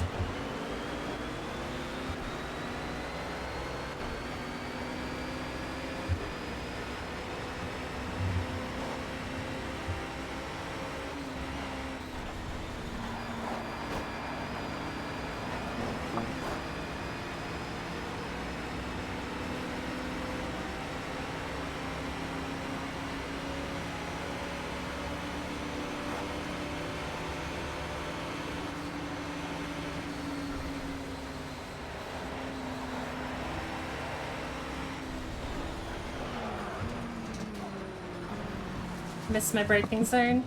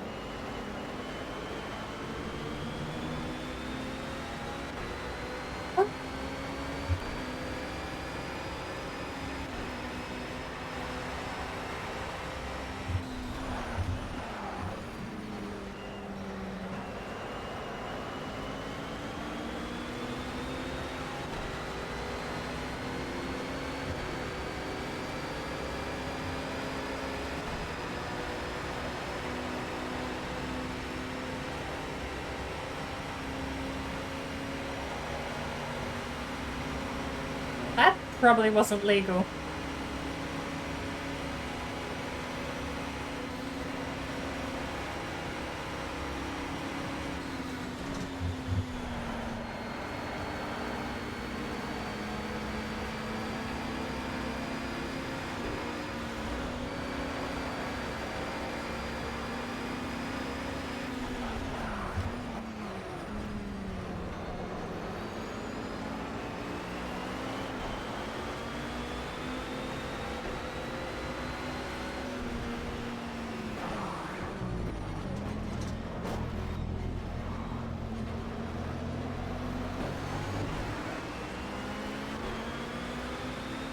I think that's the cleanest I've ever taken that corner.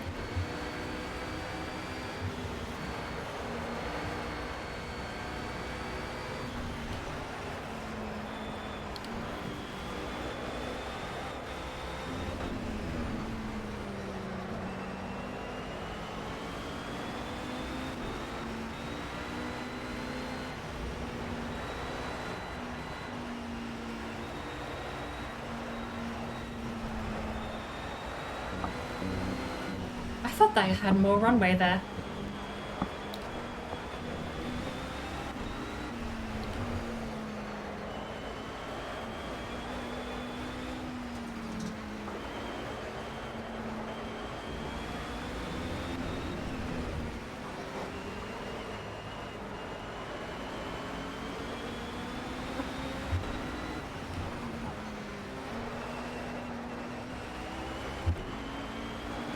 Where's the jump? Here's the jump.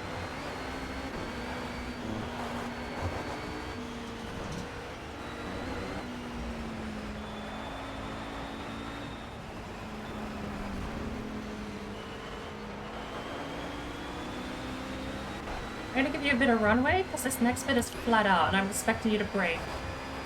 I thought so.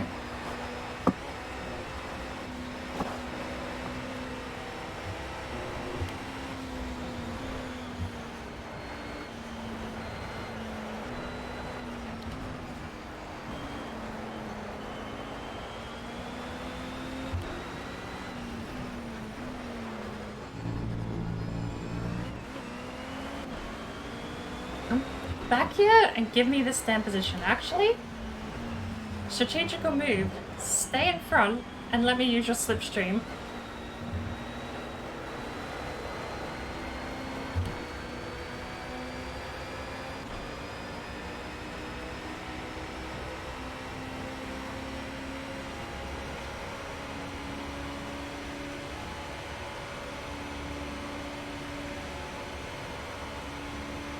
Is he faster than me? He's a little faster than me. I'm still gonna have to hold it flat up the hill here.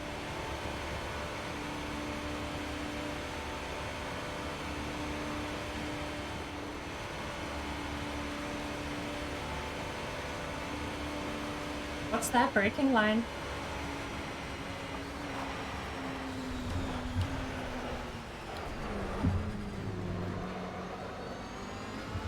Actually not too much worse than mine.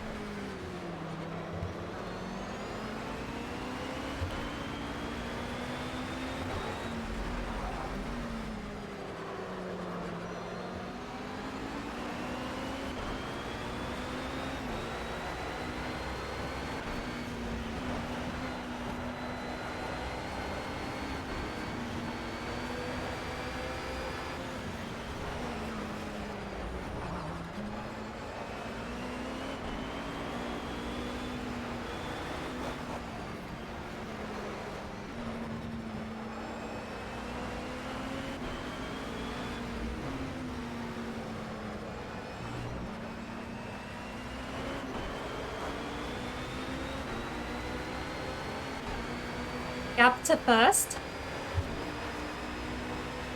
With P4.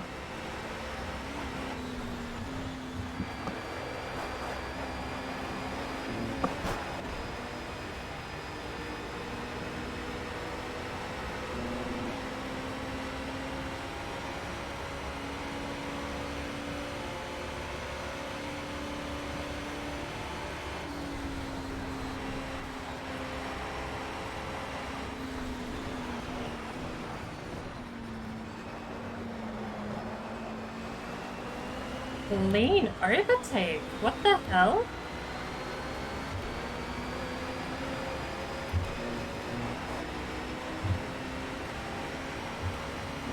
I mean, you drove into me. I don't know what the 3/4 rule mark is like in GT3, but...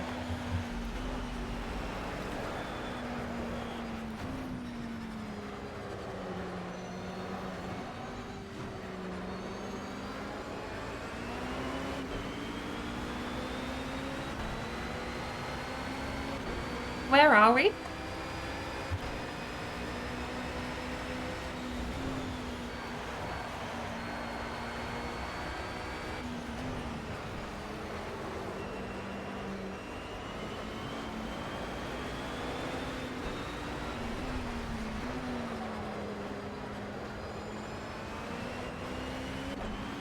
What position are we?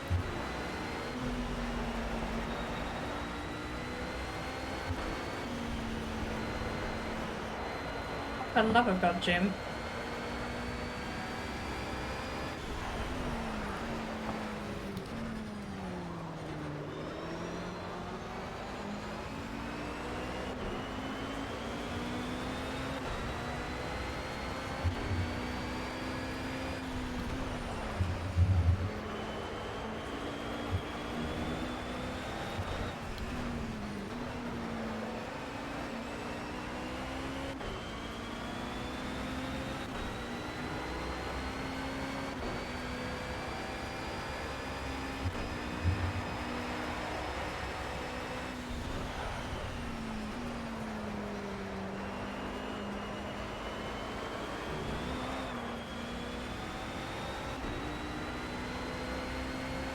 Survived.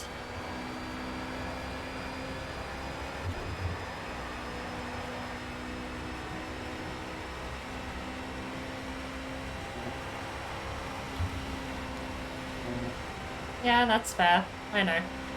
Yeah, I hit a bumper, okay, Jim? No heckling.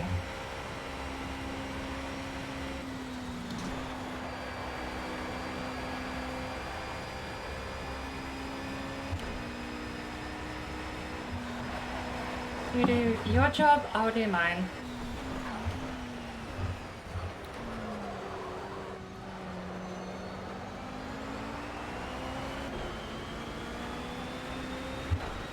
There's really a guy that far ahead?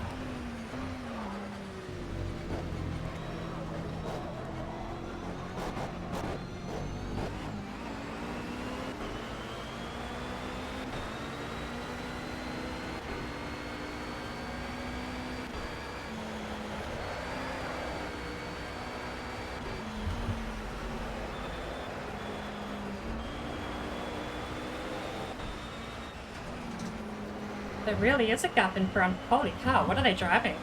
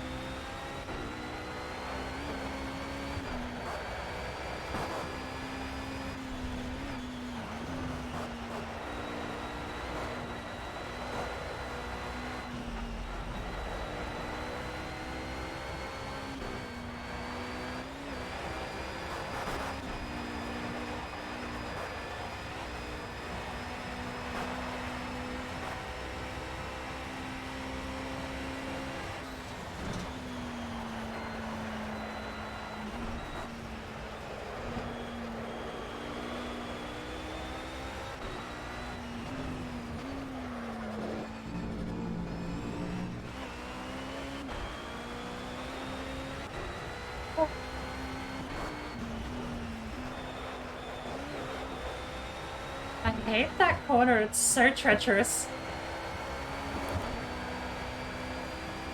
Okay.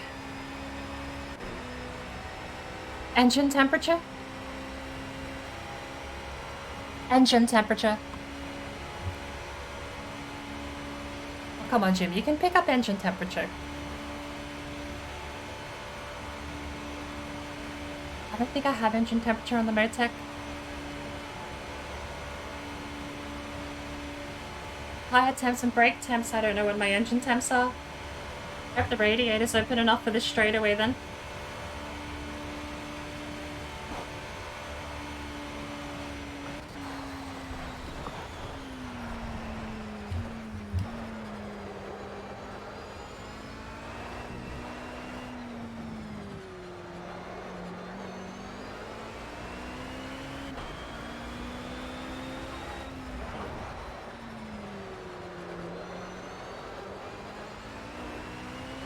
Easier said than done, Jim.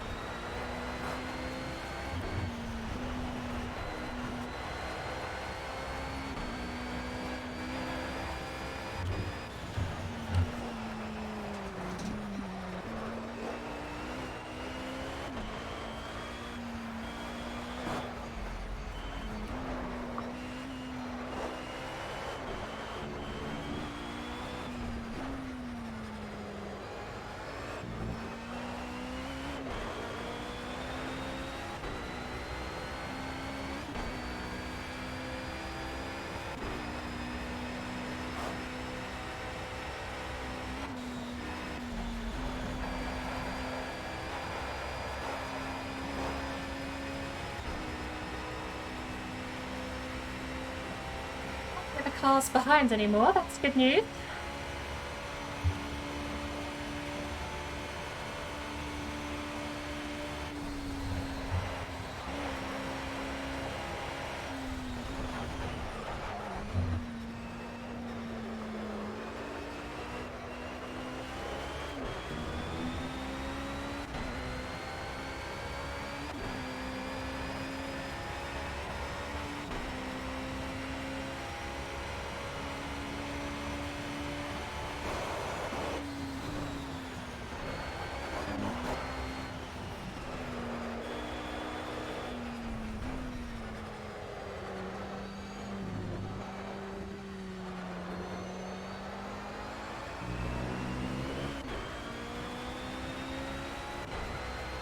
Holy cow. Oh, and my leg is giving out too. This is probably gonna be...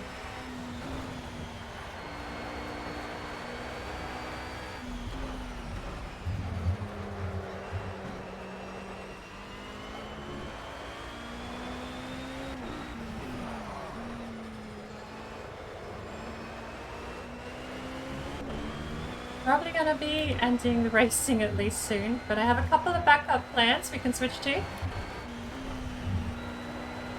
Just kind of chilling at this point. I want to keep up the pace, but I don't want to push myself and lose it all.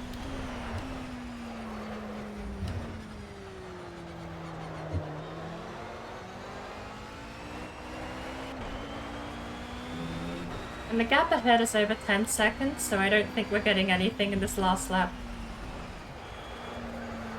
Not unless they have a catastrophic accident. But I also need to avoid the same thing.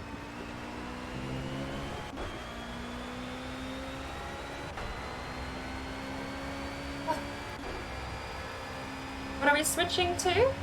Couple of ideas. I'm open to suggestion as well. The only one I'm not switching to is Valheim. I will apologize for that. If the vote genuinely is for something like Valheim, I'll switch to Minecraft. But I do have a couple of weird niche picks in mind. People don't mind what we switch to. There's a couple of games I've been wanting to try out for a while.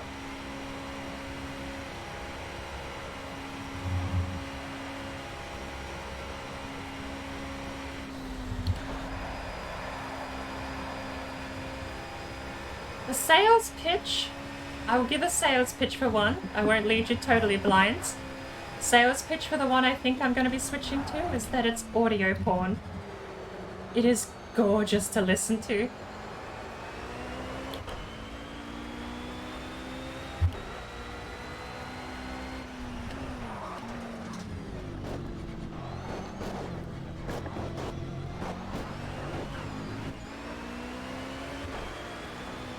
I hear the cars behind.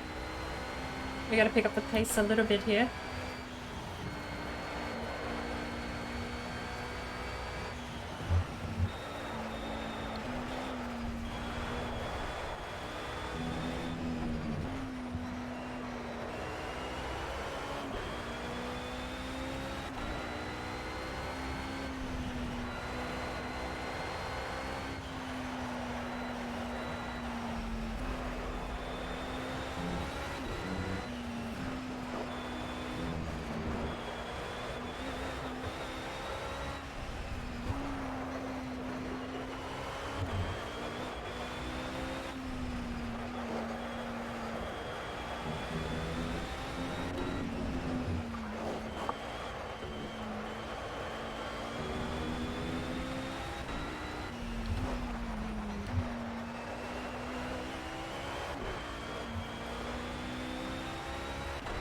Jim, I wouldn't mind some status updates. Where are you?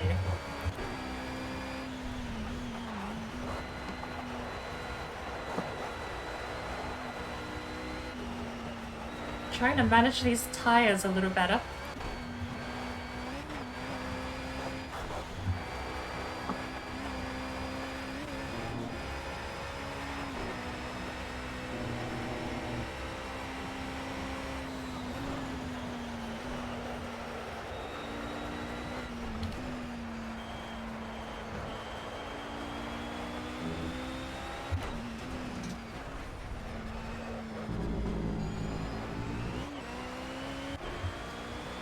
Gap in front. We're not gaining.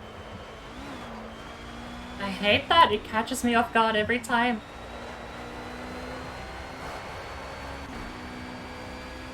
Gap behind. Really?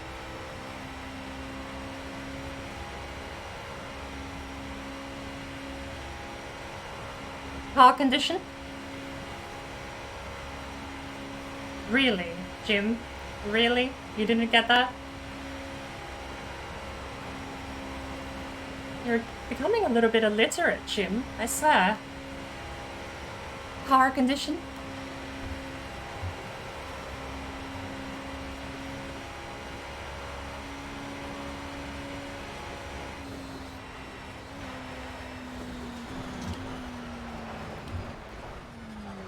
No engine temps?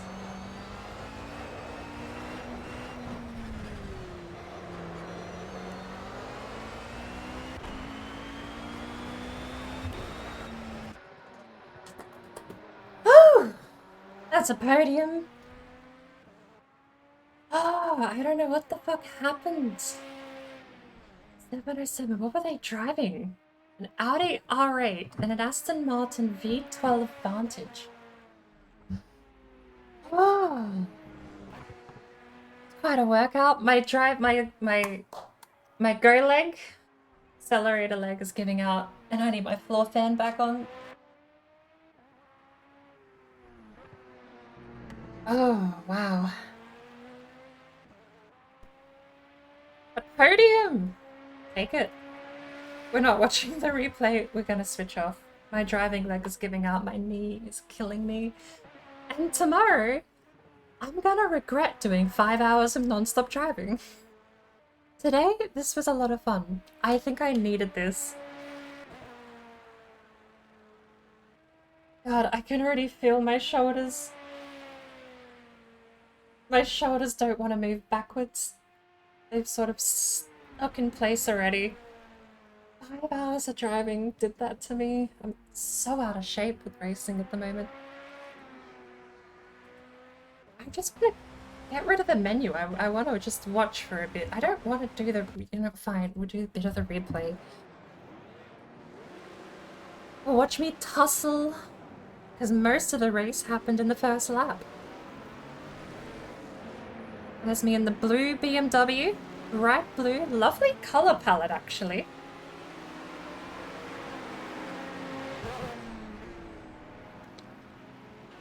Oh, Lord.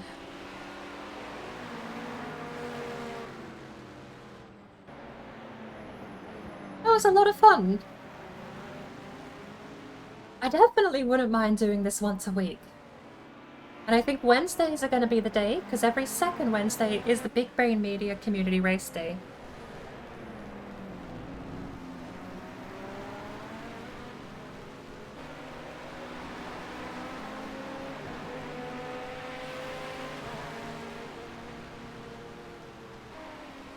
Where did we make the overtake? Because right now, oh, my wheel is so warm. That's a lovely and warm. That was so messy. What was that? You know, that's... Okay, I know some people prefer rear view, so let's have a bit of rear view for the replay, shall we? Gain the other perspective that most people might prefer. I backed off very early there. But, to be fair, I know... Yeah, I straight up missed my braking zone there, but... I am aware... Especially at 80% AI, the AI brake very early. Which is so sad, because 80 is usually the point where they are meant to be at peak performance, but before they start using custom configurations and setup for that vehicle. And because I don't bother with custom setups, I just go with default setups. So it gives me a massive disadvantage if I put them above 80%. The reason that sucks is because they still brake early at 80. I'd like to have like an even toe-to-toe fight. And this is pretty close. Give or take, like I feel like maybe I could put it on 83 or 84. Even pushing 85 and maybe get the best of both worlds. But having said that, I mean, I came third, putting in a lot of effort today. Oh, I straight up lost traction there. I think oh, I don't have the ability to turn HUD on. I was gonna see if I could get telemetry up and running, and you could see the pedal work too.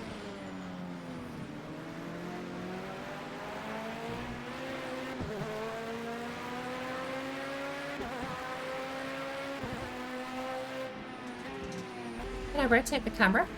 No, I can't even rotate the camera. Why do racing games have such average replay modes? You want to know what one of the best replay modes I ever played was? You Are the Wheelman had one of the best replay systems. It was basically just create your own cop chase movie. But there was effort and thought that went into that. You could pick your camera angle. You could pick where the camera was, how early it cut to that camera, where it cut to that camera, what vehicle it was tracking. You could pick everything, and that was on... Oh, good lord, was that a DOS game? Or was that after DOS? So that might have barely snuck in to Windows 3.1 as an executable. I don't remember it being packaged in DOS box, but I know it's a PlayStation 1 game.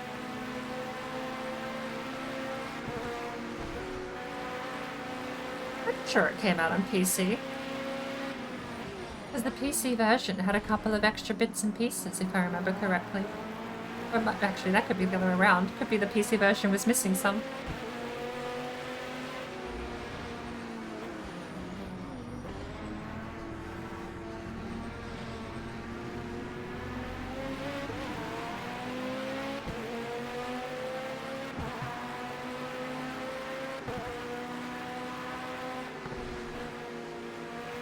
Hard to believe, by the third sector, we'd already both lost sight of first and second place.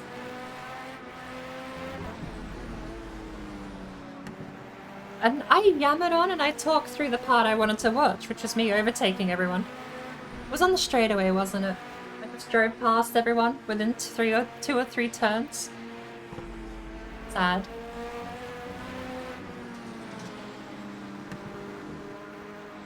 Well, there's something I always forget about because I hot lap so much.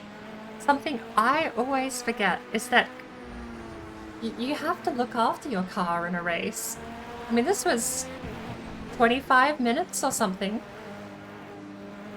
But if you're having 45-minute long races, you kind of have to maintain engine temperature, oil temperature, pushing like there's two long straight pieces of track at the Nürburgring Nordschleife, and if you just hold your foot flat to the floor the whole way, you'll probably start overheating and losing engine power or causing damage to some internal components, if not just outright blowing up your engine. Not to mention burning through more fuel holding your foot flat to the floor. I don't know if this game has that, but the AI seem to act like they do, because they don't go flat out along straight pieces of road. That could just be another quirk of running at 80% though.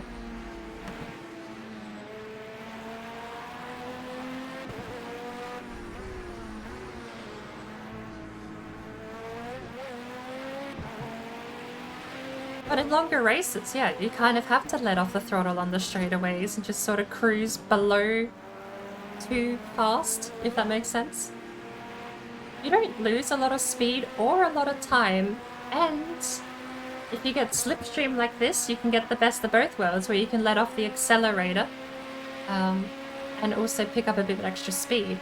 But a proper sim would make your engine, you won't get as much airflow, because that's the whole thing that's occurring, is you're losing out on the airflow to the radiator, but you're getting less air drag as well, so you go faster, but your engine can overheat quicker too. Really only something I've seen happen on older cars. The older cars are a bit of a nightmare for that. There's one actually I took out, which was the Lotus 25, I think it was. And I remember taking it out on Monza, which is a short track, but it has a lot of straightaways. And the radiator was only open, the little front vents could be closed off to restrict airflow.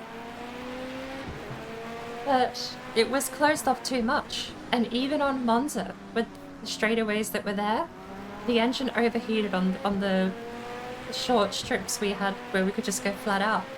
And you could watch, in that ancient car from the 60s, you could watch the oil temperatures just immediately start climbing the moment you held your foot flat to the floor. It's a very exaggerated example, but the same thing does occur in all of these other modern ones.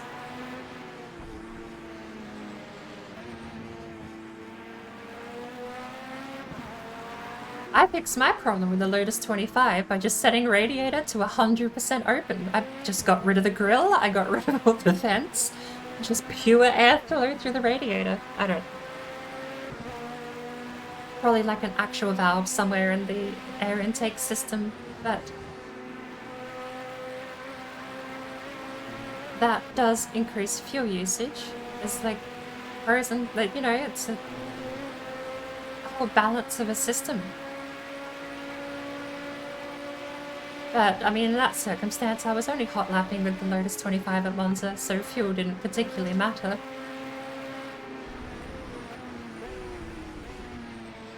He really did just sneak up inside and get a super good line through that corner.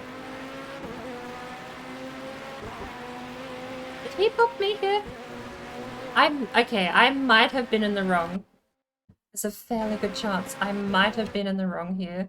I can't even switch cars.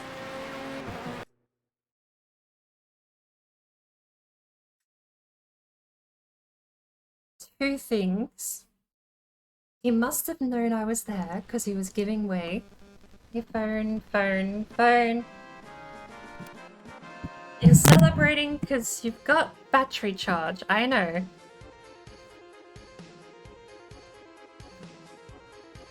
Two things cross my mind here in this situation. I have not, to my knowledge, reached the point. He might have been in the right. He might have done a completely legal thing that I would have been penalized for if this incident actually occurred. So I can see his tail light right out the left of the screen.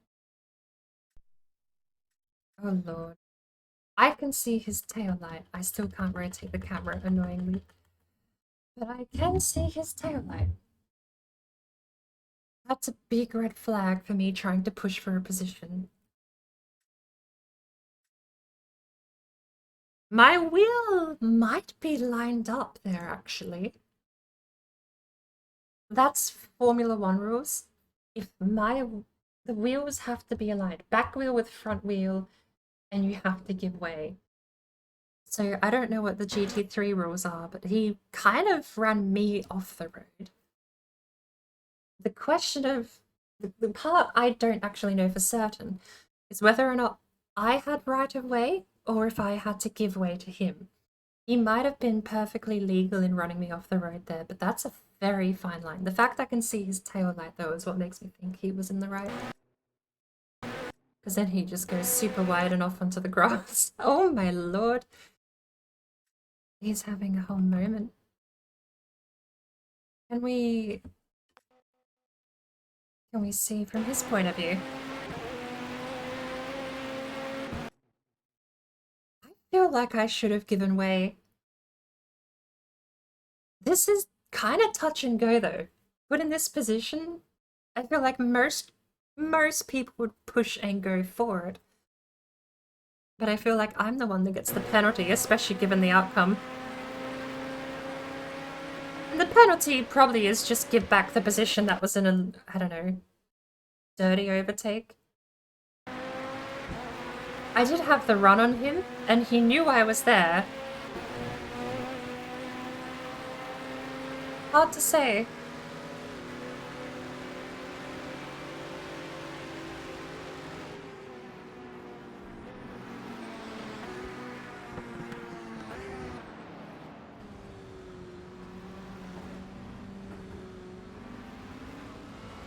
Right. That's enough. I even had a little nerd out moment. Let's pop off the racing stream. How's that?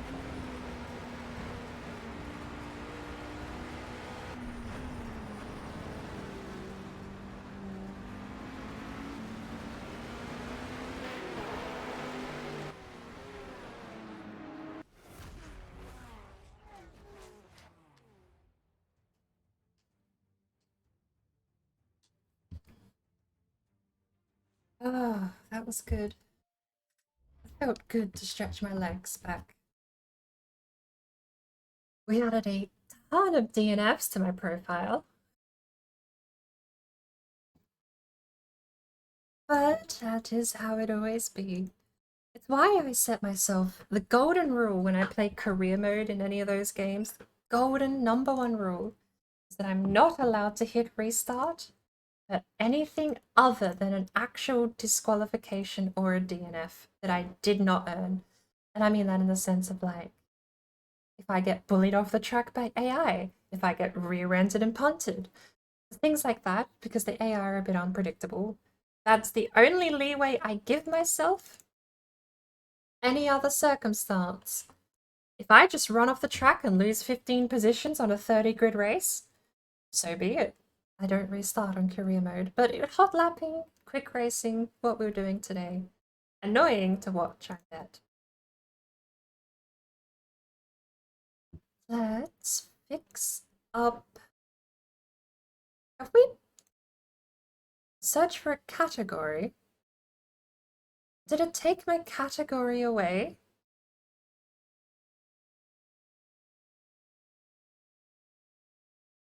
It was blank when I went to edit. Okay.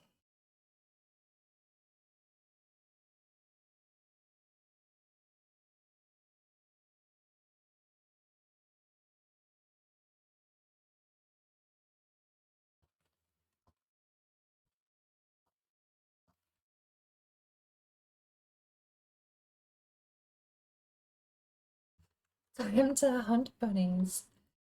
Not today.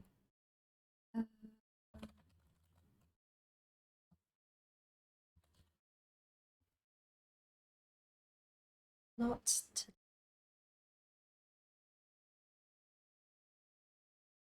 Although, I do need to go looking for rabbits in Minecraft on Sparkle's world.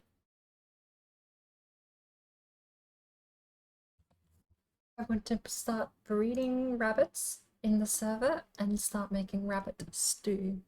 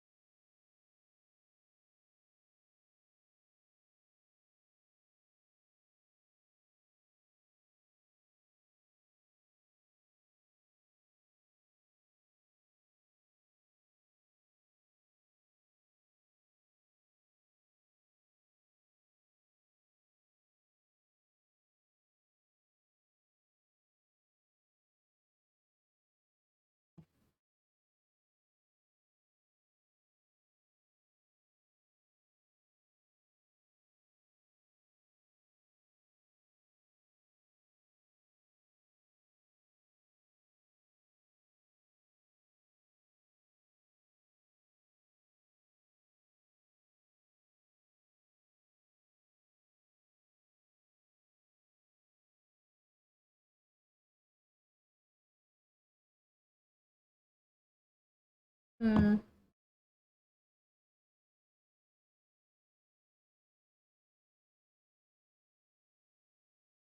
Does this work? I need audio.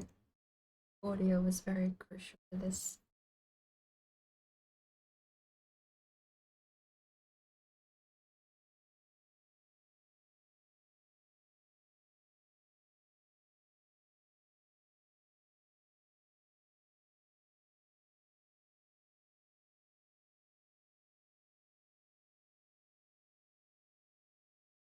Ah.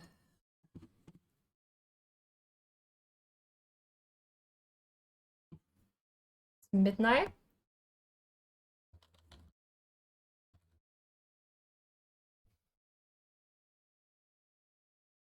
Midnight? Are you in the UK? London's 4 p.m.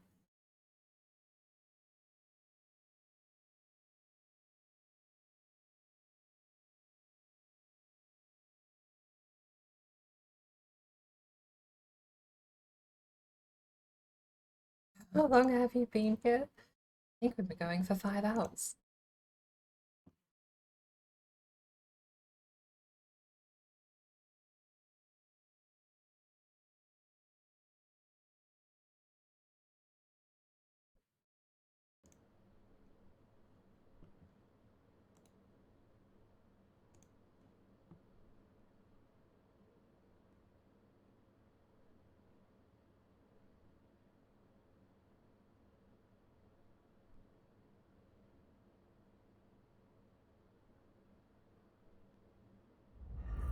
From the moment I understood the weakness of my flesh, it disgusted me. I craved the strength and certainty of steel. I aspired to the purity of the blessed machine. Your kind cling to your flesh, as if it will not decay and fail you.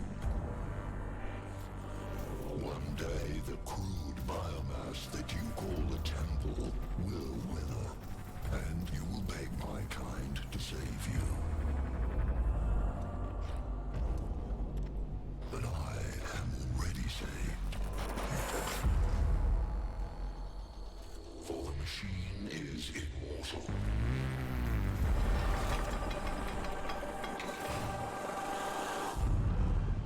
Even in death, I serve the Omnisire.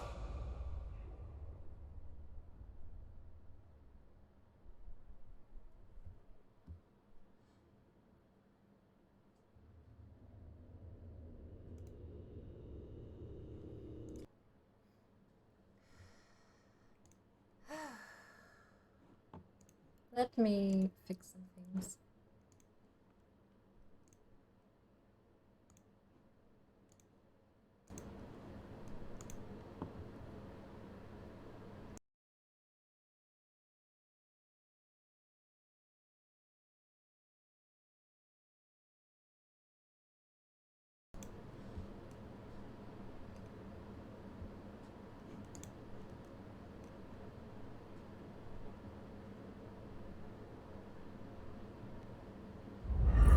From the moment I understood the weakness of my flesh, it disgusted me. Volume's I fixed. craved the strength and certainty of steel. I aspired to the purity of the blessed machine. Your kind cling to your flesh, as if it will not decay and fail you. One day the crude biomass that you call the temple will wither, and you will beg my kind to save you. But I am already saved. For the machine is immortal.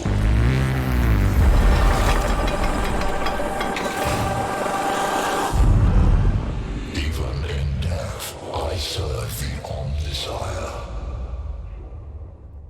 An intro is so nice, I just had to play it twice. That is a gorgeous intro though.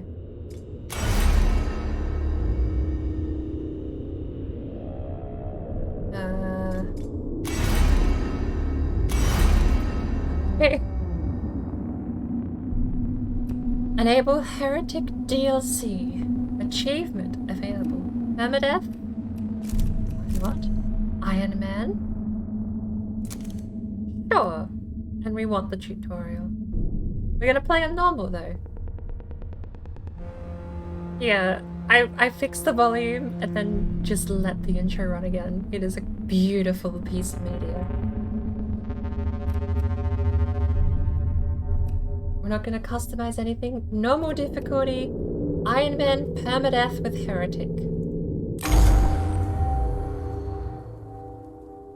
I'm gonna regret this.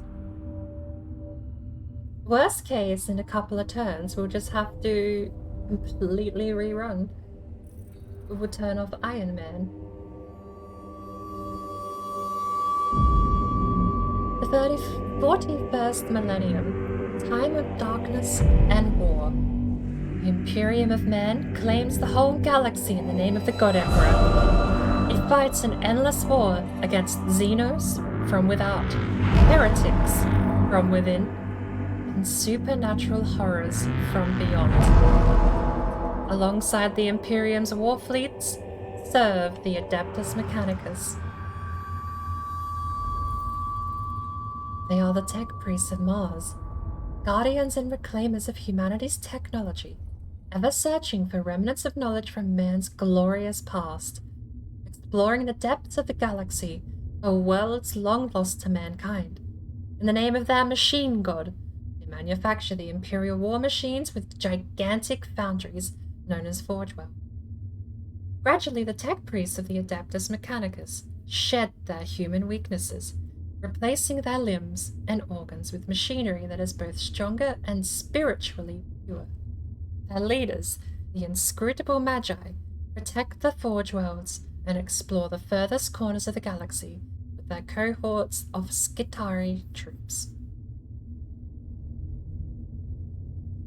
It's a time of warfare, tragedy, and portents of doom. Across this benighted galaxy, the Adeptus Mechanicus are one of mankind's last defenses against the new Dark Age, or perhaps they will be the ones to hasten its dawn.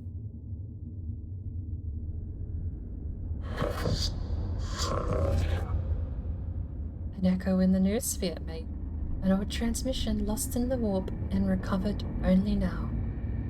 His name is Reddit, by the way.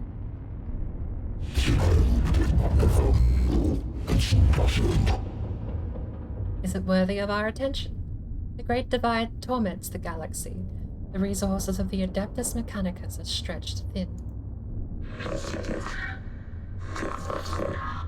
We are weaker than ever, though the Imperium at large knows it not. This represents an unknown but possible key to victory. An opportunity to research, perhaps avert the ill fate that has befallen us.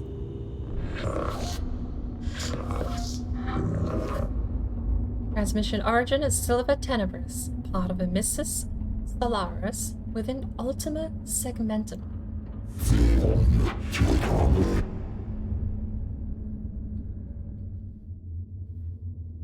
4 months later.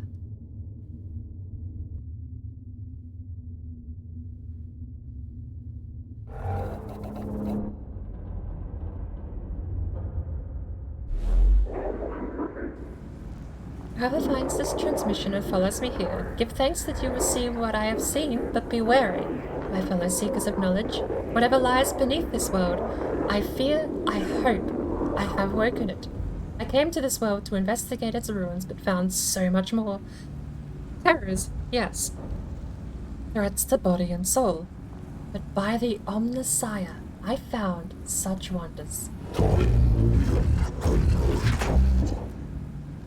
This is the last transmission of Major's Resap.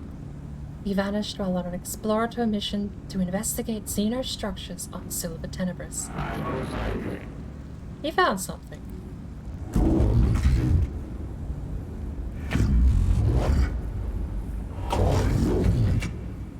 Our mission on this world is to ascertain any xenopresence, and if we find it, eliminate it as a threat to the Imperium. The opening of the Great Divide means we can call on no additional support from Forge Worlds.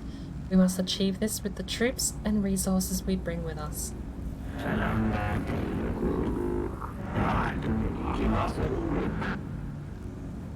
Benefit analysis, peace for the sector, knowledge for mankind. Massive potential, massive opportunity.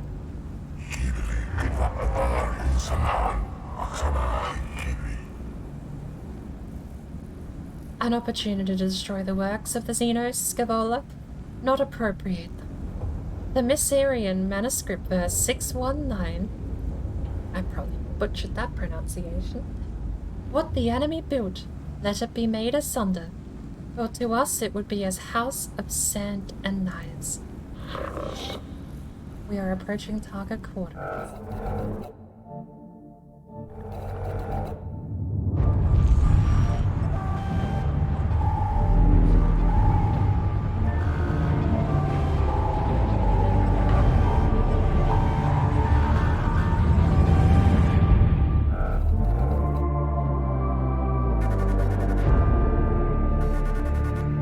Location, Eastern Fringe, planet, Silver Tenebris. Coordinates, wherever the hell this is.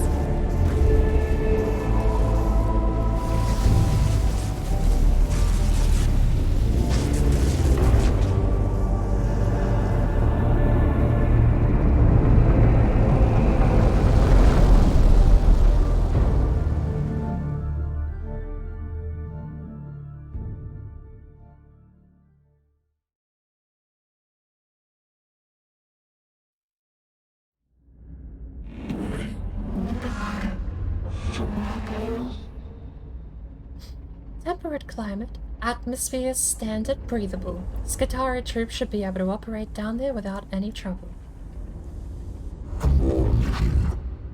Skitarii ready to make landfall. As soon as we're in stable orbit. Administratum records indicate a single colony. St. Eckhart's Hope on the surface near the Xenos ruins. No contact recorded in 2 centuries.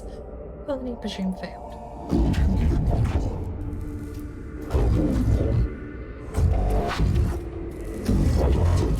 Skitarii were deployed to the surface near the ruins, along with a team of tech priests under my direct command. I shall monitor them from the command throne on board. Thurber Skull Redditus will serve as my eyes on the surface. We make landfall at once.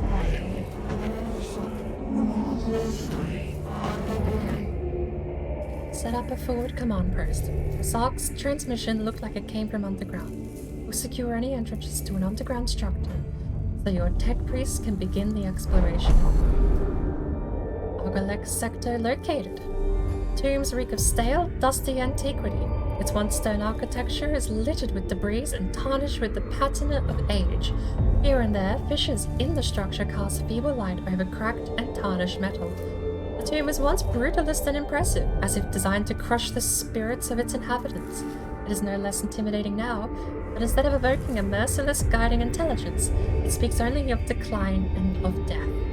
This place seems abandoned at first glance, but as the exploratory troops move through its hushed corridors, the ancient dust stirs and something long dead beneath it takes on a facsimile of life.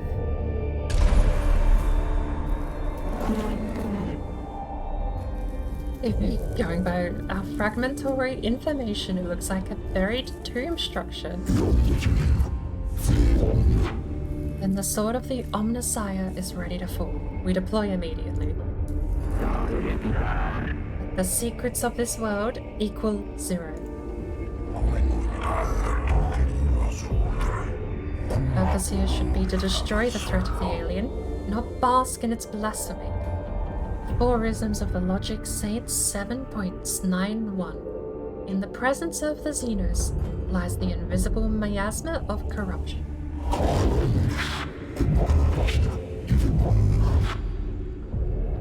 Destruction is not possible from orbit, Videx. The structure is too deeply buried. In Scavola, I have no intention of plundering whatever trinkets I can find from this place.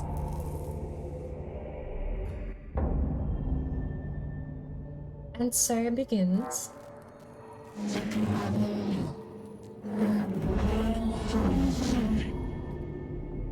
the start of the tutorial.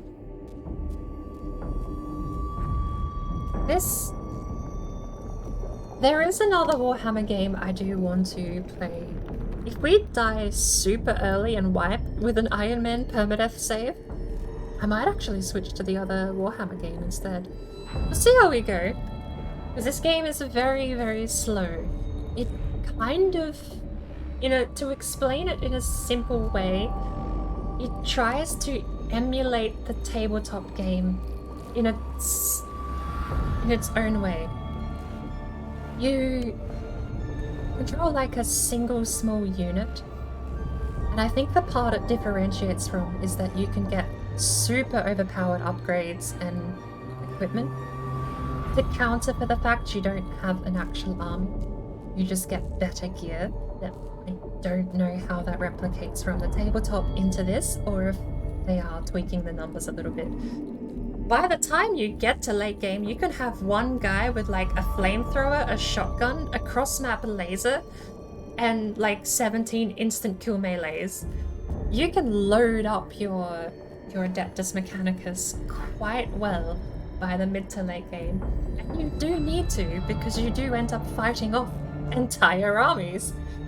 But it kind of plays, I feel like it would play similar to how Space Hulk would play. It's a small contained game, but because this is digital and has a save button, they draw it out for quite a while for the story.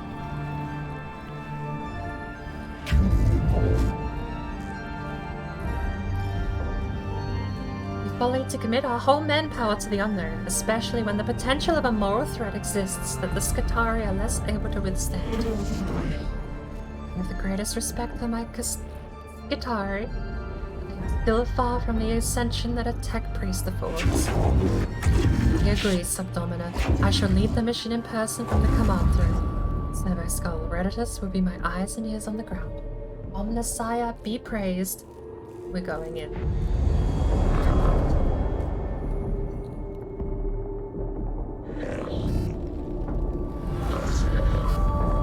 Need supper to watch this? Be right back. No worries. We'll probably still be in the tutorial.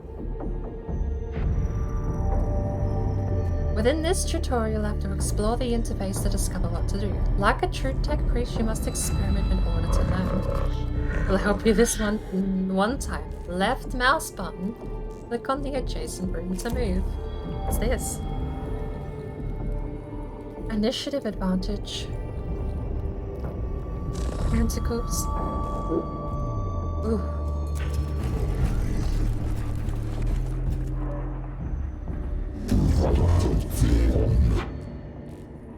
These Xenos hieroglyphs, I know of them.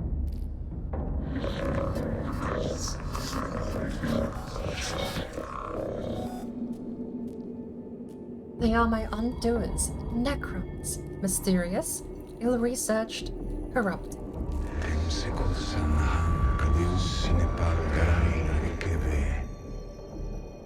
This could be a rare sample of the Necron language, Majors. We have barely any knowledge of it. Collecting data from this obelisk could move our understanding of the language ahead for the first time in centuries.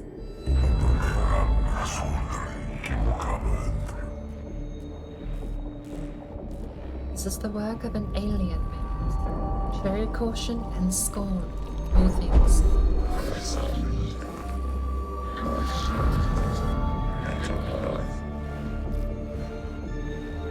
Sometimes tech priests will feed back important information about what they encounter in a room. And we get to pick.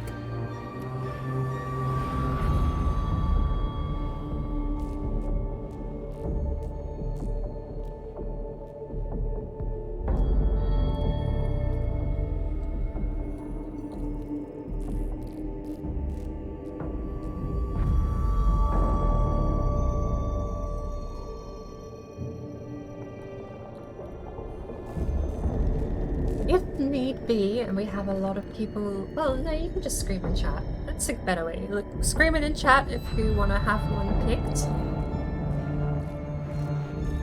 I reserve the right to veto any option at any point.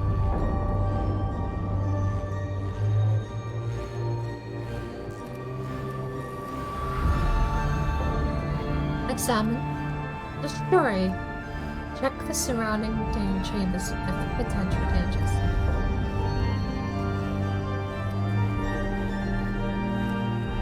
I'd say destroy.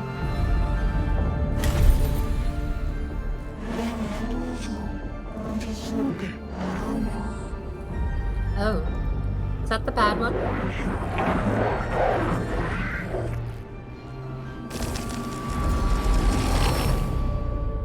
We got paid.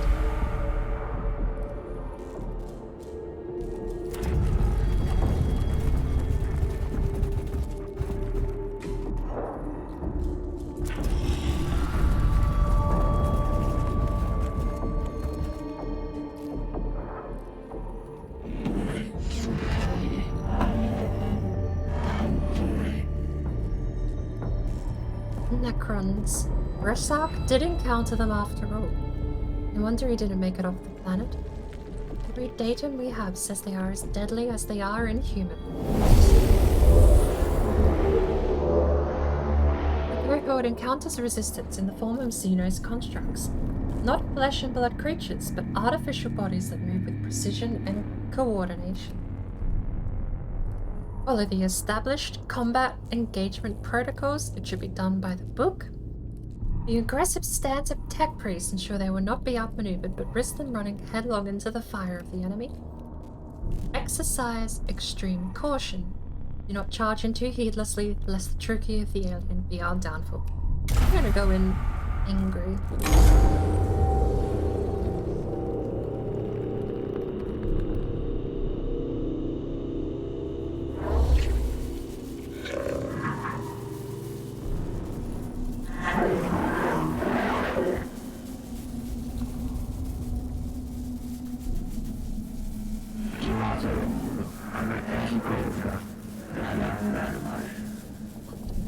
can study this we can study this standard construct, Necron Warrior. Weak spots detected, none equals concern. I wonder about the symbols emblazoned on their torsos. It must. Do not underestimate. Horse weaponry, highly volatile.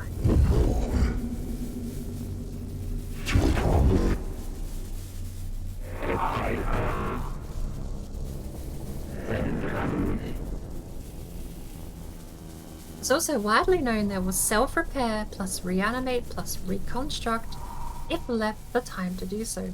Runes that would instantly kill a Skitarii are the equivalent to a Class C graze to Necron. Hello, enemies.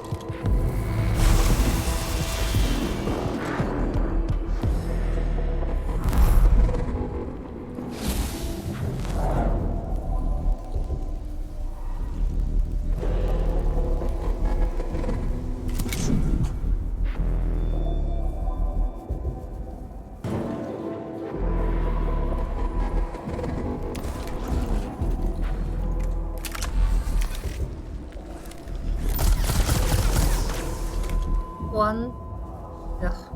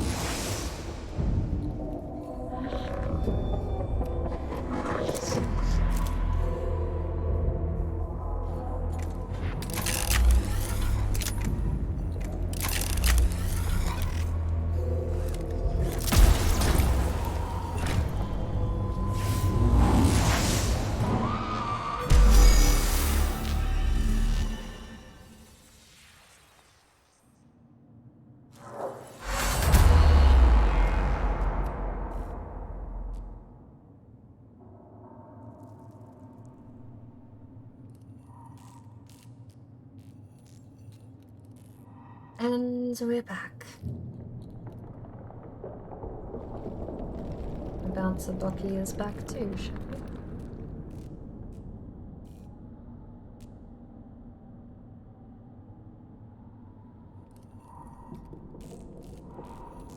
we? Got some kebab? We just went through the tutorial. It did, just now. Dropped out for a little while, but yeah, returned. Bouncer Bucky should be back as well.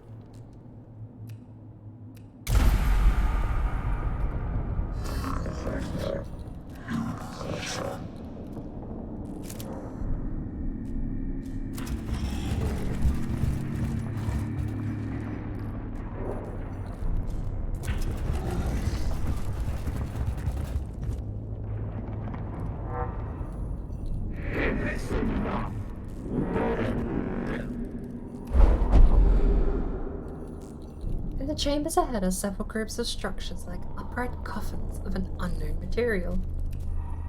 Not tarry to observe the works of the alien. Press on and avoid distractions.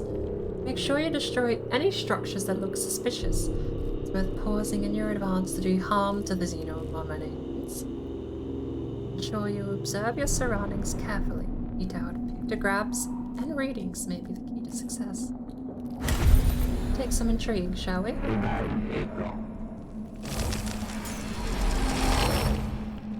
The cohort examines the sarcophagi and note that each indeed contains a Necron warform within its heavily armored exterior.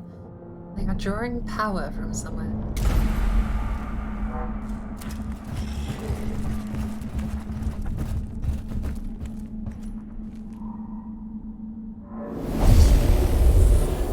After exploring the chamber for several minutes, a tile underfoot clicks. Sound of wearing energy builds up around your troops. A quick omnispec scan reveals you're surrounded on all sides by Xeno lifeforms.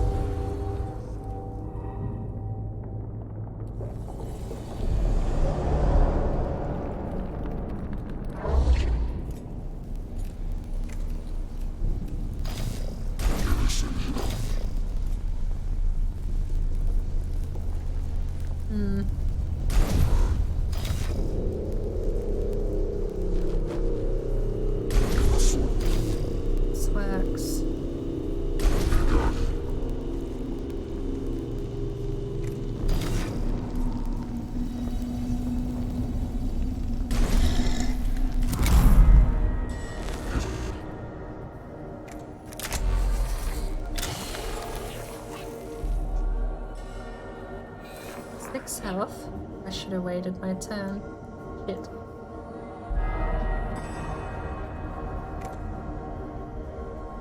Range is 8. I need to move 1, 2, 3.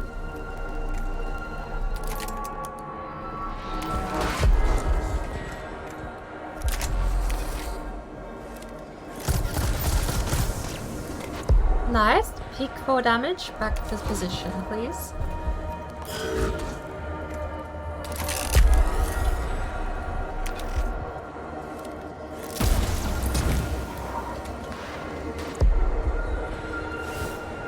Damage, nice.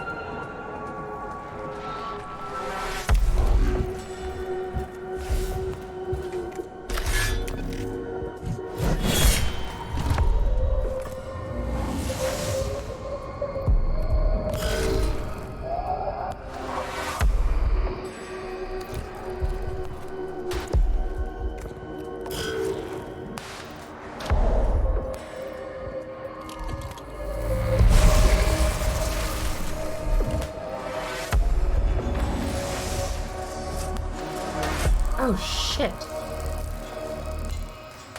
I have reinforcements.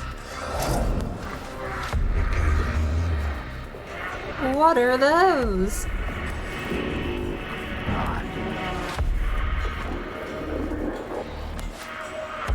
Scarabs detected. Source data surfacing. No life forms detected. Area safe. Continue forward. Mechanicus verified cogitators. Only what surfaced from Adjust Restricts cogitators. Scarabs of an unknown Xenos race. Biology synthetic. Possible artificial intelligence. Once specimens gathered, AI theory equals false. Personal recording. Weeks of study show there are many variants of Scarab, each with their own roles within the Xenos economy and architecture, able to build and deconstruct anything they encounter, able to repair other units within their species with lightning speed. Be warned, they are deadly in large swarms.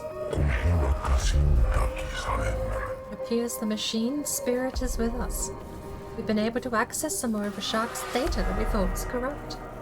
It must be due to us recording those Xenos forms that the machine spirit has blessed us with access to these codes. I read that with the wrong phonetic.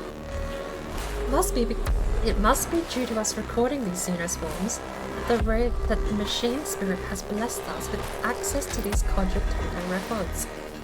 It's unsure why he would lock this under synthetic proximity encryption.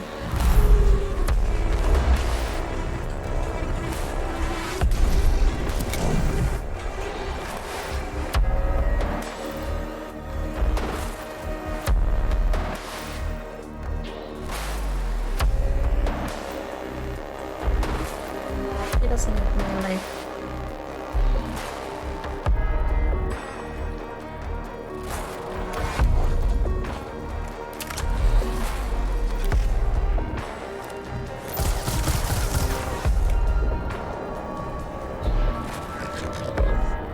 It's revealed the statistics for this target. As a result, the amount of damage dealt is unknown. Servo skulls, specialized weapons, and other skills reveal the life of an enemy. They kill it. No, there's stuff left.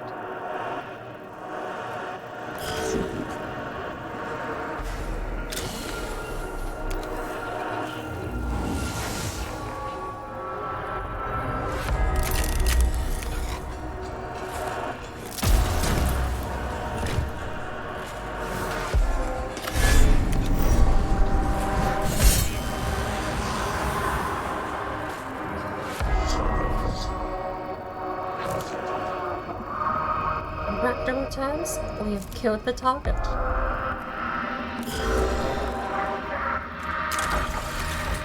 Whack him.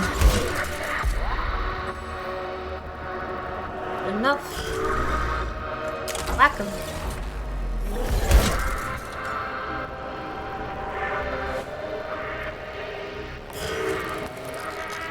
When an enemy moves out of melee range, providing your unit has a melee weapon, will trigger an opportunity attack.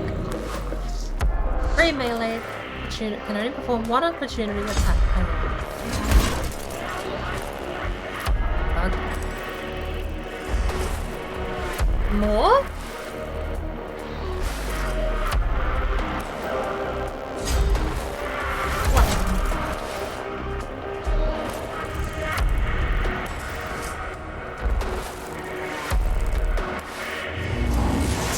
it's eliminated, right? Don't drink and say drink only water and milk. Or else your bones will be weak. Like Skyrim, water is health is fuck bitch. You better drink water, drink water, drink water, drink water, bitch. Doctor! Water, drink Good morning. water, drink water, bitch. Drink water, drink water, drink water, bitch. Drink water, drink water, Slash drink afternoon? water, bitch. Yes, wait. Well into the afternoon. Thank you for the hydrate.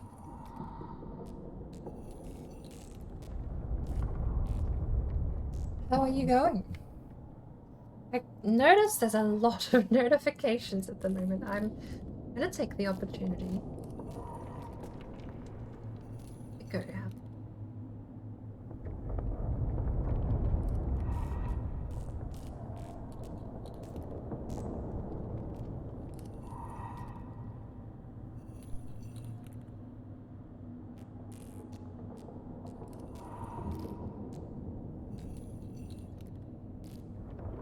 And it's a thing. Fell asleep after the stream. Did you do another stream, or is this the one that... time zones are weird. I don't actually know when you ended up finishing.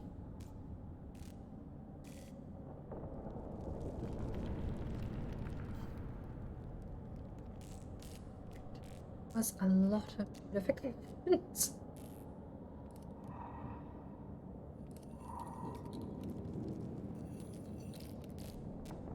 And the other one is a random server. Okay.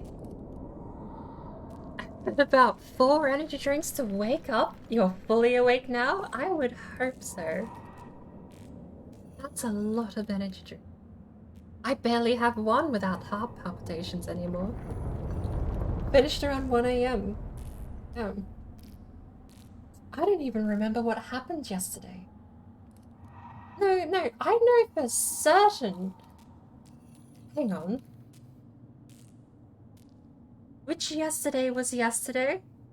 Because yesterday, I'm pretty sure I didn't do anything. This is the stream that started yesterday. It was the day before that I got super annoyed and frustrated and destroyed the lighthouse. I did 13 hours, holy cow. Have I skipped a day? Or are we still on yesterday's lighthouse? And today is the day after? Because I feel like I did the lighthouse. No, because I bailed early. Okay, I'm caught up now. I bailed probably about halfway through. Then I slept for 8 hours. Then I woke up mid-afternoon, spent 6 hours pottering around. Now we're streaming at that point. I'm completely caught up. Okay. I'm following. Time zones are a headache to get your brain around sometimes. But I hope you had a lovely day.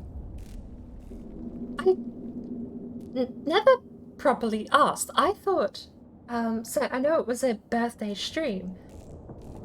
It was a birthday earlier because I passed along a belated happy birthday thinking that it was a couple of days ago. Because I know a bunch of pings went out in a couple of Discord servers about it. But I'm weird. I have a thing. I like to say it in person instead of just sending a notification along with whatever social media platform.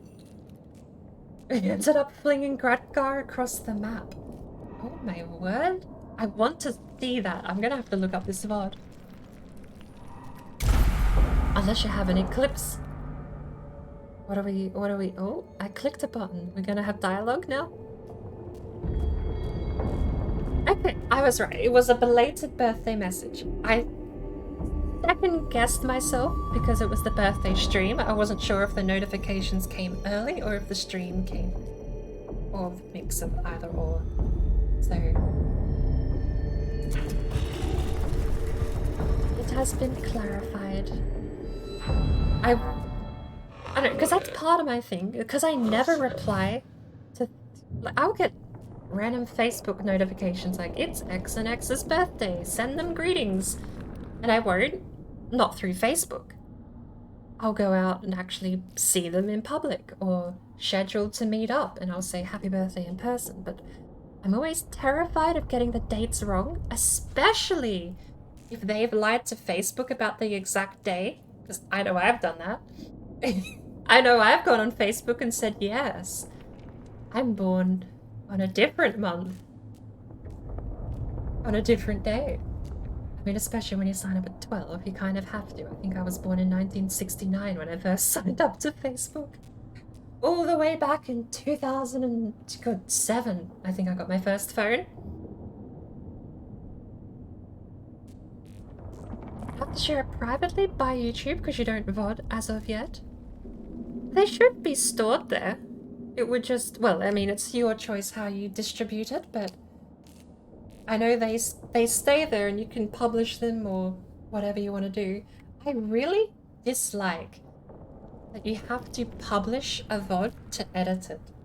I want to unpublish VODs and then edit out the version I would like to publish, but you have to leave them published while the highlights or the clips are being made. Which is, I mean, it's, you know, first world problem. Minor inconvenience, but it would be nice. There are some VODs where like, for example, this one's been split in half. We did 4 hours, 5 hours of racing games, and we're doing a bit of Mechanicus to end up the stream. But to be able to split the racing stream and the Mechanicus stream into 2 highlights, you have to publish the whole VOD, which is just, it's an irk. It irks me, that's all. Symbol? Okay, so that's the tutorial. Giant yellow symbol is the end of the mission. I just really hate hearing your own voice. See, that's my curse. I don't have to hear it if I never have to watch a VOD.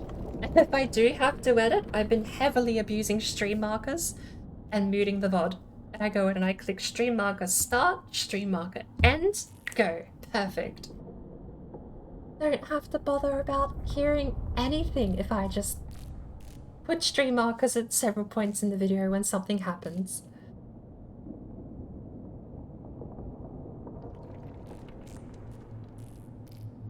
Negative signs of hostile forces seeking permission to proceed with data collection protocols. Mission authorized. Acknowledged. Protocol begins. What is primary focus?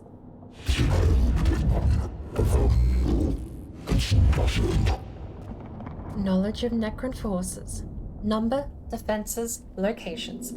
Any form of data on how many remain on this rock. Secondary. Source and purpose of this tomb. Why was it built?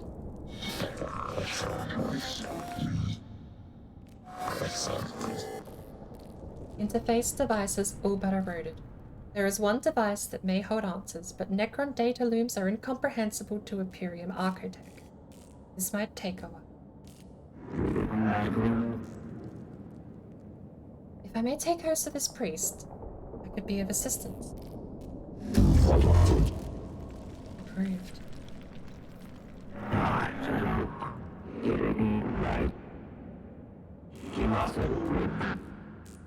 Alter the cipher purpose. List of suggestions.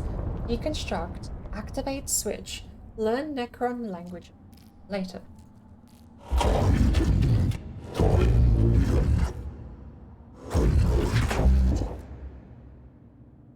Always so meticulous with your lists, Tech Inquisitor. Engage on Xenos mechanisms, although I detest to do so. The promises of the rewards are too great to ignore. Having to lower ourselves to the Xenos learnings may be the only way to reach the archaeotech we seek. Protocol update. We have science to test out?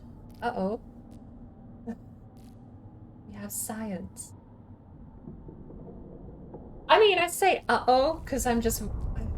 My science is always like, oh, really? I have to sit there for how long to test this? The next one I'm actually just straight up procrastinating, which is the serpent spawn test. I need to figure out 2 of 3 things.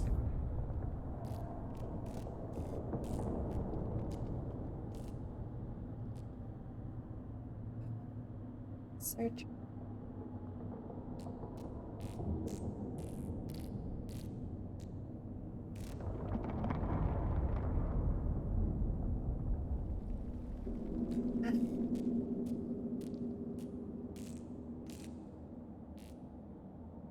I do apologize. I'm not gonna click the button because it's dialogue. I'm gonna wait it out for a little while. Okay. Let me... Unless... I don't know how much dialogue there is in the game. We could go through that and then I'll finish up reading that, shall we?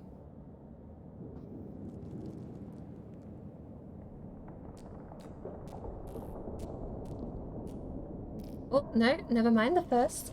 How can we recreate the map fling? I assume you mean like the harpoon launcher?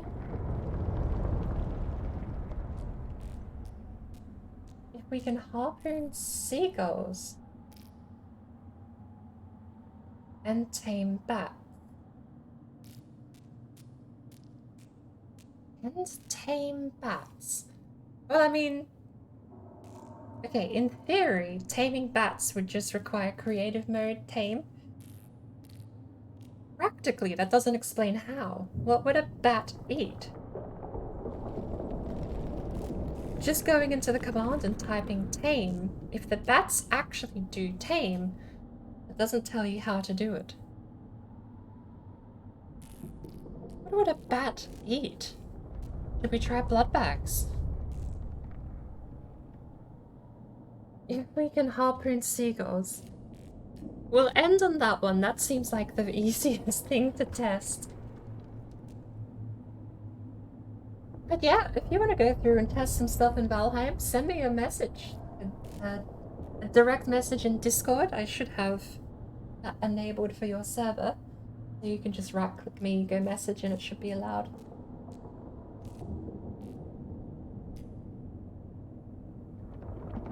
But whenever you want to get set up and run that, let me know. If it's a short notice, I'll probably take up to an hour to get online and... Yeah, but I'm definitely on board for all of that. You can harpoon bats. They do have an annoying amount of health. Stagbreaker doesn't one-shot a bat, which is frustrating to me. Frostner might. And the other two-handed sledge might. Porcupine? Porcupine's one-handed, isn't it?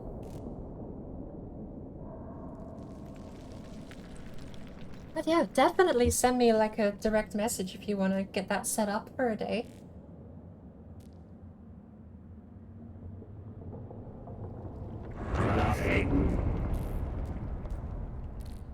Protocol updating. Confused noospheric interference. Disconnect at once. Urged reset. Noospheric disconnect complete. Possible scrap code will fragment now. Fragmenting. We have unfavorable issue to deal with. Requesting Dominus input. Fragmenting. Explain. As Mechanicus Scabola left suddenly, my cogitators glitched. Augmentations entered sporadic reaction protocols and have fried vital sign registry. Unclear of full damage. Necron device is now activated. Fragmenting. Fragmenting. Fragmenting. Fragmenting. Remove yourself from the noosphere, Scabola. Redditus report. The tomb is waking. Reports from Scutari cohorts across the planet. Note that tremors vex their locals. We've lost contact with the We've lost contact with the Scutari that were covering the entrance of the tomb. We can hear noises approaching forces. Improve protection protocols. Load weapons and ready for what is to come. We must face the Xenos. I wake with the turning of aeons. Stars yet to burn, life yet to blossoms. Is it truly time? The first guy I don't have to narrate. Yay! Agralik? Agralek?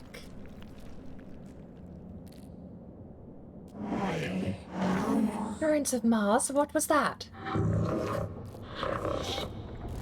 omnilinguistic transmission. Seems these mute constructs are not the only inhabitants of this structure. What is this? Flesh and steel combined. A mockery of both. Their every footstep a blasphemy. What manner of galaxy is this into which I have awoken?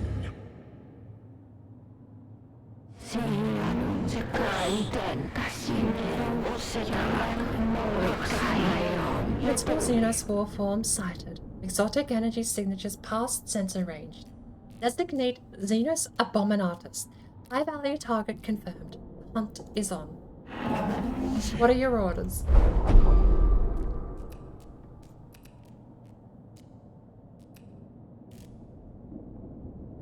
Okay. Pull back, get the tech priests out of there, annihilate the Xeno filth with righteous fury, contain the Xenos and return it to the Cestus Metallicum intact, so it can be vivisected and studied. Annihilate. I'm certain. It is in keeping with the doctrines of the cult Mechanicus, but I do not believe we have the firepower to defeat this foe. Insects. This galaxy is infested with vermin.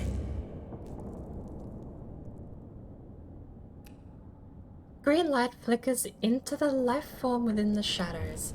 The cohort prepares for the worst as skeletal silhouettes start to form in front of the shadow. I may have bitten off more than I can chew. One of my guys is half health.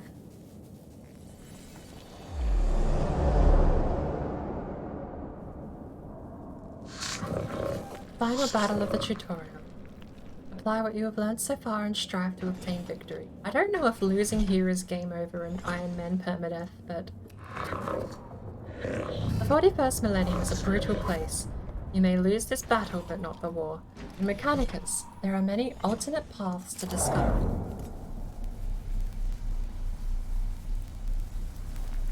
We have 1 warlord, 2, and we have many tombs that can house. He is dead center, but he is melee only. We have enough.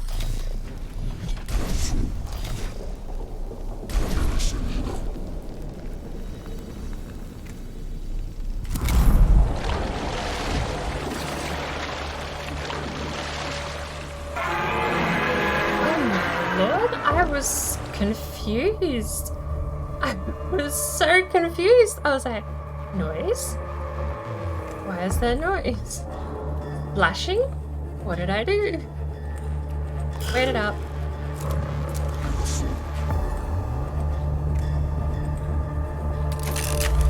Actually out of range.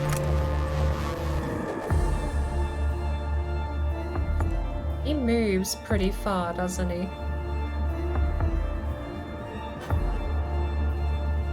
That puts him in range, though.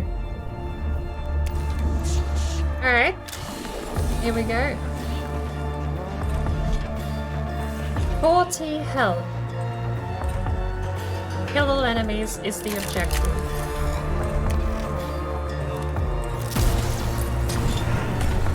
If it's 1 damage, I'll take it. We're walking backwards now. End turn.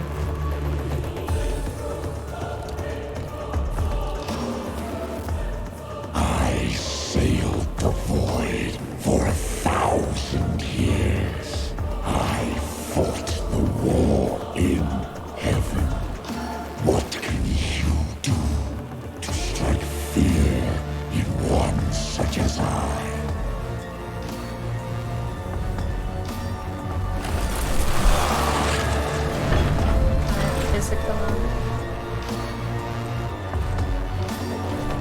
Okay, he got very close. That's very close. I don't know how much damage he does. This is physical damage. This is cursed. We need that. He he's already moved, but he gets to move first next turn, so I'm gonna run you over here, and I'm not gonna shoot, I'm gonna wait for the cooldown on his armor.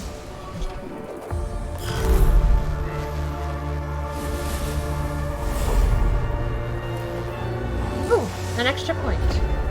It's actually a good way to get a guy in. We'll put him there. 3 to 4 damage, delay turn. You have big boy pants to put on, 5 damage. I'm not putting you in actual harm's way. This is where I don't actually know. We don't have the ability. Have to move here. I gotta stick with the group so I can at least get other damage off. I'm pretty sure if I put him there, they just both die.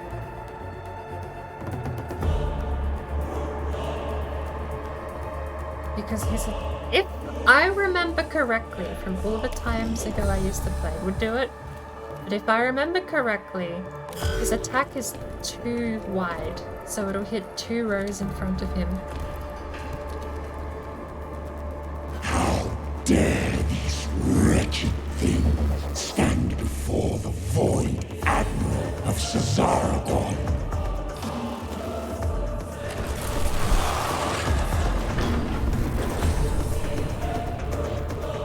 How do you fare? 7 damage? Oh!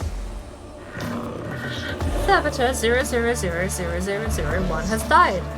Don't worry, troops are cannon fodder designed to protect our tech priests from enemy attack. Without tech priests, your mission will fail.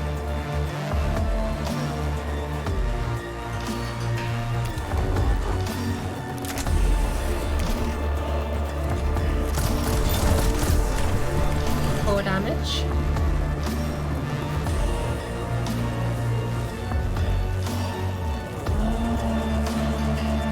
Dare I sit him here?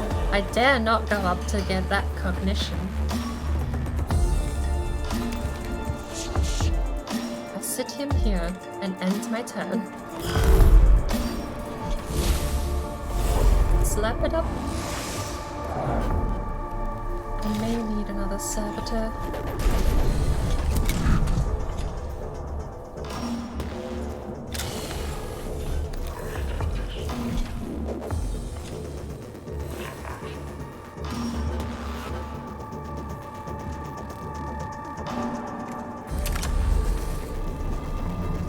Not.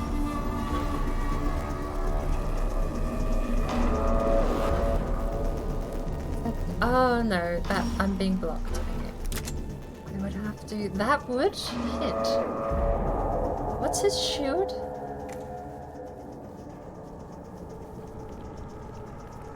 Alright, it will move 1 step. Currently, and that doesn't hit my teammates? What a shot.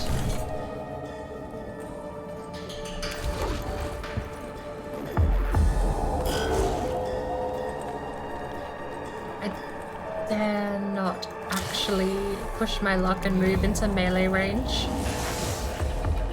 This guy could get absolutely whacked in the face. All weapons have sacred machine spirits within them. The more you use the weapon, the more charged it becomes. When a machine spirit is charged, you'll gain a buff to the attack of that weapon.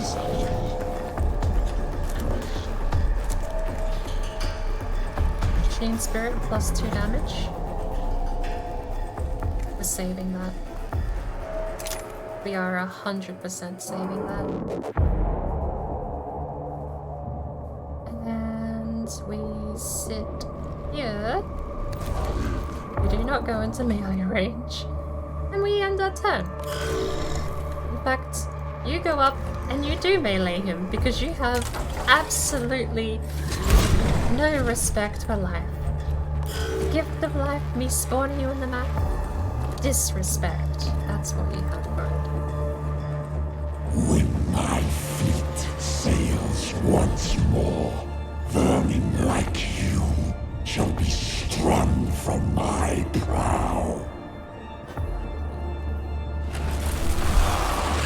It's now yellow shield, so the machine spirit attack will do a bit more now. Good lord. Just dead. Oh shit, he can still move, but he can't attack, right? Right? And we have the extra final point from that.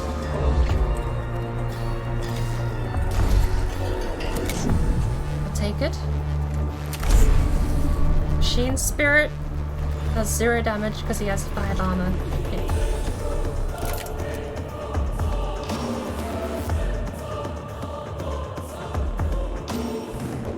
Move up here, we're gonna machine spirit this guy to give us a retreat. 3 to 5, please high roll. 3, that's a low roll, thank you very much. And I don't have melee. That's fine. I'm gonna walk here and grab a point as I use other point to move. That'll be fine. Covered some ground. And turn for that guy. This guy is in melee. Range weapons are disabled in melee. There's no opportunity, which is nice. If I crit, I maybe get 1 damage. I'm never gonna melee him. He might as well. There, he absorbed it. Okay. I hope I didn't move outside of range of this thing. We didn't. 6 to 8. He's half health. 7. Good. Good, good, good, good, good.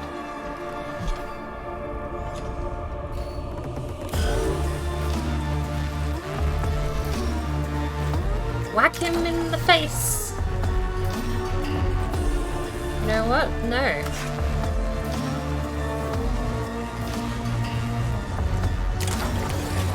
You know what? We're gonna whack him anyway. Then we're gonna stand right here so that he not only uses up his move, but also his attack. Good. Attacked closest. To how much? 3? Acceptable. Do not think to challenge us. We who killed our gods. Yeah. You guys made this. Void. I don't know, it's your fault.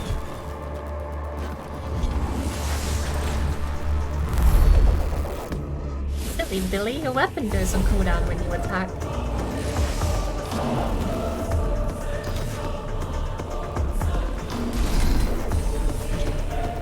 Put him there because he's gonna switch his armor in a second.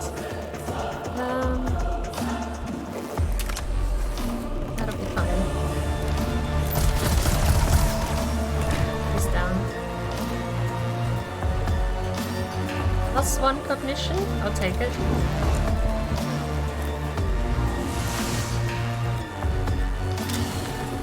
And the final cognition over here.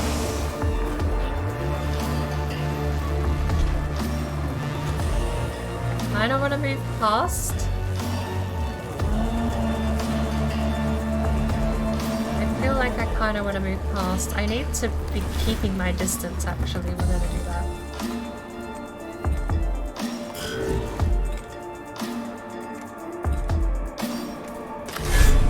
2 to 4 damage, machine spirit attack. Crit for 4, not bad.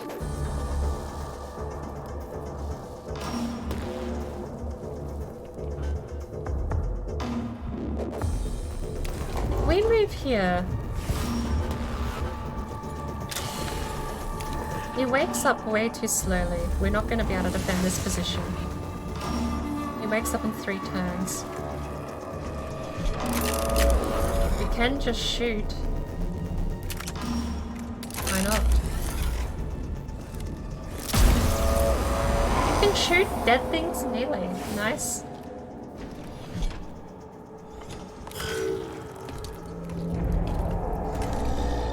How are we doing? 13 health left.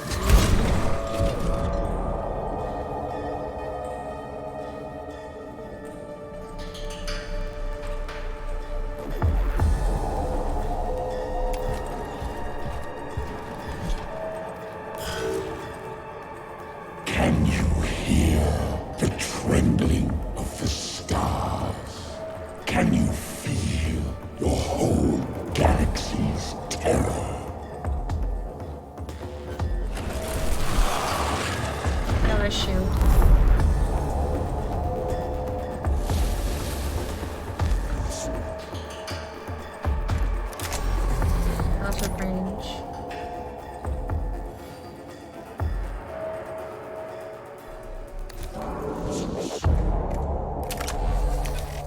Well, shit. I didn't read the numbers. I crit for 4! Nice!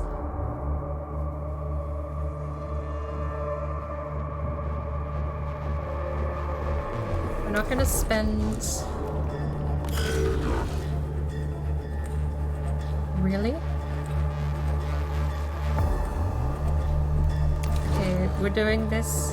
It's a big risk, but it might pay off.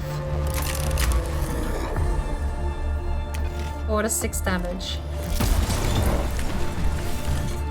We now cannot move because we're out of cogitator points. And he gets hit by this. No, he doesn't. Okay, cool.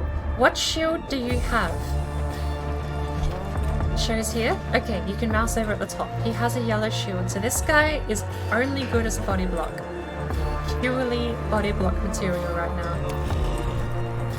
Up you go, little guy. You know what? Go crit for 1 damage. Go crit in for 1 damage.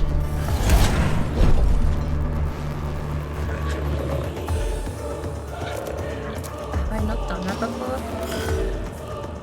In time, when the South-Tech dynasty rules, you will beg Lord Cesarabon to erase you from existence, so your suffering might end. Blue shield now. Whack him in the head. I'm sorry, little guy. We spent all 4 of our little melee dudes. Why? Why? Why would you move past my guy and kill yourself?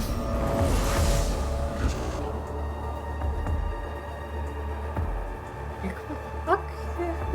What was his goal? I guess he wanted to move square on. He might have had to, right? Because of how the combat mechanics work. Seems so bizarre. Okay.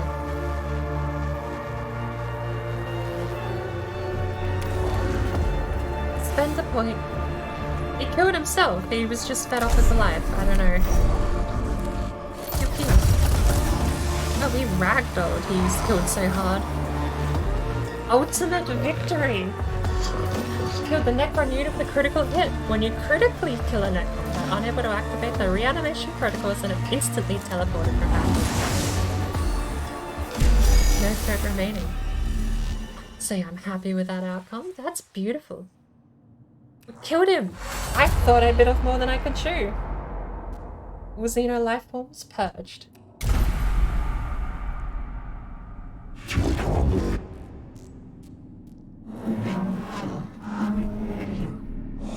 We got the squad out alive. That has to count as a victory under the circumstances.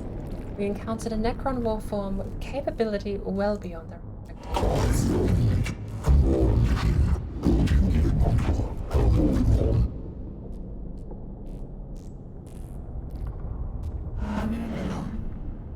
There is something else. The reanimation. Necrons are waking up. Started when Reshak stumbled upon the tomb, but our arrival is accelerating the process. That obelisk may have been a form of intruder alarm, and now the sarcophagi in the tomb are starting to open. Then we no longer enjoy the luxury of time. Whatever we do on Silver Tenebris must be done before the Necrons awaken completely. We do not even know yet how far the tomb complex extends. We're under the gun then. Omnissiah preserve us, if our duty is ever easy.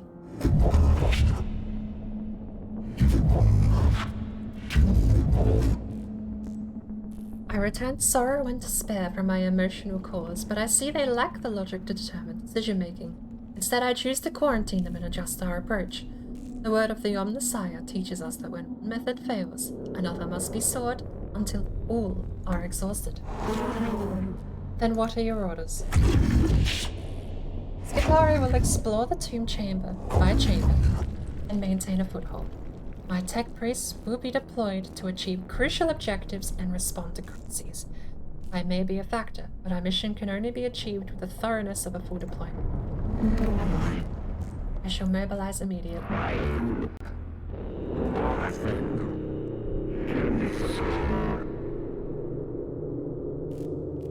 Later forms of Necron rarely, never observed. Potential of superintelligence of Necrons added to sum total of human knowledge.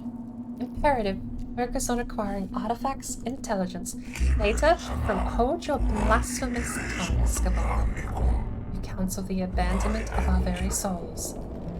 Life of Archmagos Orasis, Appendix 9. Our only objective should be death to the alien and all his works. All else is deviance from the Omnissiah Creed. If intelligence gain equals true, then go to victory. He's writing in fucking batch files. To face an enemy unknown is to fight in the dark. Better in ignorance than in heresy.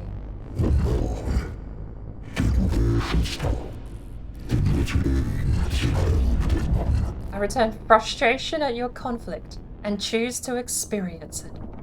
There will be bloodshed enough on Silver Tenebris without the Magi coming to blows. In our purpose we are united. This is the will of the Omnissiah. And it shall be done. It shall be.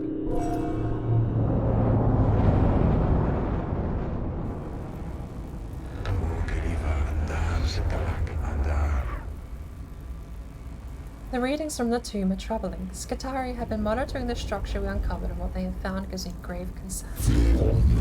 Explain.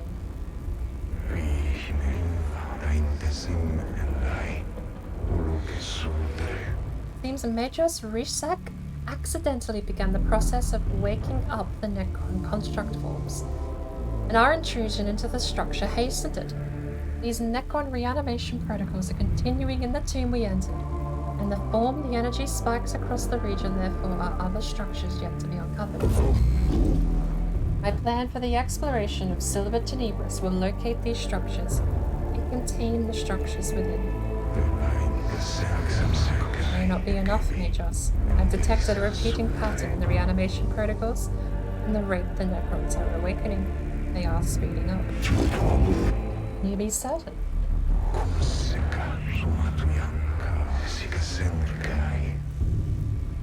Necrons are machines. Machines act according to patterns in programs. If the reanimation protocols continue to accelerate, they will fully awaken every Necron on this planet in 264 hours. And the extent of the buried structures, that will constitute a Necron army beyond this mission's ability to contain. You see, time here is limited. Strategic calculations indicate time spent deployed on missions will affect the overall number of missions we'll be able to deploy. I will send Skitarii scouting parties to discover other tombs and create forward positions for your high priority missions, sire. If the threat on Silver Tenebris is not assessed and eliminated before full reanimation is reached, we will be forced to abandon the planet. Top left of the screen, the Necron Awakening meter. This shows how many Necron tombs have awoken on Silver Tenebris. Try and gather as much information and tech before reaching 100%. I fear they are right. I feel fear too. It is part of my humanity. Part of my humanity I've chosen to retain, but I quarantine it in my neurovaults and choose instead to focus on what must be done. We must choose our missions wisely. It will not be easy.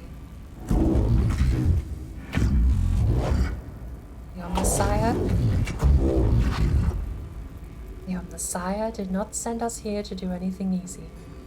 The threat to humanity present on this world will be eliminated, or we shall not leave. Thus the equation is balanced. It is the will of the machine god. Purpose sector located. This tomb is bathed in a sickly green light that serves not to illuminate, but only to make the shadows deeper. Every surface seems connected via filaments of alien light. The design here speaks of Xeno's tech heresy, forbidden knowledge, and a structure as alive and aware as anything inhabiting it. Early exploratory readings indicate the walls are made of substances not known to the rituals of metallurgy. Abstract designs carved into this substance suggest unknown regions of space mapped according to some alien understanding. What was that pronunciation? Choked on my own words. The weight of such blasphemy slows the steps of the first troops to enter here. Heresy of knowledge is deadly enough, but it seems unlikely they are the only dangers in here. Welcome to the Caestus Metallicum, an Arc Mechanicus class battleship. This class of ship is one of the largest in the Imperium, and is only afforded to the Adeptus Mechanicus. From here, you'll be able to customize your tech priests and prepare for the missions ahead. You can select the missions from the character portraits on the left screen. To inspect and equip our tech priest, head over to Cohort. Welcome to Cohort Quarters. Here you can see all the available tech priests and troop units. Troop units are shown at the top of the screen. Tech priest is shown in the bottom 6 slots.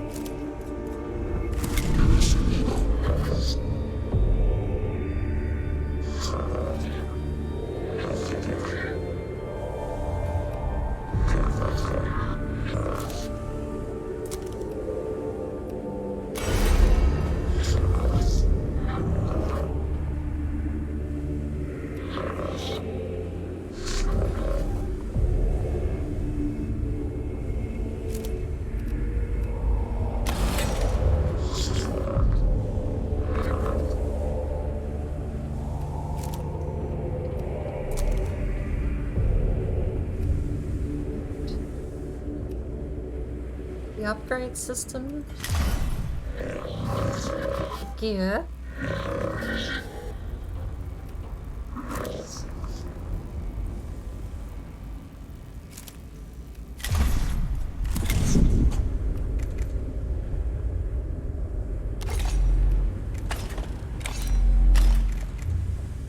we have 4 weapons, 2 each.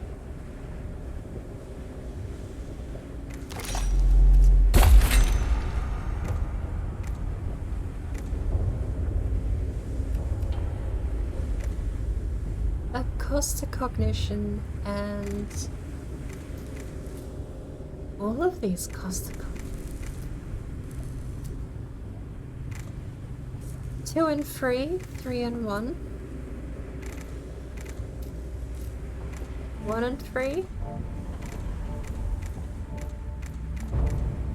can't do 3 and 3 because they're both firearms.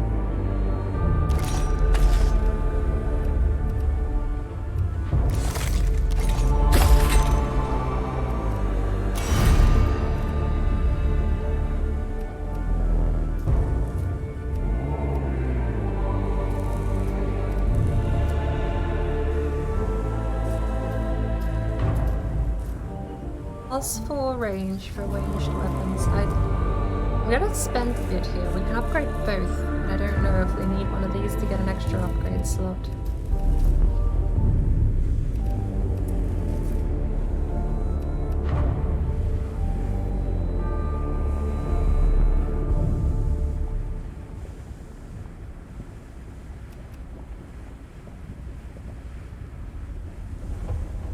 Your next weapon's attack cognition cost is reduced by 2. It'd be nice because we have this.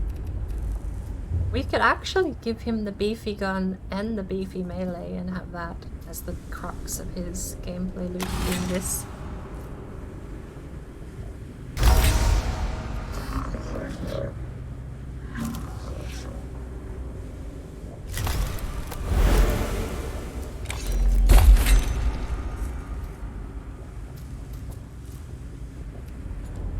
Next weapon attack cost is reduced by 2. It's probably gonna be my play and then have him with the heavy weapons guy.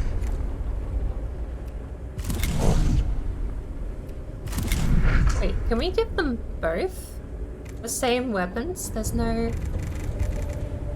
Why is there no limitation on gear? What?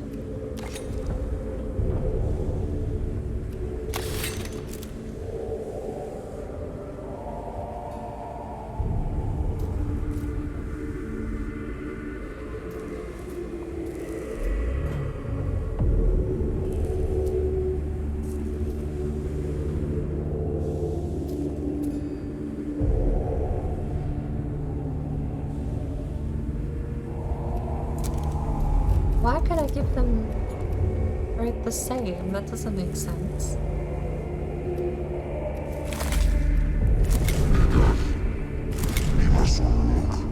That's fine.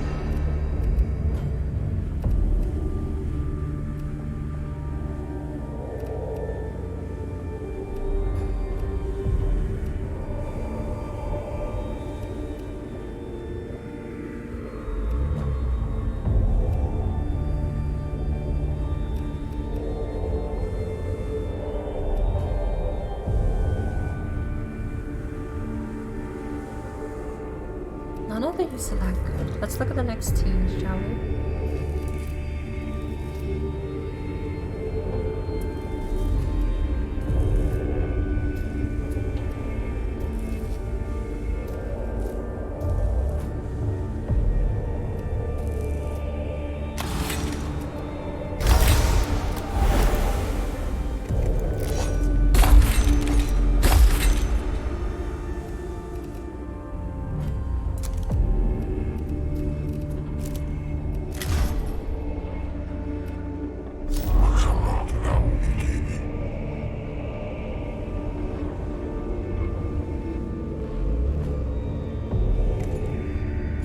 Reward.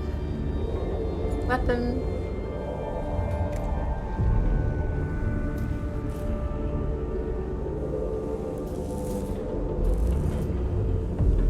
Horatio claw would be nice.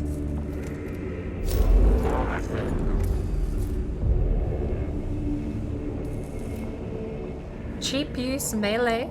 2 to 4 physical damage with 1 damage acid over 3 turns.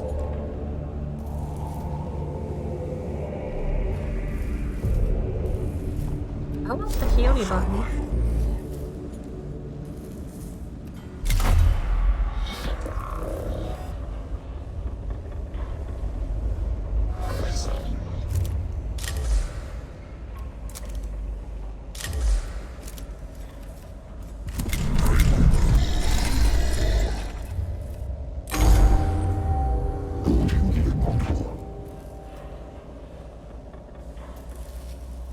Would you here lack the dogmatis videx, because your knowledge of spiritual matters and the cult Mechanicus will be crucial in dealing with any moral threats on Silver Tenebris.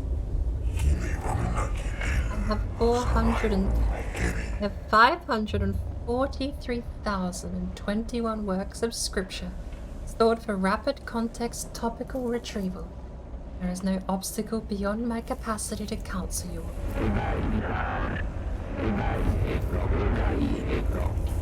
Waste of resources, Videx. Insufficient use. Go to Augment Bay for improvements.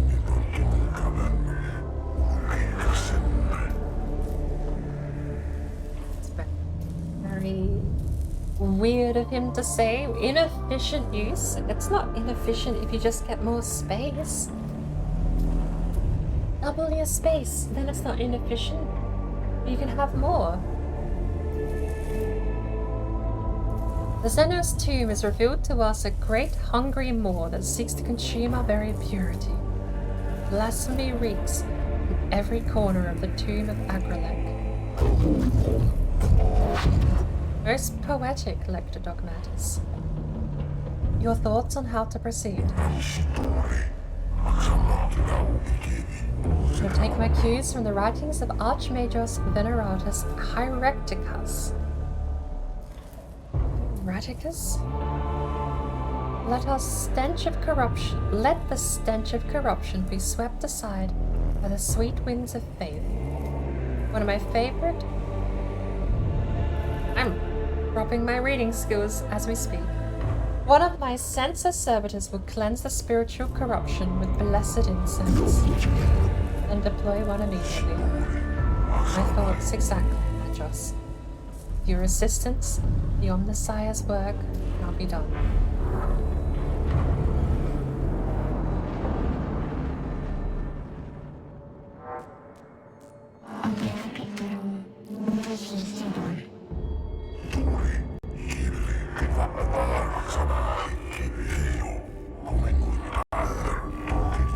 Fragile indeed are the tools of the righteous. It must be escorted on its sacred duty.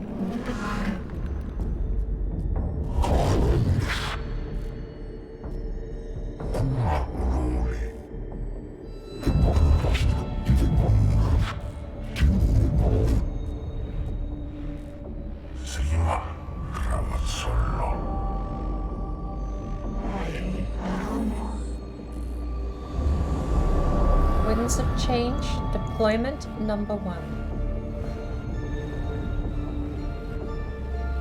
Where is the objective? We have glyphs.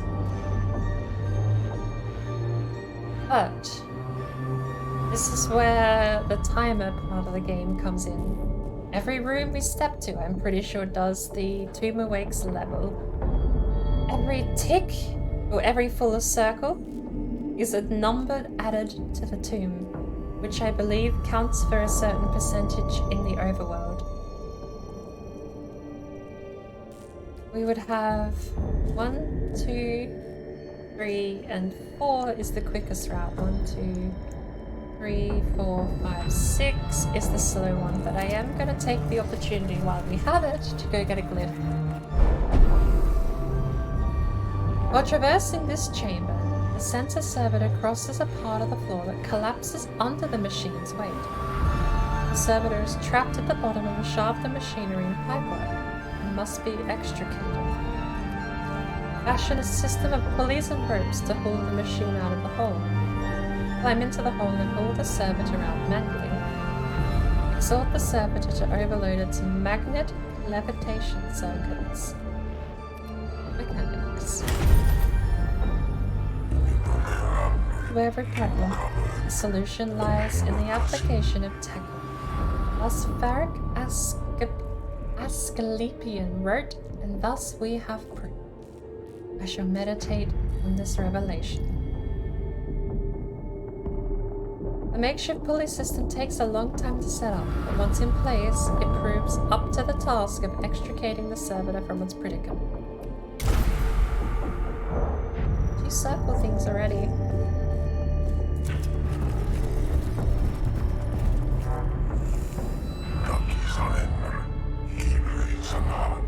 Meteor shall be ritually chastised for this maintenance failure. It is imperative to get the servitor functioning again, quickly.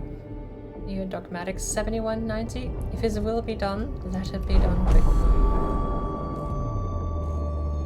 The sensor servitor stops moving and starts belching pungent smoke. The runes of attention are blinking on its chassis, indicating several key systems requirements.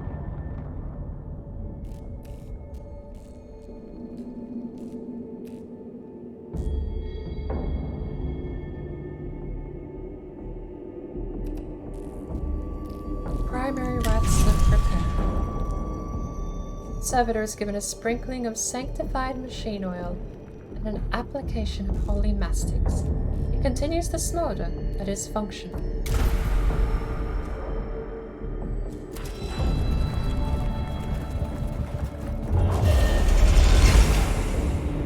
presence has been detected.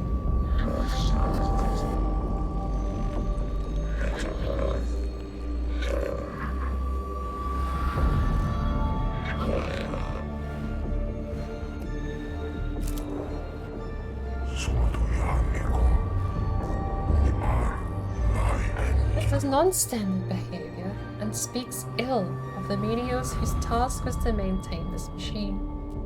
Maxims of Amaland 512. Beware the Defiants. Beware the Deviants? Deviants. Beware the Deviants of thine own tools. The enemy finds his entrance thereby. Quite unexpectedly, a previously unused Voxcaster unit pops out of the servitor's face panel. In a synthesized voice, it attempts to engage the cohort in philosophical discussion.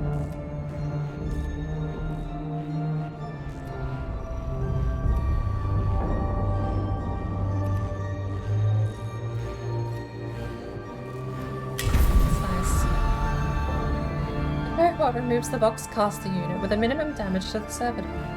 The unit proves to be of ancient design, containing capacitor coils of the type of the Adeptus Mechanicus can no longer replicate. The servitor continues on the mission in silence. Volkite Blasted. 3 cost 1 cooldown, single target ranged attack 6 to 8 energy damage. Machine spirit reduced cost of 1. A glyph.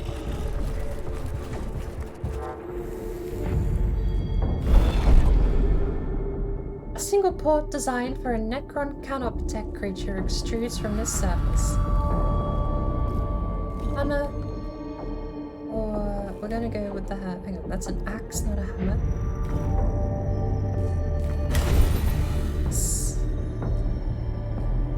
Single port. Okay, healed. We're full health again. Nice. Extra Necrons in battle.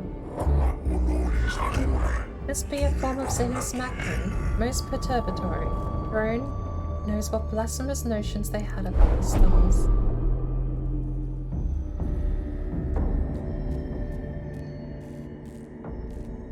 This chamber's walls are covered in elaborate star charts, covered in extensive annotations in the Necron language suggesting they record journeys among the stars. Monoclasm, destroy them. Our purpose here is to purify the tomb, and the works of the aliens should not be suffered to exist. Pick captures of the star maps, they prove informative. Ignore them. The intellectual pursuits of the Necrons are of no interest to us. Let's make haste. I take interest.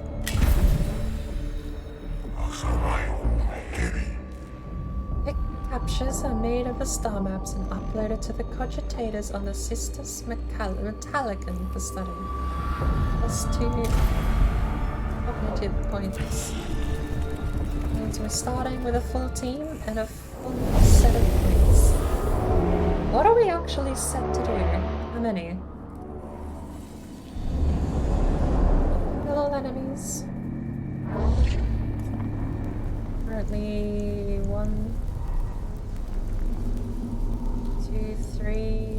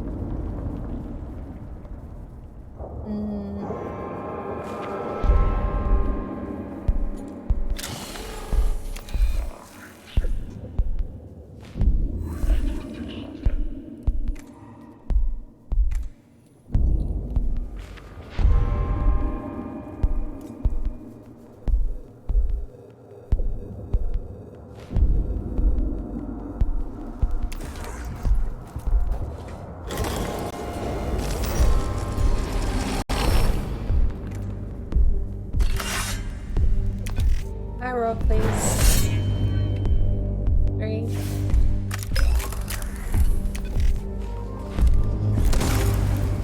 One? Really?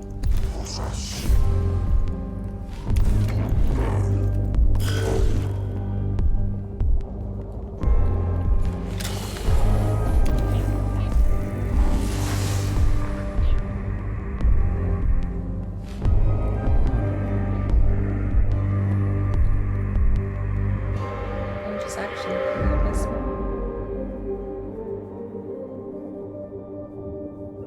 Range is 2.5.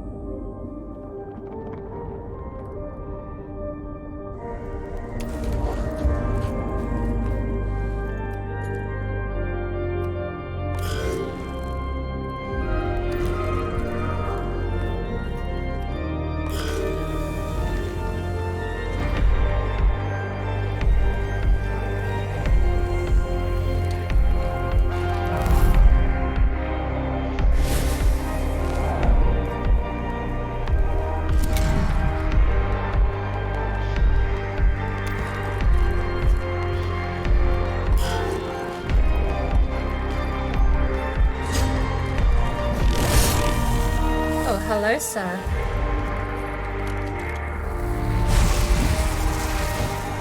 If I'd known you were there, I wouldn't have moved this guy past.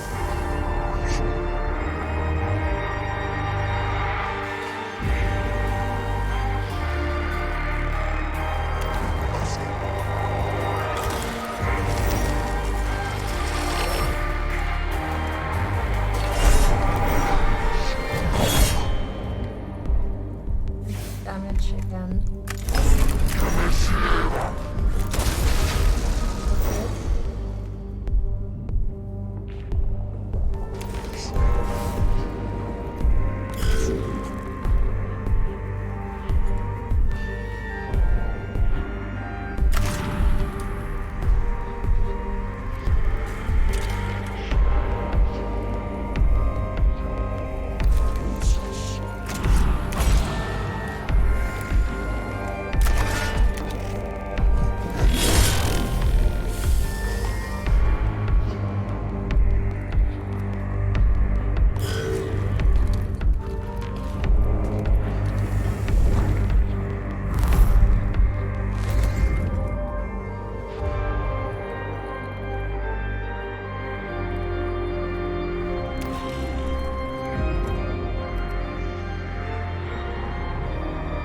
It's fine. He might kill himself on the melee here. Thank you. Good turn. You get on the ship.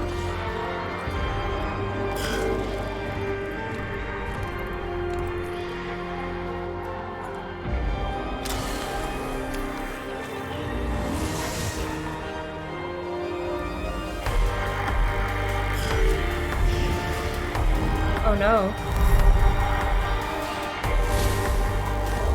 I forgot.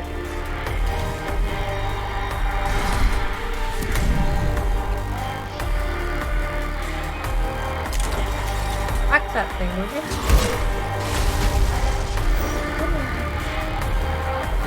Over here, stand next to him.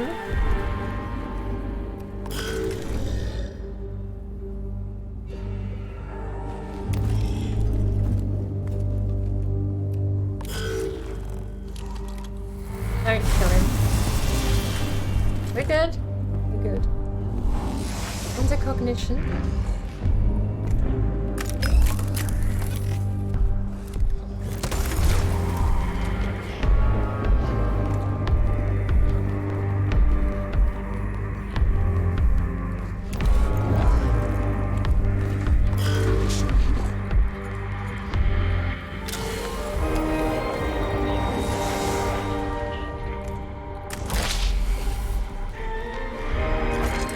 Range, how far do you have to be? That far. Go there and shoot him, I guess.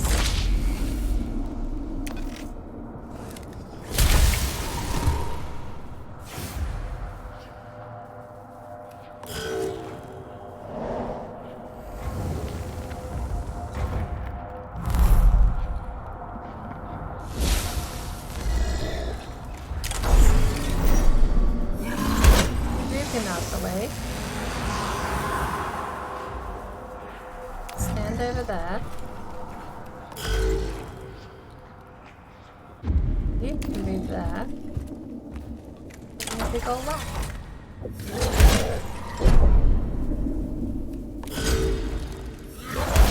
Whack him again.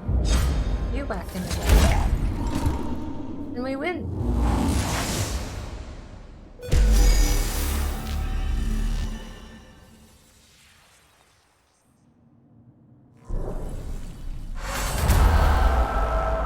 The sensor servitor reaches the location where the air currents flow through the tomb.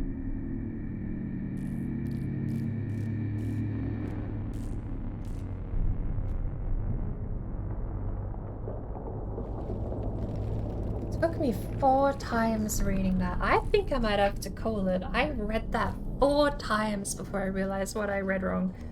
The sensor servitor reaches a location where the air currents through the tomb will take its sacred exudations to every corner of the tomb. The cohort guards it until its incense is fully deployed and can escort it back to the tomb entrance.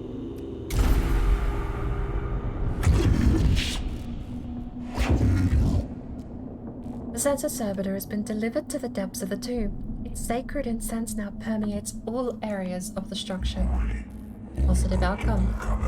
It is right and proper that you see as I do the dangers posed by the corruptive influence of the Xenos. It remains to be seen if the tomb is rendered less dangerous for our troop. At the very least, the place is less malodorous. I trust you will continue to consider the alien with the hatred and disdain they deserve, Majors. As we explore this world, remember the words of binary hierarch Guessmith. Weak in mind seek to understand the Xenos. Strong in mind will destroy them and bless their ignorance.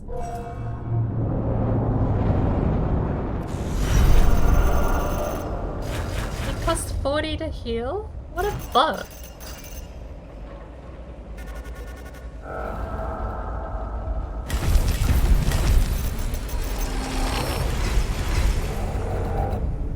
Right, 1% per tomb. Got it. Direct translation. The amount of times the circle completes is just a percentage on the timer. Stats. Clicked 209 times, traveled 78 squares, explored 7 rooms, played for 5 turns, took 7 damage, dealt 40 in 14 attacks, and it lasted 7 minutes, 15 seconds, 837 milliseconds. A really nice touch there of having the milliseconds as well. You canticle unlocked. Complete 1 mission without using a canticle. The next physical attack will deal +3 physical damage.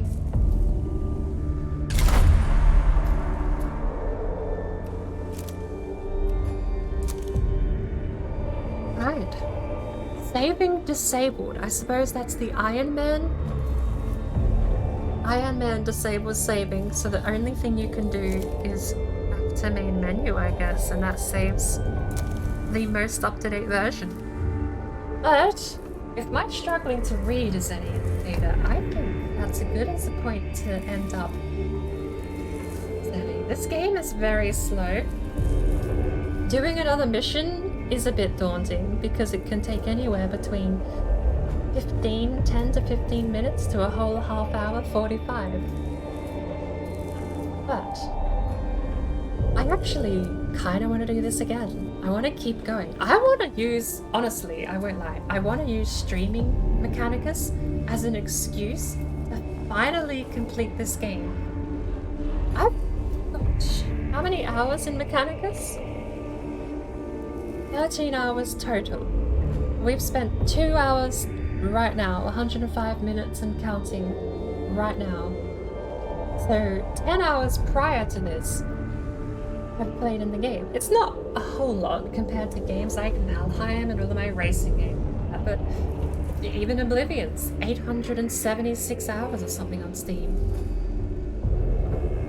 This is peanuts compared to that. still, again, each mission taking 15 minutes to 45 max. I've got most of the way through this game in that 10-hour sequence, but I think I was trying to speedrun it because I knew I would stop playing it eventually. I've gone through. This would actually be like the 5th time I've clicked new game, I think. So I want to stick with it. This is a really cool game. I want to actually see it through. And even beating it, it's one of those games where you can just go back and play it again. And it has the difficulty customization options. That's the main menu. Progress will be saved. Do you really want to leave? Good, it will be saved. If we click new game though, customize difficulty.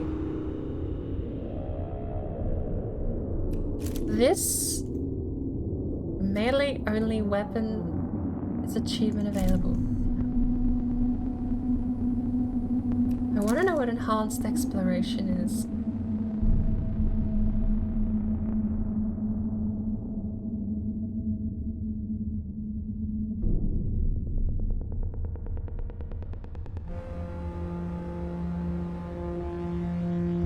I think this is it. Tech can only be equipped once per tech priest. That is the option I really, really, really wish I had thought about. I can't enable it now, and it lets me just equip this. I can equip the same loadout to every tech priest, which doesn't. I don't like that. I would rather one tech per priest. But it is what it is. I don't want to start again. We'll stick with it. It'll be slightly easy mode. If we ever get that super OP weapon, I guess we could just put it on everyone. I mean, I could just... There's no achievement tied to it. So I can just physically limit what I put on what tech priest. That'd be fine. Either way, I think that's a good place to end it.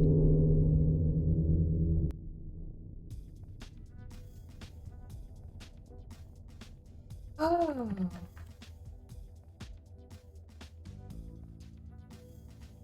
We jump on, see who's online.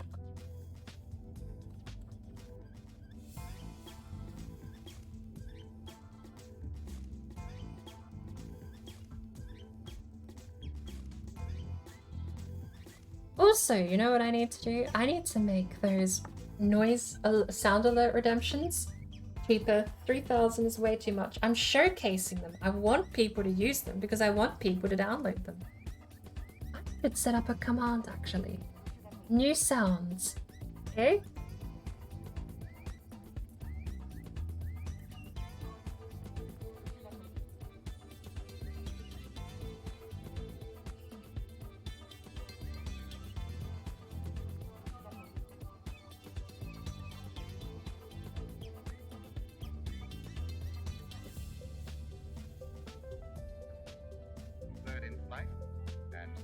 Is that the website?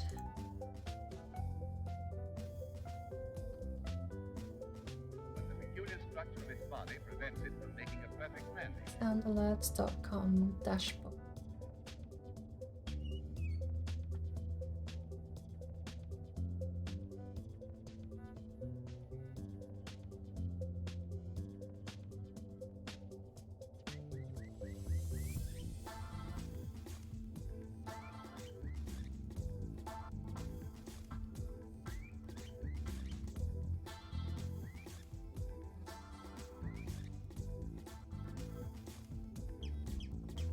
During the nesting period, great numbers of them congregate on certain isolated islands.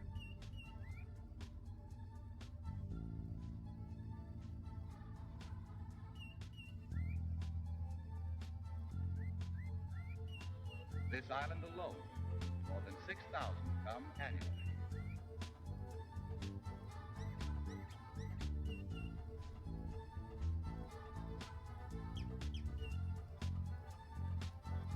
Some trick of nature, it appears that a perfectly good goose ought to wear a long beak supporting a fish net.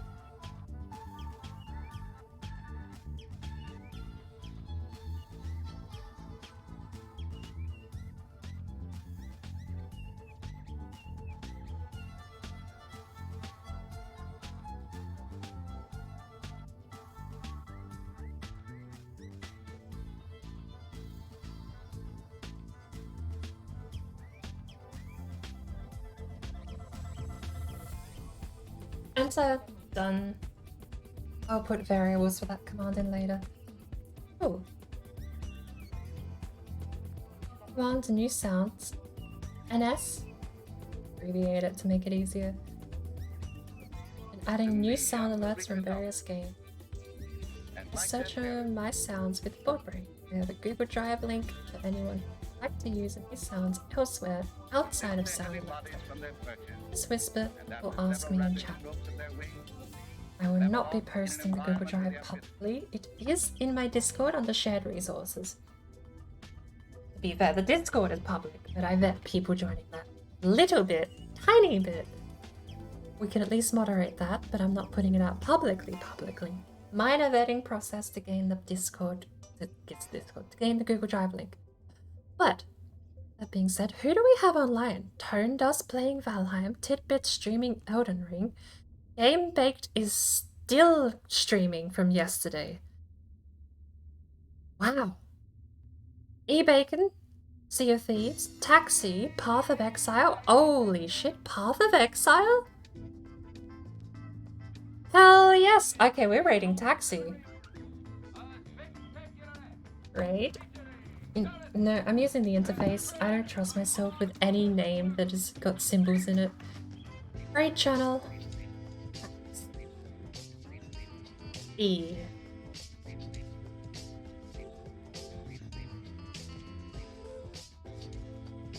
Because hell yes do I want to see Taxi play Path of Exile.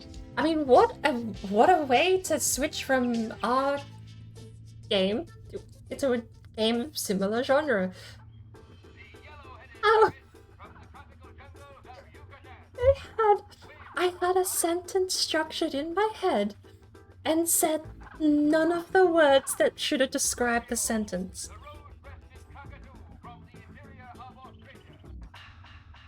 Oh my word. Okay.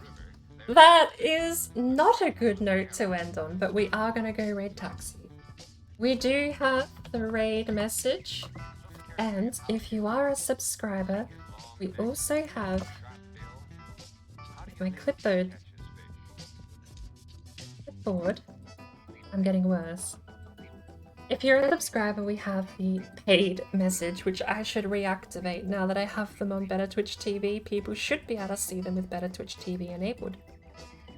Which means I can showcase off my paid emote using the bot. Wouldn't that be nice?